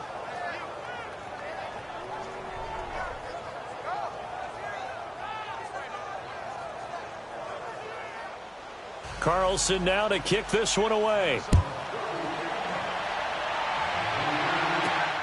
This fielded at the 2. And he'll take this across the 25. Couple extra yards up to the 27-yard line. Getting set to go again as we look at the back heading onto the field again. Now, I'm not going to say you completely abandon the passing game, but it would really behoove them to get this running game going more. That's the identity most teams are seeking. Able to establish themselves, control a game by running it, have to touch it multiple times in order to have success in this game. And as we say, yeah, that's right. As we say all the time, that sets up the passing game. I feel like a broken record with that. Listen, we can be broken records all we want. Bottom line is, lather up that big horse and let him run. And he's going to be taken down with a marker on the field. So let's see about the call. Offense.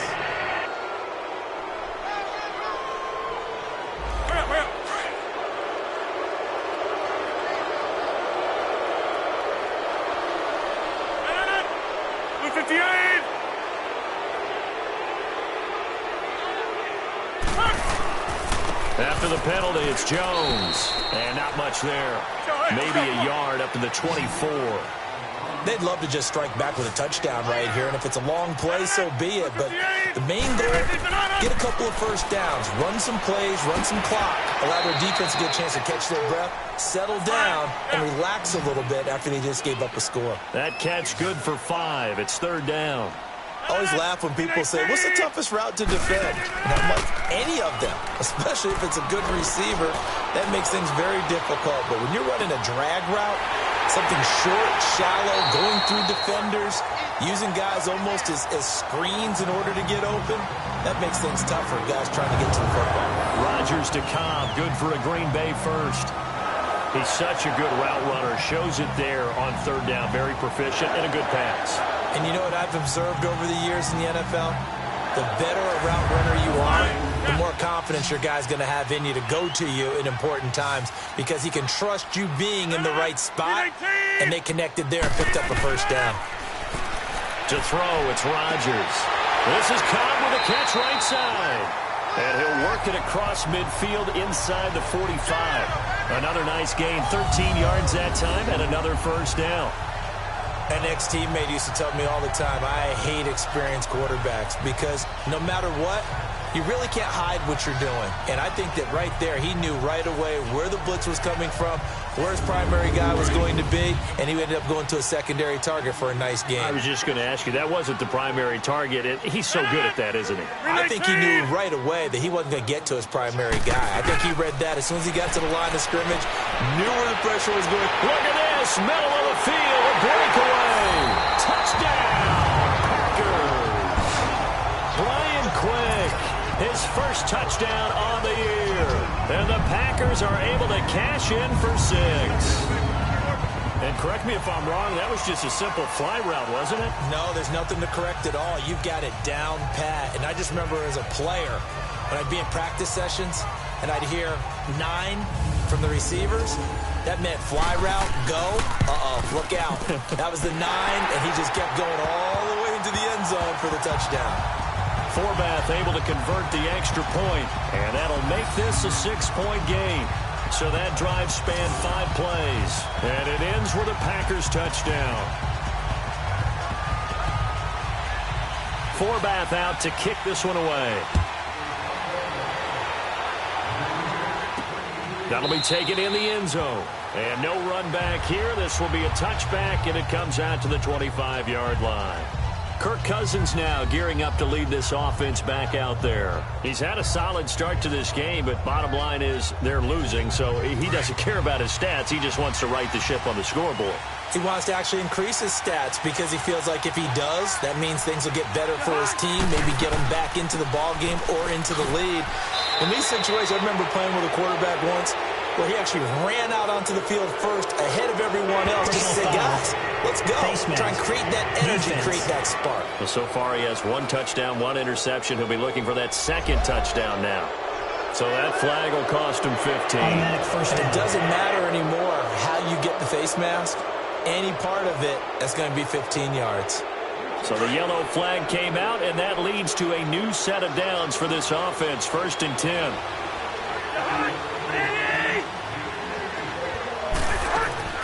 They'll run it now out of the gun. And taking it across midfield and inside the 45.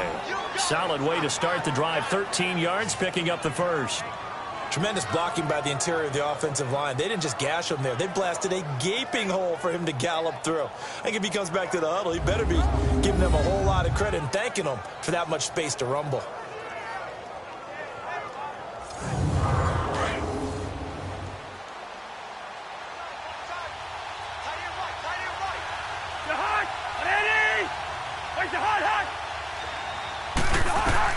Cousins now to throw on 1st down.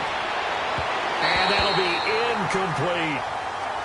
Well, he kind of forced that one there, didn't he? It's almost like he predetermined where he was going to go with the football. Yeah, he wasn't really going through progressions. He wanted to go to his top guy. You do that against this defense, they'll make you pay, won't they? Yeah, they certainly will. They react very quickly to the thrown football. Throwing again, Cousins on 2nd and 10. Throw left side complete. It's right. And he'll get it down on the play to the 37. The reception good for 7. It's 3rd down.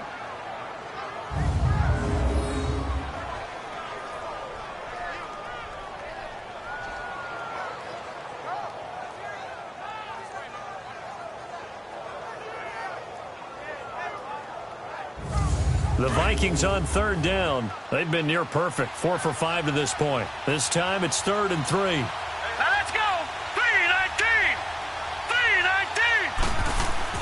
And now the first throw for the backup quarterback. And incomplete. He had nowhere to throw, so he just tossed it away. But that brings up fourth. I'm not sure we could spot any tendency here on this third down. They could have run it or passed it. Either one was available. They chose to try and get it through the air, but they were unsuccessful.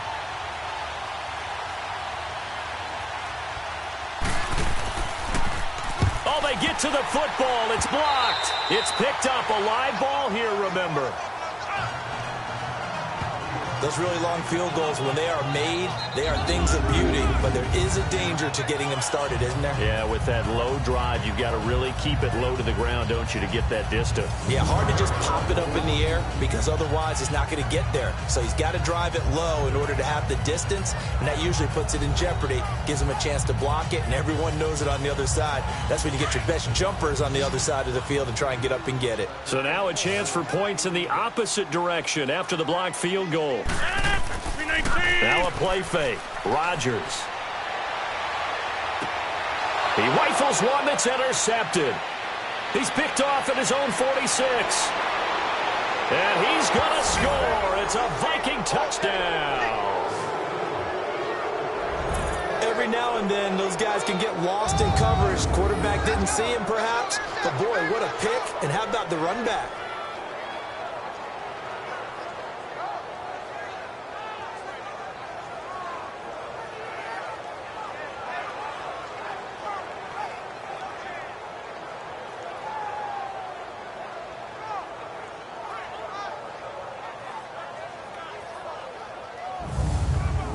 Carlson now to add the extra point.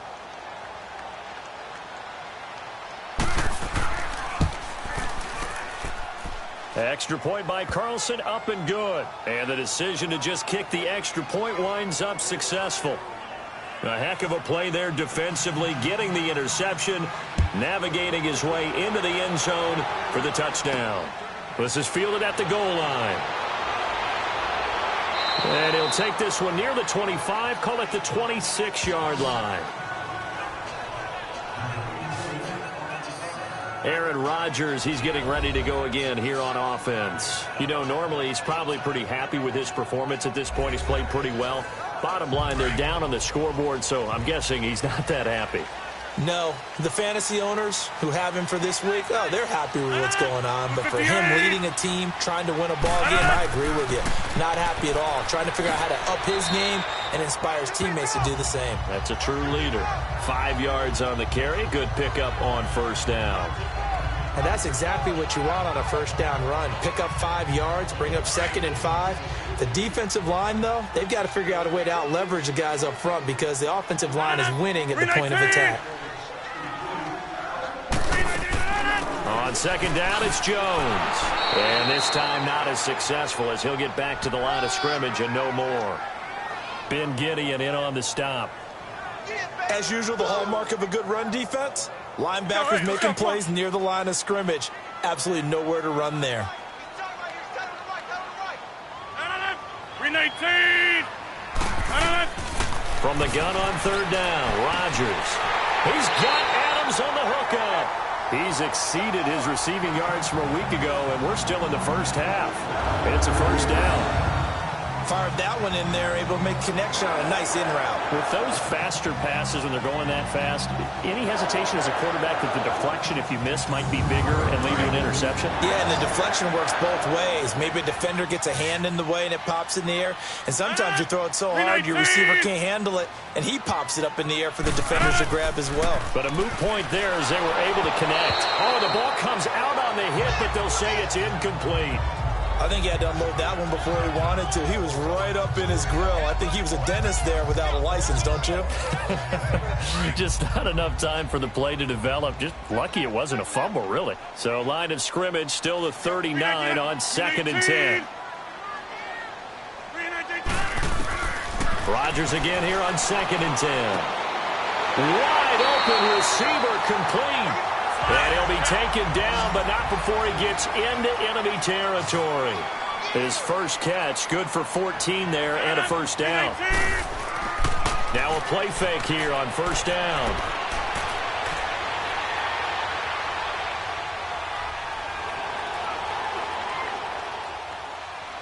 And avoids the contact by sliding. It's a gain of 6 on the play, and it'll make it second down. 319! Now whistles here, flag down. I think one of the Packer linemen was moving. False start, offense. The false start hurts him there a bit. Backs him up to 2nd and 9.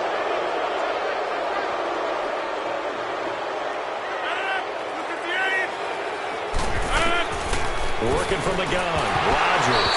And the hit jarred loose. It's incomplete. You get a tight end like this, and you know he's used to dishing out punishment, but here, he's one that has to absorb the contact, and as a result, unable to hold on to the football. The Packers on 3rd down. 2 for 5 to this point. This is 3rd and 9. 319! Play action. Now it's Rodgers. And they're going to get him. He's taken down for a sack back at the 47-yard line. Emerson Griffin in there to get him, and that's sack number 6 for him on the year. Sometimes I watch games and wonder why they use play fakes on certain passing situations because it's not going to fool anyone. I don't know if that was the case here, but the end result was the same. No one fooled. The quarterback was hit.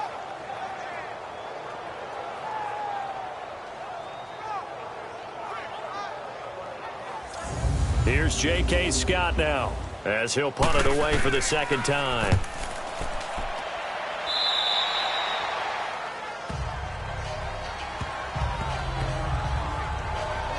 Here comes Kirk Cousins now to lead. He's got the lead here in the 2nd quarter. He's thrown the touchdown, but also an interception. Does that always stick in the back of your mind a little bit?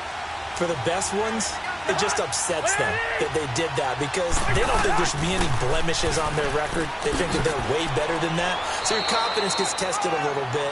Being able to go back out there, maybe throw another touchdown, that'll tamp that down in a big way. Yeah, like I said, he's looked pretty good to this point. So much of the game today, we're looking for hybrid players, guys who can do a combination of jobs. And anyone who plays a strong safety position, now more than ever, is a hybrid-type player. Half defensive back that covers passes and half linebacker that makes tackles. We just saw the linebacker make that play.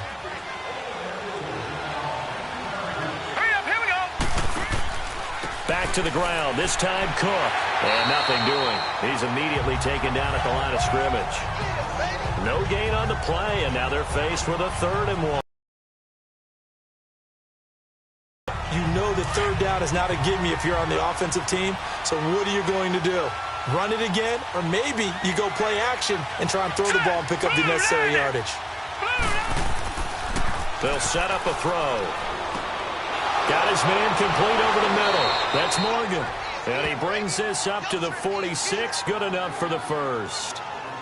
They only get 2 there, but on 3rd and 1, that's all they needed to keep the drive going. At first glance, I thought he just used his size in order to win the route. But he also had a little subtle move in there as well. Made the defender think he was going one direction and was able to track the ball in another. Cousins now 8 of 11 in this first half. He's got it 1st and 10.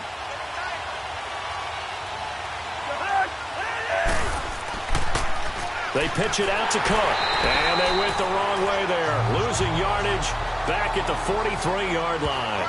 A loss of a full 3 yards, and now it's 2nd down.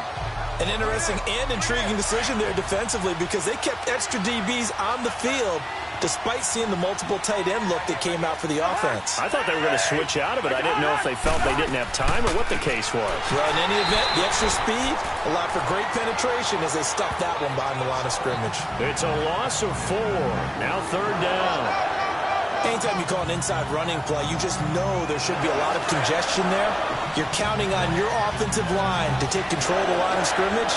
That didn't happen in this case, and that play got bottled up.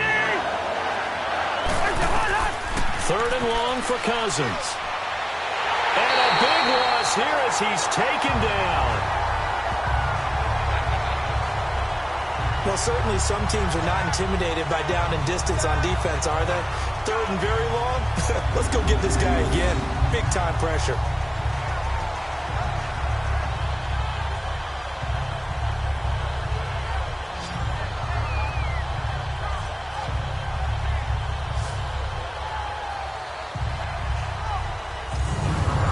Vikings send out their punter as he'll kick it away for the second time.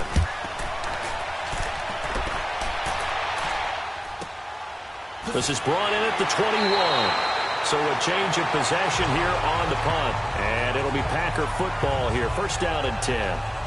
Now Aaron Rodgers and the offense heading back onto the field. You know, normally he's probably happy with how he's playing. He's playing pretty well, but in the second quarter you look up your team's losing. I don't think any quarterback's satisfied. Not at all, and what they're really seeking is how do I play even better and inspire my teammates to do exactly the same in order for us to get back on top on the scoreboard. That's when you find out you have a quarterback. If they're just satisfied with their stat line, they're not really a leader. Not at all. You just have a guy playing the position. Some runs are blocked so well, you almost forget that someone has to carry the ball to gain the yardage. The leverage by the offensive line to create space up front, really well done. 319. Now Rodgers throwing on second down. And Graham's got it over the middle. And able to get this one across the 45 before he's brought down. Two former All-Pros connecting. Rodgers finding his tight end Graham. Packer first down. Partner, it's a lot of fun watching the NFL now, isn't it? Because when the big fella runs routes, it used to be when we were kids, he'd run about 3 different routes, and that was it. Now he can run anything and catch the balls we just saw there.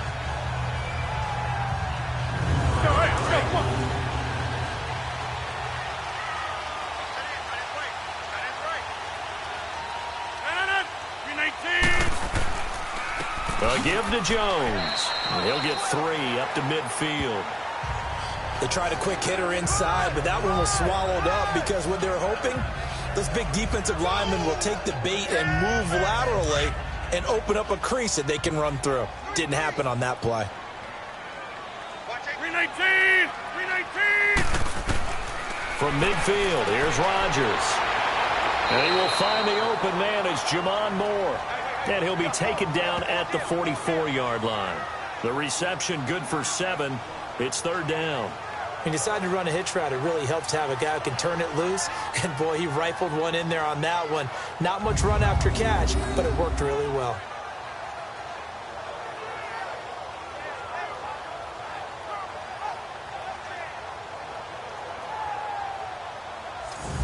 The offense on third down tonight, they've converted just 2 for 6 thus far. They're looking at third and a few inches.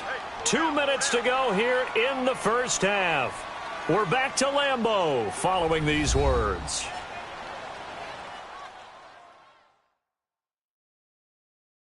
And we'll remind you that coming up at halftime, we'll join Jonathan Coachman and the gang in Orlando. Coach will have stats and scores from the early games going on here around the NFL. The Packers on third down. They've converted just 2 for 6 thus far. They're looking at third in the nose of the football.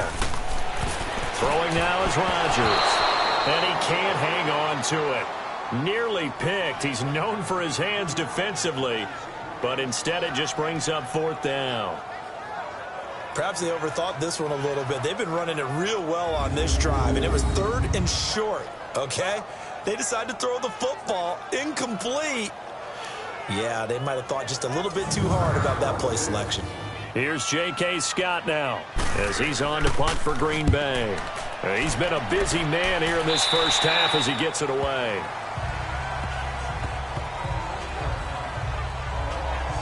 And now out comes Minnesota. They're out in front. Last time they had to punt it away. We'll see if they can add to their lead now. They don't want to go out and punt it away again. This team now wants to get a cushion, put people away. They want to run their offense and have it end up in the end zone.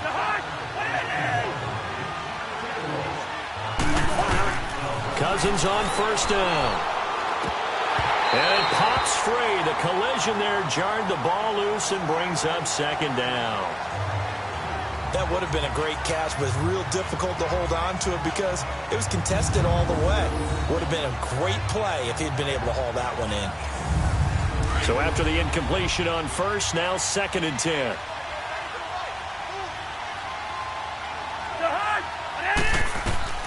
From the shotgun, it's Cousins. Throwing the out route incomplete. It's Morgan. And he'll get it up here this time to the 21. That catch good for 5. It's third down. I think it's okay there. They didn't get a whole lot on that play, but it's nice to have a safety valve that's built like this guy. Big target, guy you can spot pretty easily. Put it on him when your other targets aren't open. Cousins from the gun on third. Throwing the out route incomplete. It's right. And he picks up the first before he's taken down at the 29. It goes as a gain of 8, and it moves the chains. They'll run it now out of the gun. And he'll slip his way up across the 30 to the 32. The tackle will be credited to Jake Ryan.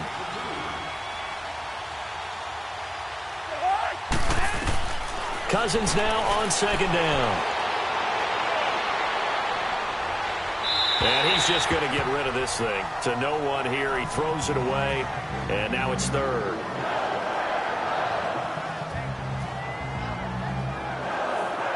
The Vikings on third down. 6 conversions and 9 tries. They've done a great job of picking these up. This is 3rd and 8. To throw, Cousins. He'll try and set up the screen. It's complete. And he'll be brought down right around the 37.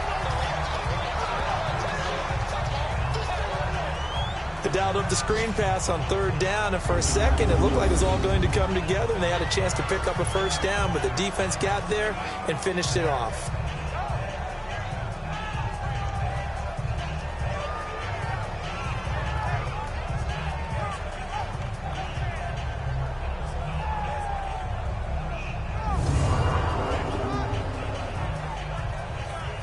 The Vikings send out their punter as he's on to kick it away. This is taken at about the 14. Give him 11 yards that time on the return. And the offense will take over with a new set of downs. Aaron Rodgers, he's getting ready to go again here on offense. He's doing his job, but the bottom line, they're losing. They've got a deficit to make up here, and he knows it. And quarterbacks who last in this league learn that lesson really early. You may have had a great stat line and felt pretty good about how you played, but if your team didn't win, it almost doesn't matter. And right now he's adopted that attitude. How do I get better? How does my team get better? How do we find a way to win the game? No, he's hoping to lead his team to a successful drive. Rodgers to throw on second down. Over the middle, complete. It's Graham. They're just 4 yards on the pickup, but that's good enough to extend the drive. On 1st and 10, here's Rodgers. Looking deep for Adams. Incomplete, and we're down to 8 seconds now. Devontae Adams, the intended receiver. That'll bring up second down. Here's 2nd and 10 now from the 35.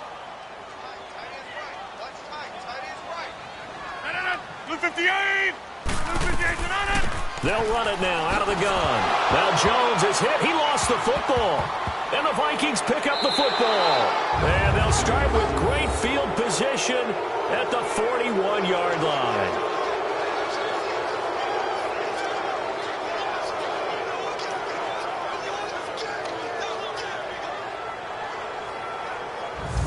So with 2 ticks left here in the half, on is the field goal unit. So this will be spotted on the midfield logo. It's a 58-yard attempt.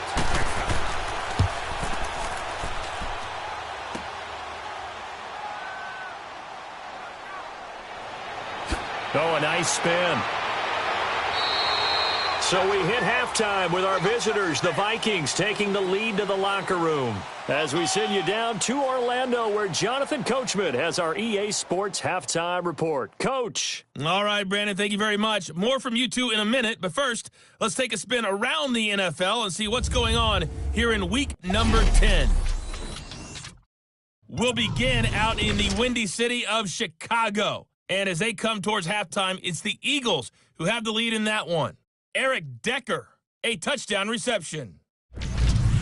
From there, it's off to North Carolina to check on the Panthers at home in Charlotte. And they've got the lead in their matchup with the Tampa Bay Bucks. Cam Newton's thrown a touchdown pass. Finally, let's get down to Houston. Check on the Texans at home at NRG Stadium. And for the moment, They trail the visiting Browns in that one. Baker Mayfield with a couple of touchdown passes. In the game you're watching, it's been Kirk Cousins with a hot hand in the first half. His guys lead, though, by only a point. It's been a tight one. As for the start of the third quarter, we'll send it back to Brandon Gaudin. All right, Coach, thank you, and we welcome everyone back for quarter number 3. Fielded about a yard deep. And a nice job there as he gets this one up just shy of the 35-yard line at the 34. Out come the Vikings. They'll have it first on offense as we begin the third. They have the lead. Now they'll be looking for some separation here as we begin the third quarter. I like the way you term that because now I think they go a little bit deeper into their playbook. They like what they did in the first half. That worked okay.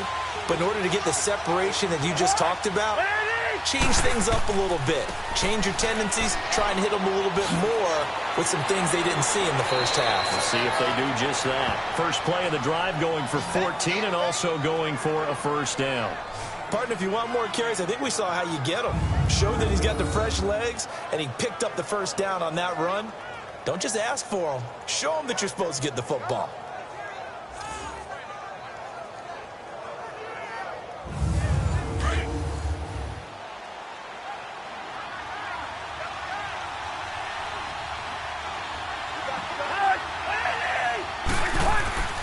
They go back to Murray on first down.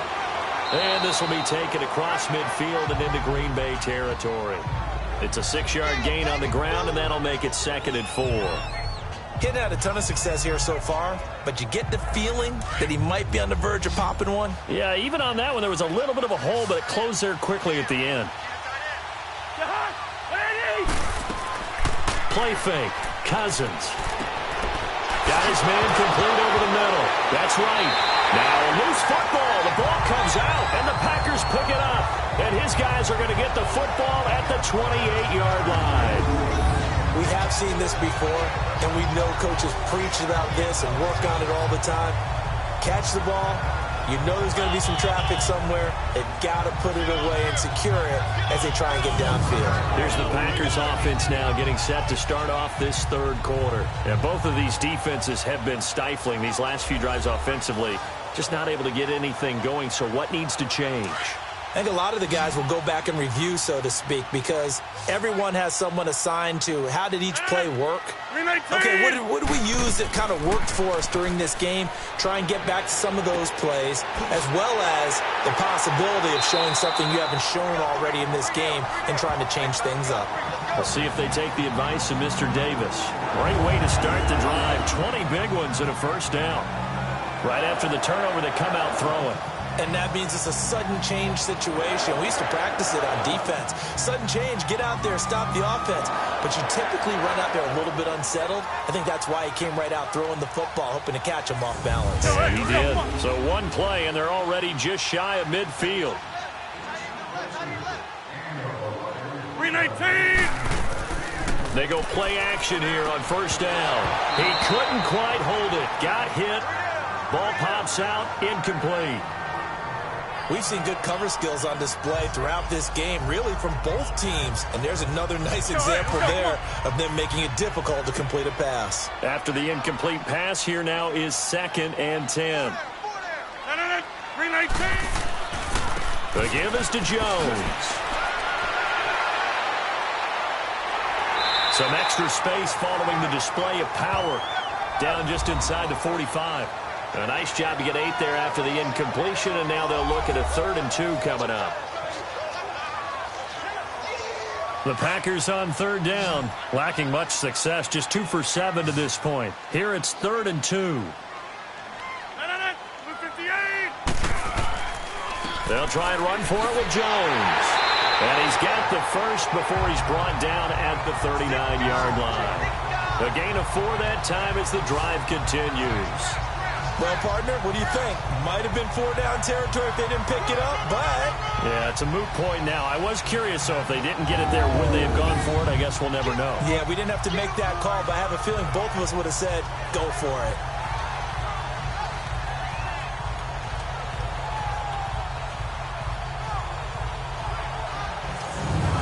So from the 39 now. They'll come up on a 1st and 10.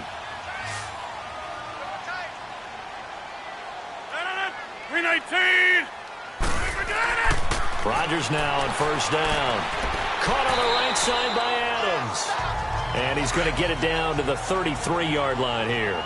A gain of 6 there on 1st. 319. This is Jones. And a short gain down to about the 33. The tackle made there by Linval Joseph. But when you go from 2nd and 4 to 3rd and 3, that just tells you who won that battle on the last play, huh? Yeah, 1st round went to the offense, 2nd round the defense. 319. Rodgers going to try and throw on 3rd down. Got a man open. It's Brian Quick. And he is out of bounds inside the 30. He had the touchdown earlier. This one's going to get him a 1st down. Now that's absolutely frustrating for a defender. Had a chance to get him on the ground before he got to the sideline, but what great vision and understanding where he is on the field as he headed for the marker and picked up the 1st down.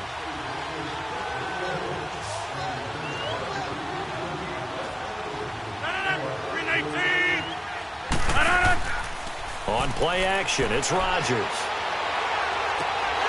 And pops free. The collision there jarred the ball loose and brings up 2nd down.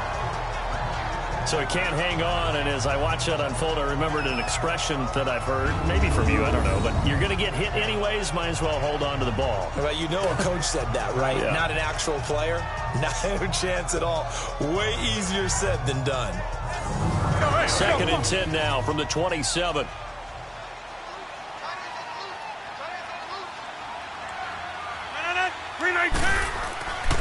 They go back to the ground with Jones. And that one blown up quickly as he's going to be stopped before he could even get started. It'll wind up being a loss of 2. And they'll be facing a 3rd and 12. That's fine. Yeah.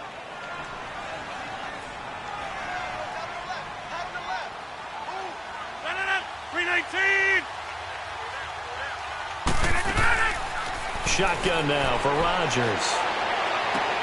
And able to find Graham, complete. And he will get this into the end zone. Touchdown, Green Bay. Jimmy Graham, his 4th touchdown on the year. And the Packers are able to cash in for 6.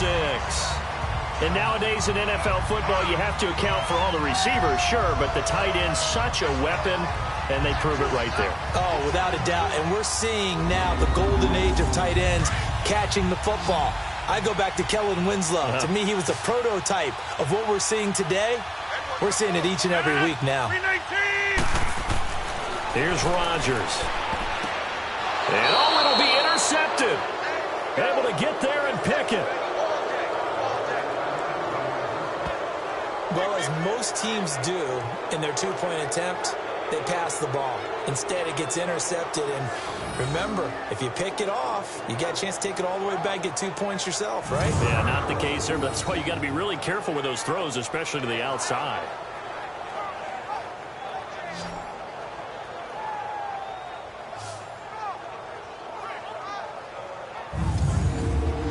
Forbath out to kick this one away. This is fielded a couple yards deep. And he's up past the 20 to the 22-yard line. Now the Minnesota offense set to take over again. And last time the turnover on the fumble, and they were in enemy territory, so that had to be very frustrating. Down on the scoreboard here, can't do it again. You nailed every part of what was frustrating. Down on the scoreboard, past the 50-yard line, so they thought they were in striking distance, and to come away with nothing, not a good feeling at all, to put it mildly. Now they can't afford to do that again. Yeah, now can they get that bad taste out of their mouth here? They'll run it now out of the gun, and he'll get this one up to the 26. Tackle made there by Nick Perry. Tough day, tough sledding right there, and it's been that way the entire game. Not a whole lot of room to ramble for him. Yeah, you're right. It's been that way all afternoon. Didn't get a whole lot better there. On play action, Cousins. Got a man, it's right. And now look at this. Big gain, but a fumble. And this is going to be Packer football. Well, he did what he's known for. He made the catch, then he turned into a runner, took the contact, and coughed it up. And all I remember as a player, when they catch the ball, when those acrobatic guys catch it, you have to make them pay sometimes. You have to put it on them. Big tackle, knock the ball free.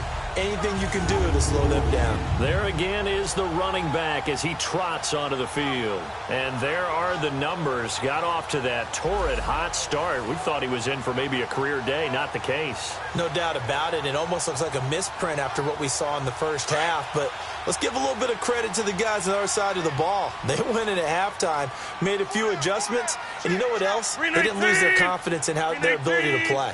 Because a lot of times you get beat down in the first half, it gets ugly in the second half.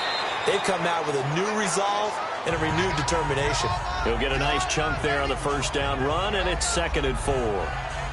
Frustrating for a defense, energizing for an offense. Finding a way to create that type of yardage in your running game, that'll make the guys carrying the ball very, very happy. 319! On 2nd down, here's Rodgers. Over the middle, that's caught by Adams. And he'll get it inside the 40 to the 39. Rodgers finding Adams for a Packer first. I think that's a big pickup for a first down because when you run a drag route against zone, you're sometimes asking for trouble because you might run into a defender. Yeah, well, there they ran into a first down. Executed it to perfection. Rodgers now perfect since the second half started. 7 of 7. It's 1st and 10. 319! Shotgun now for Rodgers. Drops it to Jones in the flat. And he'll get it down on the play to the 37. They'll get a couple yards on that one, and it'll make it a 2nd down. So many times you hear today's NFL described as a space game. Get your best players into space with the football in their hands. That's why sometimes you just swing it out to your runner, get him out in the flat, and let him have a chance to make people miss an open field. To throw is Rodgers. And he's taken down inside the 30. It's a 10-yard pickup, and it moves the chains. And a good quarterback facing zone coverage. If he has just a little bit of time to survey the scene, that's what's going to happen. No doubt about it. If there's no pressure, he's going to continue to pick them apart because he'll have all that time to find someone open downfield. You can only cover for so long. So maybe they want to go to a zone blitz scheme, get a little bit more pressure. Remember when Carolina did that against Denver? They lost the game ultimately. They dropped the defensive end out, and he ended up with an interception in that game in Super Bowl 50. Maybe some sort of scheme like that to try and get more pressure at the passer. 319! Now whistles here, flag down. I think one of the Packer linemen was moving. False start, offense. So that'll bump it back to a 1st and 15. A false start backs him up 5. 1st and 15. Rodgers again now.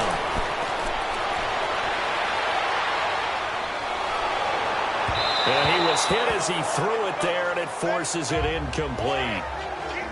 The good signal callers would never go back in the huddle and play the blame game because they need those guys to protect him.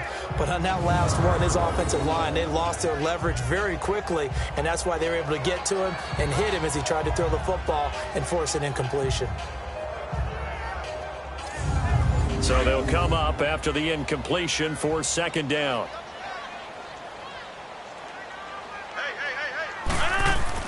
And again, it's Rodgers. The Vikings after him, and they get there for the sack.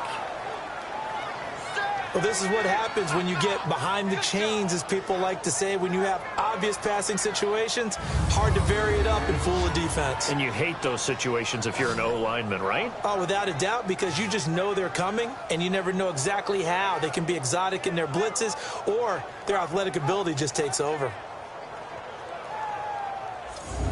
Rodgers now, after the sack, he'll lead the pack up on 3rd and long. Movement there on the offensive line, a little quick, and a 5-yard penalty. False start, offense. So the false start certainly doesn't help matters as they'll try again now. 3rd and long. From the gun, it's Rodgers. Caught left side by Cobb. And he gets it down to the 32. It'll be a pickup of 13 on the play, and that'll bring up 4th down. And that was a nice catch, and if the goal was to get into field goal range, it certainly appears that they accomplished that. Well, and sometimes that's what you dial up in these situations, right, when you want 3? Well, if the goal was to get into field goal territory, even... Oh, they get to the football. It's blocked.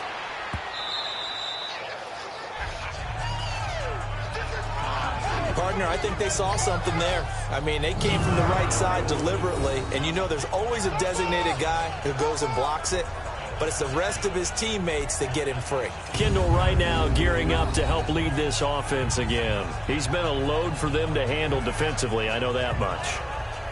But look at him. He's got 7 catches on the game, and he's starting to shred them a little bit because not only is he catching them, he's picking up good yardage, keeping the chains moving, ball control, you name it. This big guy, what did you say? He's been a load for them to handle? That's right. Agreed. This 7 catches, as you said, over 100 yards. 9 yards is the pickup there, and they'll have a 2nd and 1. Good, strong run against the 3-4 set. And that 3-4, you've got to have your guys up front eat up a lot of blocks. The guy playing over the center, the nose, he usually has to take on double teams. But when you're able to successfully move him, you're often able to get some yardage, and that's when linebackers have to clean up and make tackles. A 10th carry in the game for Cook. And this time he's able to take it down to the 42. 2 yards on the pickup there, but it's enough to give him a new set of downs. 2nd and 1 is often an invitation to take the big shot downfield. I bet the offensive lineman said, are you kidding? We just get on our backs and let's go get the first down. They love being physical.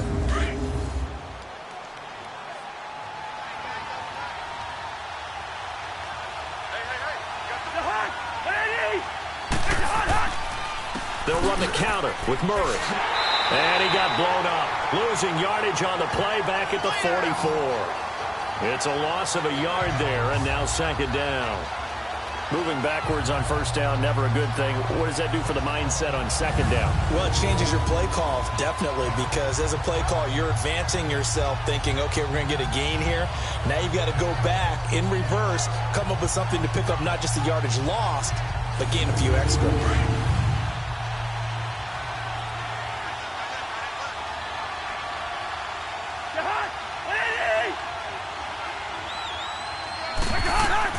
They'll run it now out of the gun. And an alley to run.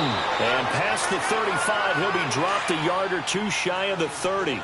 They pick up 12 on the play there, and they move the chains. Well, so much for him being bottled up throughout the day. Finally finds a way to break through and get a really nice gain. The defense had felt great about what they had going. Now they've got to turn their attention to getting it back in that direction. Can they bottle him up again? Because I'd say after that run, confidence is pretty high for him.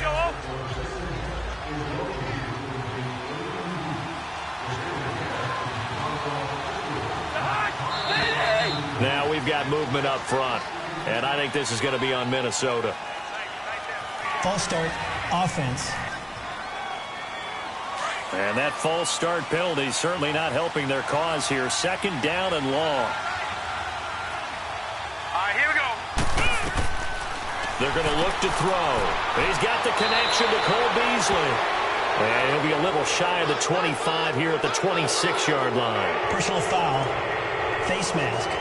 Defense.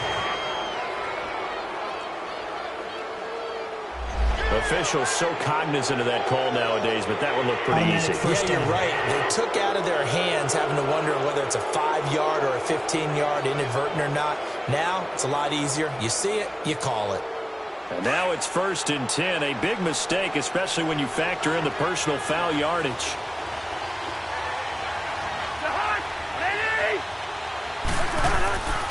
Cook following the penalty. And strong running there as he's inside the 10 and down to the 8-yard line. 5 yards is the tally on 1st down. That brings up 2nd and 5. That's a strong pickup right there on first down. And as this drive goes on, we're seeing an offensive line and running game imposing its will. Here we go. Green, 30. That was second down run for Murray. And forget about finding a lane. He barely had time to look up before he was planted in the backfield. It'll be a loss of 1, and just like that, it's third down. So if I'm an offensive coordinator, there's one thing that I know for sure.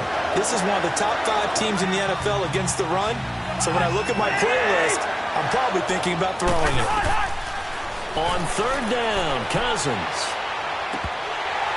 And he couldn't hang on to it through the contact. Incomplete.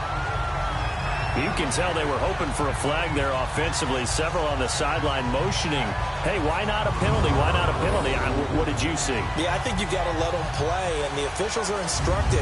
If there's contact coming from both sides, no flag. Let them fight it out. And forces fourth down.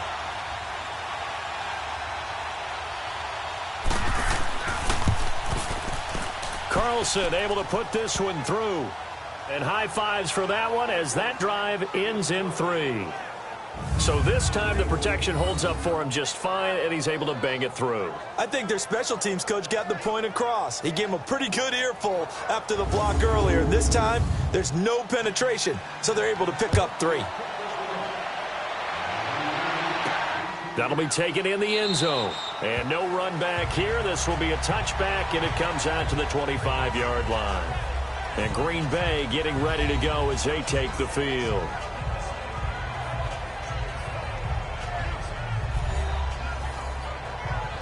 Rodgers will break the huddle and bring the pack up 1st and 10 at their own 25-yard line.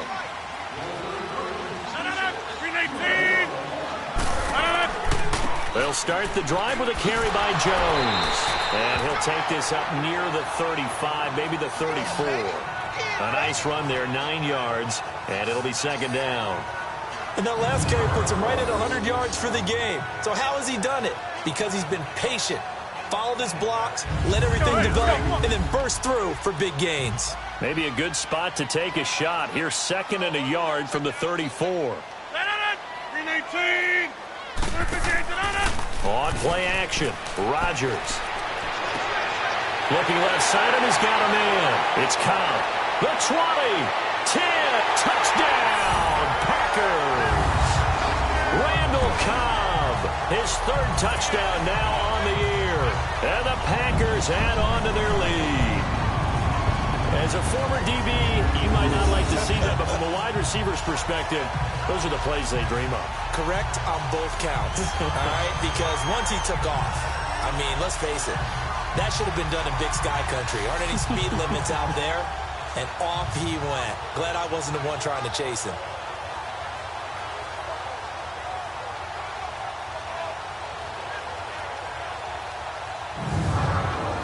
Now Forbath for the extra point. Forbath, the extra point, and that makes this a 9-point game. That drive started on their own 25. 2 plays, 75 yards later, into the end zone.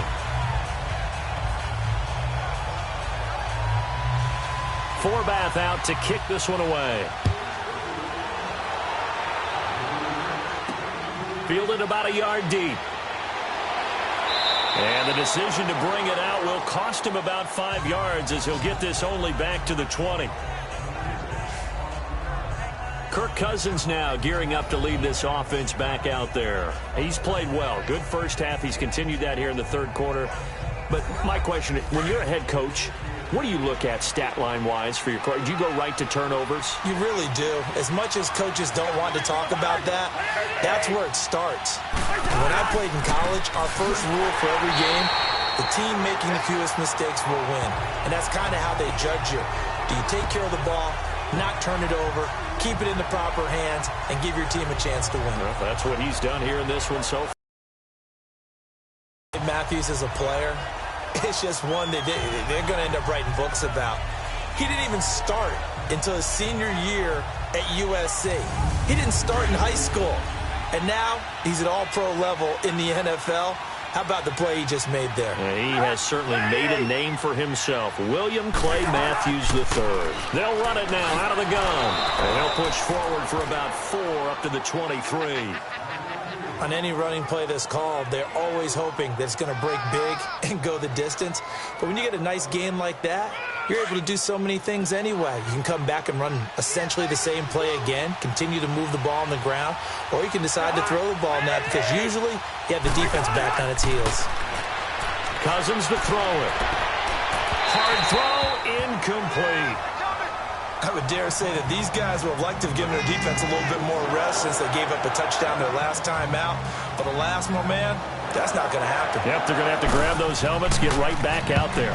The Vikings send out their punter as he'll punt it away for the 4th time today. And this will be taken at the 13. They'll call that a 61-yard punt. He got all of that one. And possession will switch hands, 1st and 10.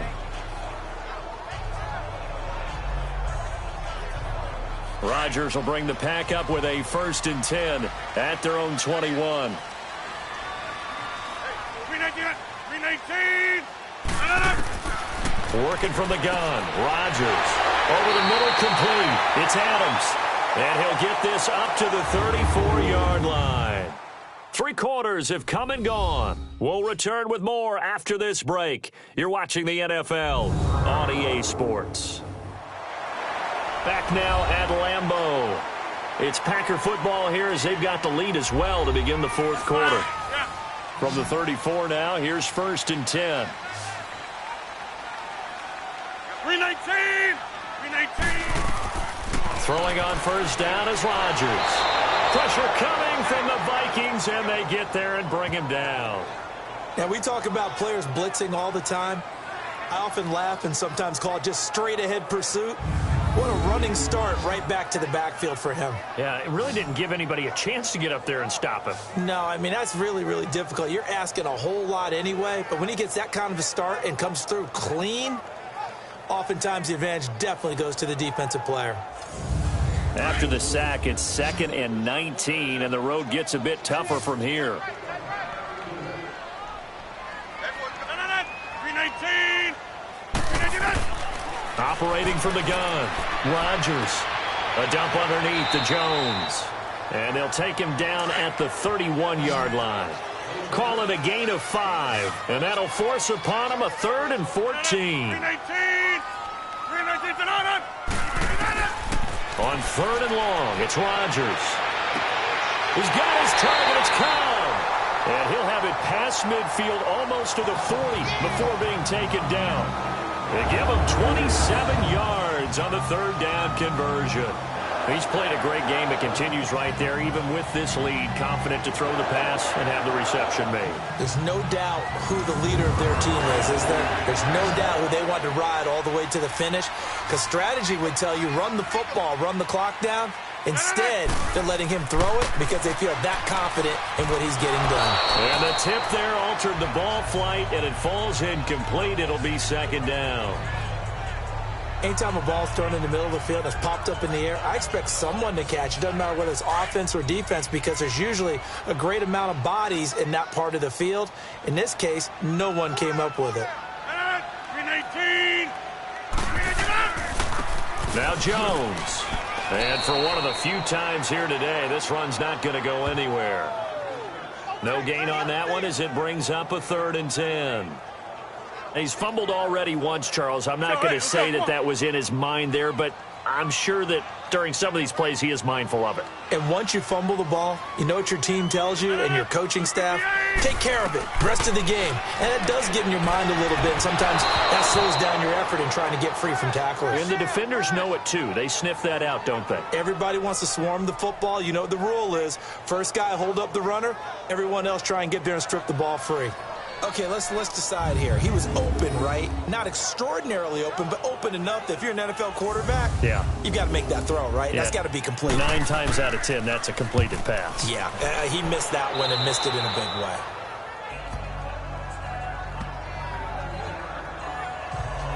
And out Out now come the Vikings. These guys had to punt their last possession, and that's become too familiar of a refrain. Too many of these drives just wound up going nowhere. But you know how in baseball, when the pitcher gets a base hit and he's on base, they bring his jacket out to him to keep him warm? A lot of times the punter goes to the sideline, puts on sweatpants or a wrap over his leg to keep it warm. He might need a massage from the trainer right now from all the work he's getting. And take this to the other side of midfield before going out of bounds. That one goes for 24 yards.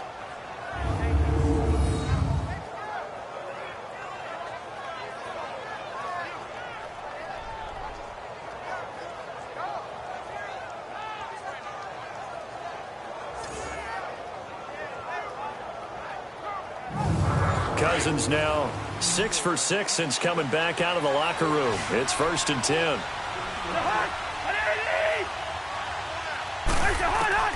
From the shotgun, it's Cousins. And right with it here over the middle. And he'll go down, but not before getting this inside the 30. Back-to-back good plays have him on the move on 1st down. Cousins on 1st down. And that's going to be too high, out of bounds and incomplete. I like what they tried to do there. They didn't get a completed pass downfield, but they came up with a momentum play. Big-time gain on the previous snap, came right back and threw one deep, hoping to catch them on their heels. 2nd and 10 now from the 27. A 2nd down throw for Cousins. Oh, it's a screen pass. That's complete. And he'll be brought down at the 21, just shy of the 20 in the red zone. Give him 6 on the screen, but now it's 3rd down. For a second there, I thought that might break big. Screen pass, looked like it was coming together, looked like there was an opening. Still, ended up with a solid game.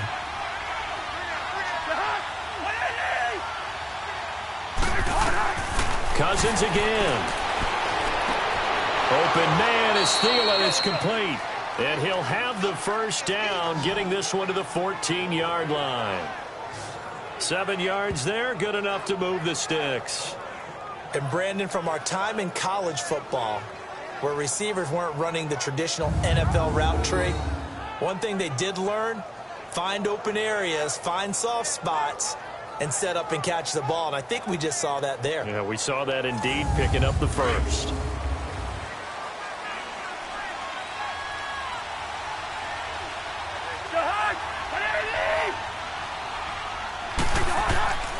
A give. This is Cook. And able to push his way forward here for a good little gain. And there we saw one of the downsides of blitzing during a rundown, because sometimes you get out of your gaps. You don't fit the run quite as well because you're headed towards the ball carrier with abandon. On 2nd down, Cook. And the second wave of tacklers is going to get him as they stop him behind the line. It'll go as a loss of a yard, and it'll set up 3rd down. Count me as a little bit surprised by what we just saw there, because this has been a pretty long drive, and normally you think that wears down a defense. In this case, looked like the offensive line let them down a little bit. They allowed the penetration and the ability to stuff him for a loss.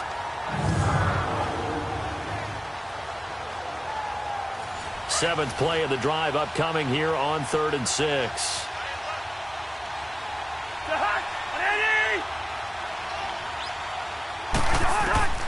Working out of the gun, Cousins. That's caught. It's Thomas. Nothing doing on that one, and it'll be 4th down. Love the effort. Love the dramatics. Getting the feet down. How about a little step shuffle along the sideline there, almost like a great ballet dancer or a tap dancer. All for no gain, though? I was going to say, it's so pretty, and it gets you nothing. So on 4th down, out trots the kicker in a big spot here.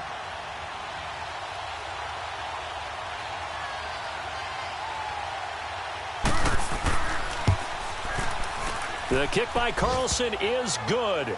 And the drive will wind up yielding 3.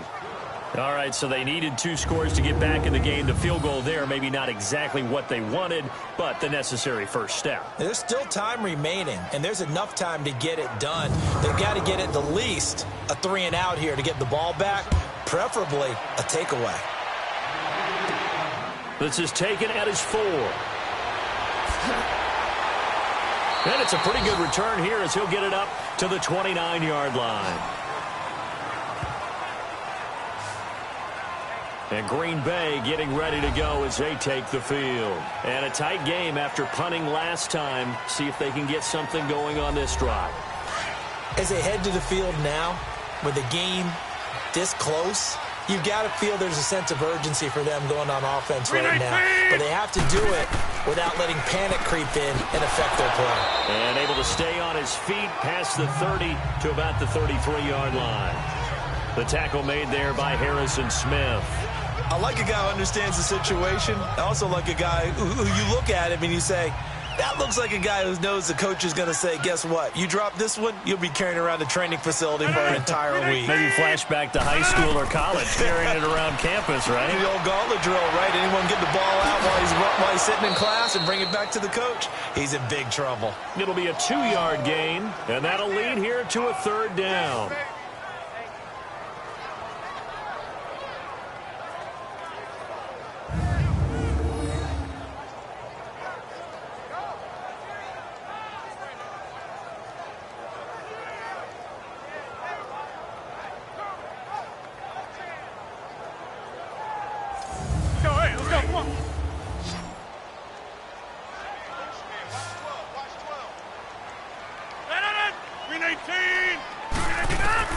From the gun on 3rd down, Rodgers.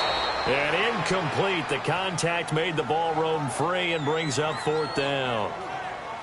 You hear the calls for a penalty, but I just don't think so. I think in this situation, the defender was making sure his guy couldn't hold on to the football. So I don't see anything to warrant a flag. No, I'm with you. There was contact, but I'm happy they kept that flag in the back pocket. Here's J.K. Scott now as he's on for the 5th time here today.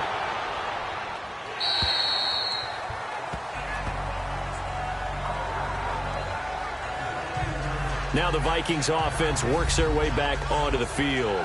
And they had 3 points last time, but they didn't want 3 points because they were well within range of scoring a touchdown. We'll see if they can do better now. I'm with you on that one. Let's just go ahead and be frank about the whole thing. The only one happy about the 3-point kicker. Exactly. You put it through the post. That's going to help him at contract time. But that offense, you're thinking, let's get in the end zone this time. I don't know if that helped him at contract time. You could have kicked that one through. I don't know about that. I don't know about that. Super toe.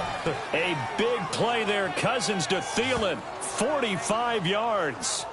That was a nice pickup. Some chunk yardage there. Some of those big yards downfield with a little bit of rack thrown in there, a little run after catch. And it came on a crossing route.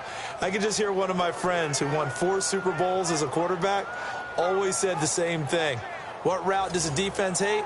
Crossing route. Hate it, hate it, hate it, because it's hard to change direction when they get going full speed in the other way. So how about that for a chain mover? They're all the way down inside the 40 now for 1st and 10. Now we've got movement up front, and I think this is going to be on Minnesota. False start, offense. The crowd's not doing that O-line any favors. Home field advantage is really kicking in, making it very difficult for them to hear the snap count.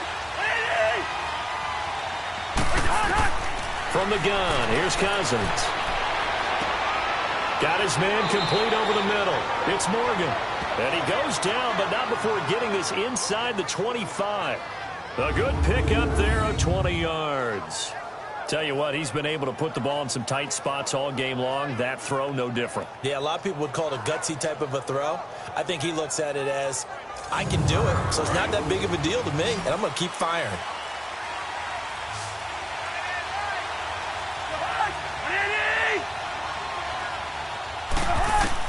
Cousins now to throw on 1st down. Oh, there's that man again. It's complete.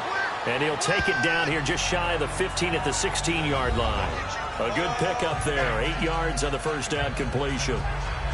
Facing a 2nd and 2 after that last catch. Good for 8 yards.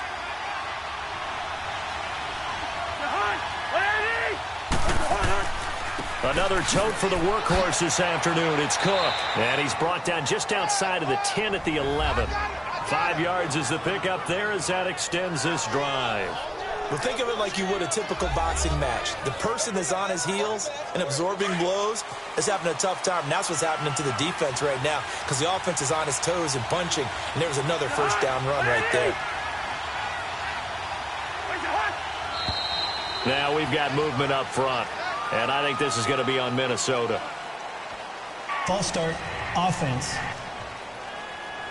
Had some momentum going, driving down the field. That'll set him back 1st and 15. I mean, that type of play, when you've got to go in your direction, shoot, my man Old Mo is arching an eyebrow at him right now. You've got me going. Keep me going. They run with Thomas. And he'll take this one down near the 15. They get 1 yard back there to make it 2nd and 14. Well, that call makes sense because they've been throwing it well on this drive, and once again they show passing formation, showing the shotgun. Then they ran out of it. That's a nice play by them defensively, though, to hold it to a short game. They run the counter with Cook, and he is met quickly in the backfield. Down he goes, folded like a lawn chair. It'll be a loss of a yard, and they're going to face an uphill battle here on 3rd and long. Well, that play was over before it even got started. Thanks for nothing, huh? How about that? That sets up a very difficult 3rd down call now.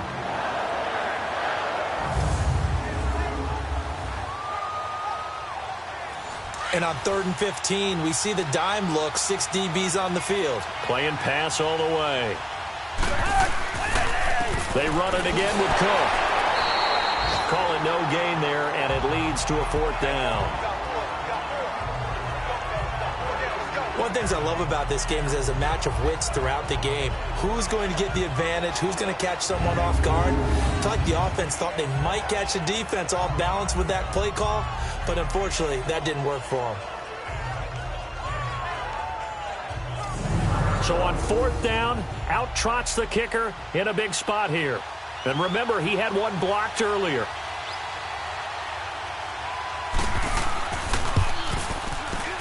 Carlson able to put this one through. And high fives for that one as that drive ends in 3. So with that field goal, this one's now back within a field goal. Maybe not the ultimate result they wanted, but gets them that much closer. This game is unfolding like a really good book, isn't it? Because I feel like there's a few more plot twists yet to be revealed before this one is over. Fielded about a yard deep.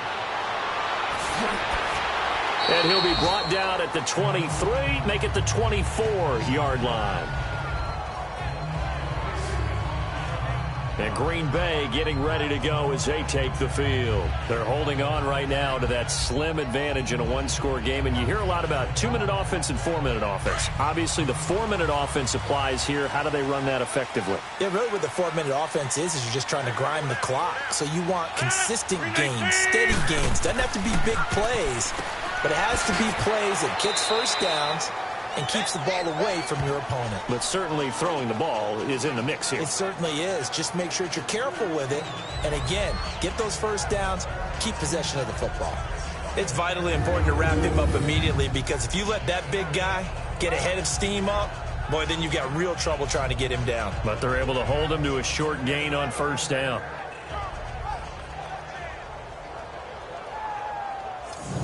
Under 4 to go now as the clock runs and they come up on second down.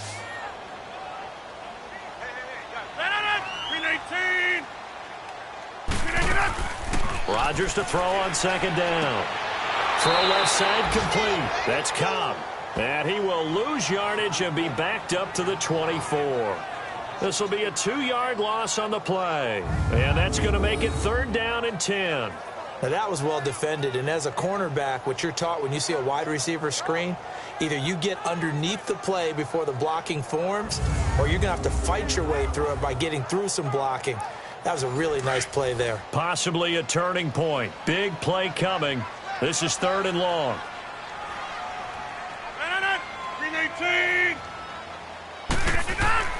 Rodgers now to throw.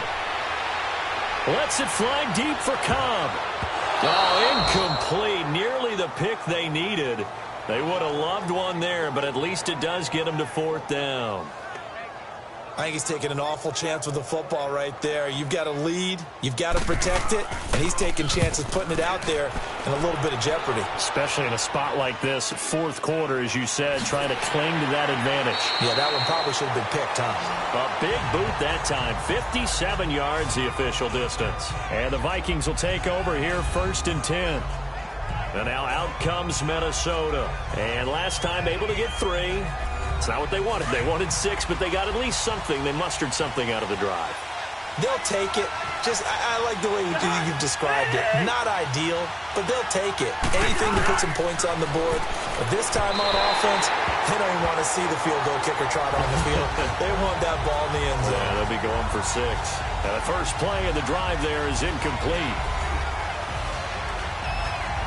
Once again, they'll come up on the 26-yard line, 2nd and 10.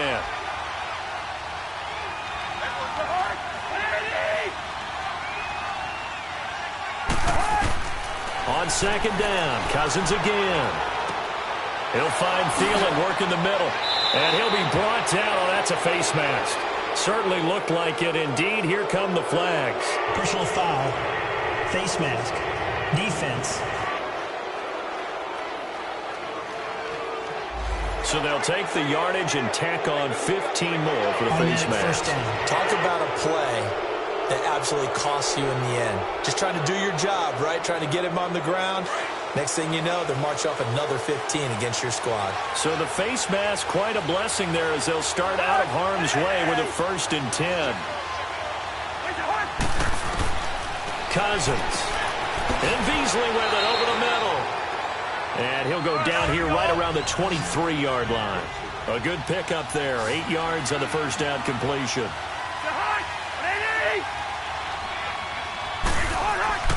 Play fake. Cousins. It's incomplete. Took a shot, couldn't connect. I'm going to need some help with this one. How did he miss him? Wide open in the end zone. He's not hurried. He's not hit. And somehow, incomplete? Yeah. What happened? During film study, that's one where he's just going to shake his head, not be able to believe it. 6 points go by the wayside on that one. They'll run it. Here's Cook. No gain on the play there, and it'll bring up 4th down. I apologize in advance, partner, but the beefeaters on the interior of this D-line, you just know they were licking their chops on 3rd and short. And yes, they were rewarded with a tasty dish, stuffing that one short of a 1st down.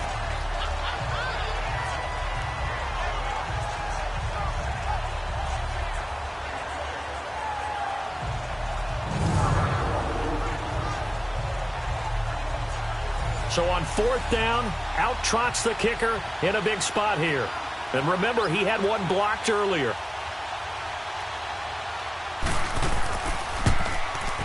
The kick by Carlson is good.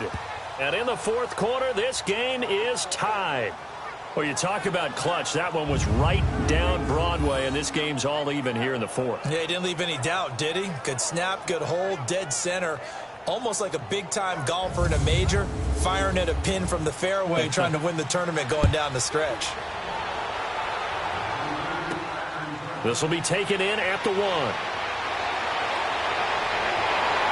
And he breaks it all the way out to the 38-yard line. Great return.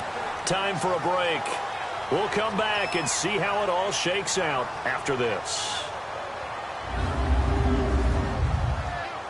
Back now on EA Sports. And let's see what they've come up with offensively after having time to talk it over. Some good games going on in the early window. This might be the best of the bunch.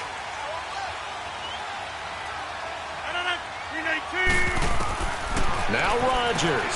And left side here, it's Graham. And he'll be taken down across the 50 at the 45 in enemy territory. Successful start to the drive, 17 yards, and moves the sticks. To throw is Rodgers. And his throw is incomplete. Trey Waynes, the Michigan State man, right there in coverage. Oh, a lot of contact right there. No call, maybe got away with one. What are you doing questioning the contact on that play? Let them play. And, you know, it's a late-game situation. And I think that probably played into it. The officials, they want to let the players determine it down the stretch. An incomplete pass on first down. That leads to a 2nd and 10.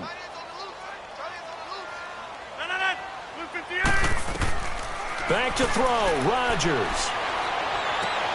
The left side throw complete to Adams. The reception good for 7. It's 3rd down.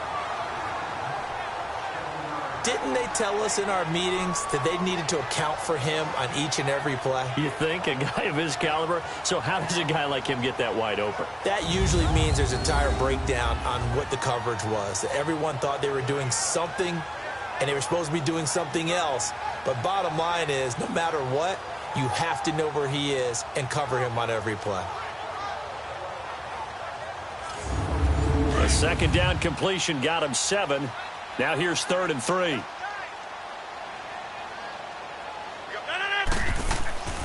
A first carry now for the BYU man. It's Jamal Williams.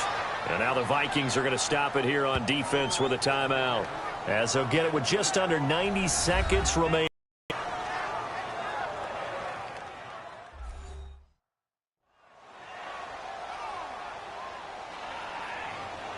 So a defensive timeout, chance to regather, regroup, and get set as we resume action.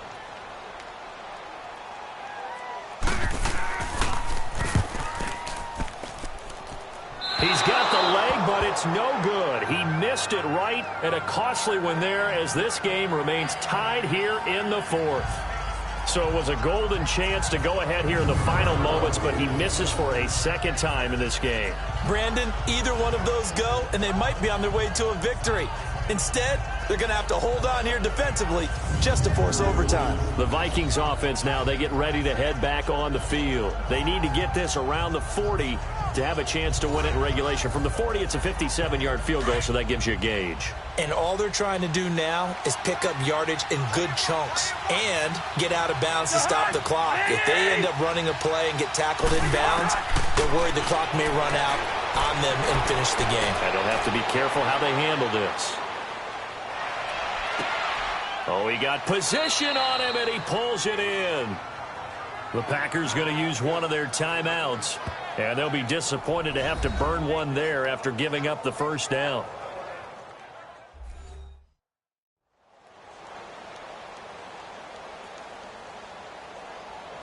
Line of scrimmage, the 31 now on 1st and 10.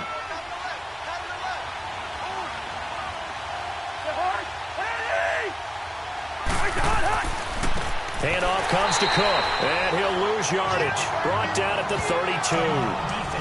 Now the Packers going to go ahead and use the 2nd of their timeouts as they'll talk things over prior to this upcoming 2nd down play.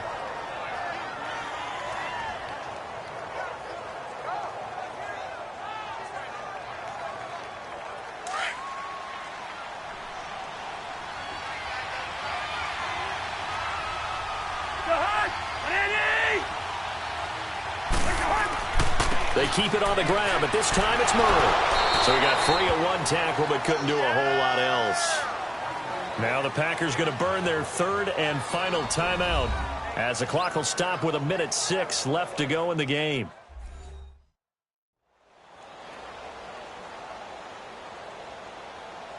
The defense, they got a little bit of a breather. Now they're back and set as we resume play.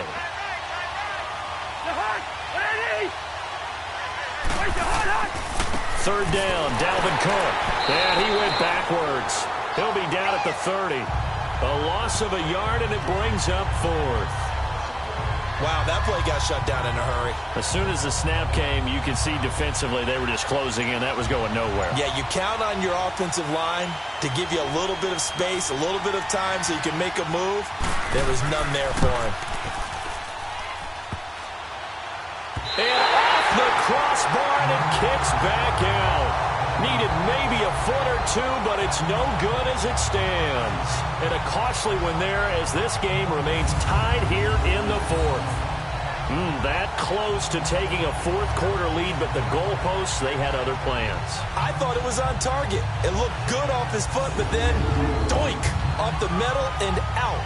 And those are the kind of breaks that can definitely swing a ball game. And Green Bay getting ready to go as they take the field. They have a little bit of time here to get into field goal range. Not much. A tie game, you don't want to do anything crazy, right? I agree with you on that one. Risk-reward, okay? If you go for it, what is the absolute reward on this? But the risk is probably greater.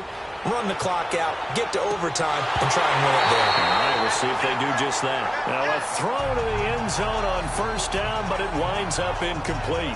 These are the spots, this stage of the game, where it pays to have speed on the perimeter, doesn't it? It certainly does, and in the second quarter, he may very well run by him, but in this situation, I know as a defender, I'm loosening up a couple of extra steps that allowed him to run with him stride for stride.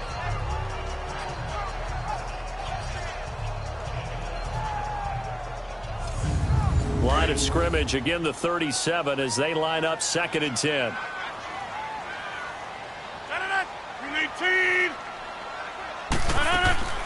Rodgers to throw. No, he almost had it. Already with one interception, just missing his second there. Incomplete pass there is probably the best scenario going because if he catches the football, clock's probably going to run out in that situation.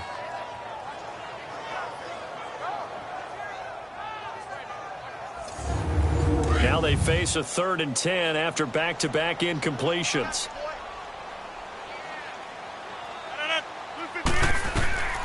Here's Rodgers to throw. And this is going to be intercepted. Picked off right around the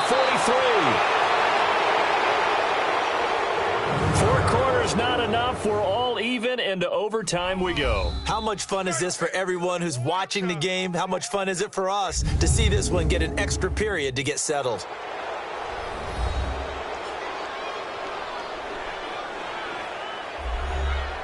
It's a little teaching moment here. Overtime rules. Remind us how this goes, partner. Okay, so in the past, we had sudden death. First team to score wins, but no longer. Now, if the team receives the ball, scores a touchdown, they win the game. If they kick a field goal, though, or don't score, the other team gets a possession. And after both teams get a possession, then we're into sudden death. First team to score wins the game. That's not to return this one, so they'll bring it out to the 25 on the touchback. The Packers offense now, they get ready to head back on the field. They control their own destiny here. They have the football in overtime. Obviously, a touchdown would win it. And I think teams around the league are still adjusting to the idea of going downfield, scoring a touchdown wins the game because they were used to just going downfield and trying to get in field goal range to win a game. Still having to make that transition. Let's face it now, the ones who are doing it best know they need to go down, attack, put the ball in the end zone, and not leave it up to a field goal and give the other team a chance. Yeah, as we said, they control their own destiny now. Charles, you get into these overtime situations, that's not a bad guy to dial into. Well, when you have to have plays, especially in a spot as you just described, we're in OT, you've got to go to the guys you can trust and you know are going to make the plays. Well, they said, it's not the X's and the O's, it's the Jimmies and the Joes. He couldn't quite hold it. Got hit. Ball pops out. Incomplete. It is tough to complete passes against zone defenses. The windows that you see open, they shrink pretty rapidly. How about being able to hit a moving target against a zone before the next guy can get there and make a play on the ball? Not easy for any quarterback, no matter the situation, and there the defense won the battle. They'll try again from the 36 on 2nd and 10. 319. Rodgers again here on 2nd and 10. Looking for the out route, and he's got more. And able to rip off a big chunk of yardage before being dropped inside the 40. A good pickup there, 26 yards. When we see another great performance like this out of Aaron Rodgers, you have to chuckle thinking that his only FBS offer was a walk-on at Illinois. And now he's the pride of Butte Junior College, of course at Cal. And I remember watching him play at Cal, and he would run 7-on-7 drills. Angry if the ball ever hit the ground, and it didn't do it very often. So here's a 1st and 10 at the 38.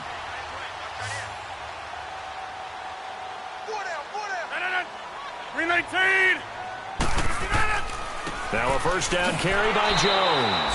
And maybe a measure of revenge there. He's had his way in this one, but this time they get him behind the line. They'll wind up losing 3 yards here, and that'll make this a 2nd and 13.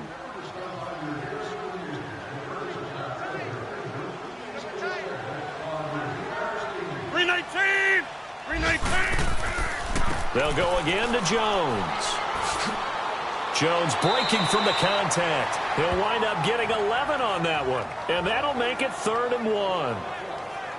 Look, the first down marker is out there, but sometimes it's hard to find for an offense when they're in a long yardage situation, which usually means throw the football. In this case, they went against the tendency and ran it, and boy, the reward was there. A big, big pickup. And guess what? It's now 3rd and very short in order to try and pick up a first down. 3rd and 1, trying to keep this drive in overtime going. A big one coming up.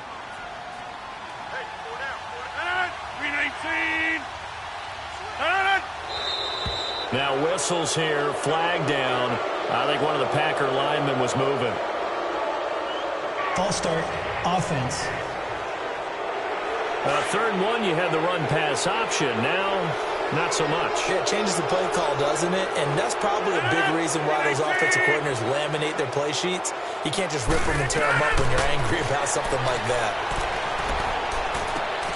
Looking left side, and he's got a man. That's Adams. And he's able to get the first here as he's taken down at the 25. What a methodical drive this is turning out to be. That time 9 yards, and the sticks move again. He's padding his already great numbers here in overtime. More importantly, though, moving his guys downfield. And I think that's exactly what's going through his head right now. Moving them downfield, putting them in a position to win the game. The stats, that's for the fantasy guys. I know they're enjoying that show. They'll run it now out of the gun. And they take him down, losing yardage back at the 27. That's going to go as a loss of 2, and it'll be 2nd down. He's had some big runs in this game. Not there, though. But I don't think they're going to be deterred by that play right there. He's had some nice runs in the game. And how many times have we seen a good running back get stopped, yet turn it into something big on a later carry? I'd stay with him. A rare misstep on that last play because the drive has been strong, but now it's 2nd and 12.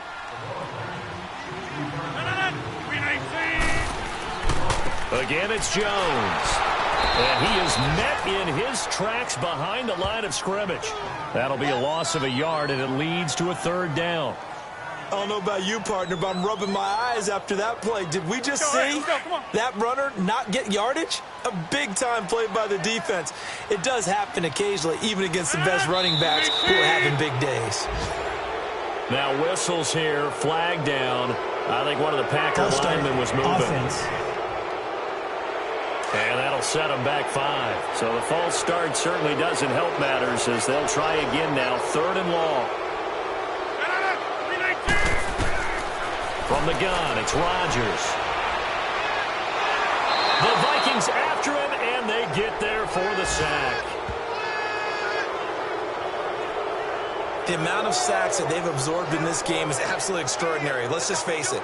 This offensive line, flat out, cannot handle this pass rush. It's been demonstrated time and time again.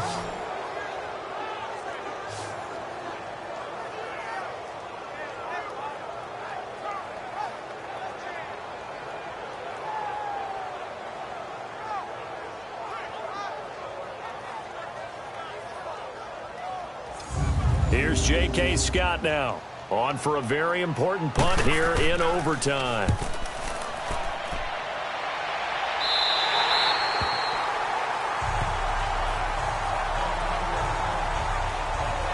And now out comes Minnesota. Their defense did its job, got the stop. All they need is 3, and this is over.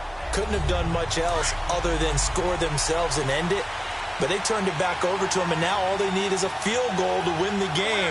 An excellent job by the defense. Can the offense finish things off? Yeah, part 1 is done, now part 2. And he'll take this one only up to about his 13-yard line.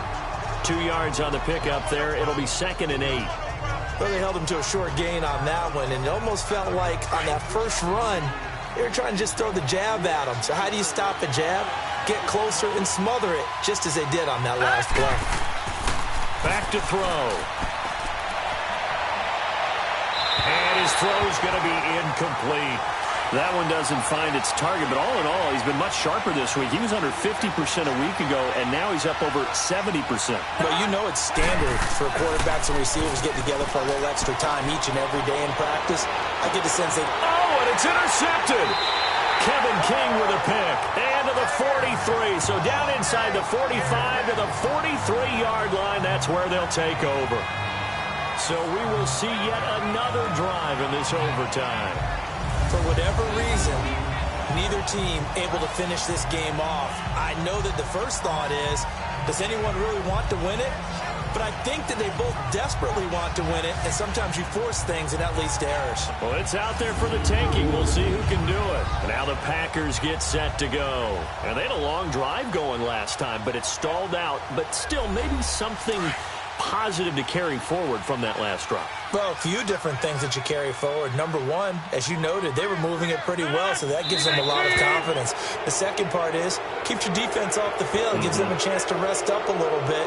And last but not least, you've taken a good look at what you've done on offense, noted where the weaknesses are, and you know when you want to come back to them. Like when you're organized with your points. Well done. A, B, and C. Working from the gun, Rodgers. And he's got his favorite target yet again. It's complete. And he takes it down deep into enemy territory. A huge play there in overtime. 43 yards.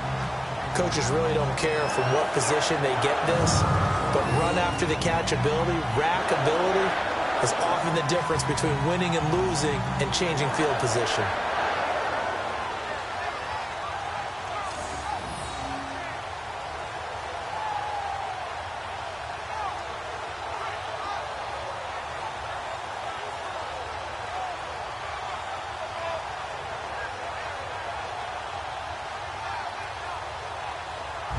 So now it all rests on the foot of Kai Forbath. Another timeout called by the Vikings now. They'll be left with just one remaining here at OT. So now it all rests on the foot of Kai Forbath. This to win it in overtime.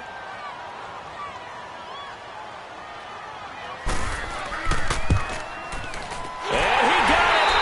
The kick is good in overtime. He's able to split the uprights. Well, we thought this game would be a good one. It did not disappoint into overtime, and it took the field goal to win it. And we always pay lip service to how important it is to play defense. And usually we focus on the big offensive pyrotechnics, right? But in this case, they got the ball back on defense, gave themselves a chance, and they capitalized on it with a victory. And I don't care what distance that field goes from in overtime. The knees are always knocking, but he pushed it through. Not only that, think about your snapper, your holder. A lot of nerves for them, too, because they have to do their job in order to give him one last chance to put a foot to it. So for Green Bay, the win will move them to 7-2 now on the year. And they'll get to stay put for a few days as they'll host the Chicago Bears next week. Meanwhile, for the Vikings, they are barely afloat as they fall to 4-5. And they'll try to rebound next week on the road in Washington.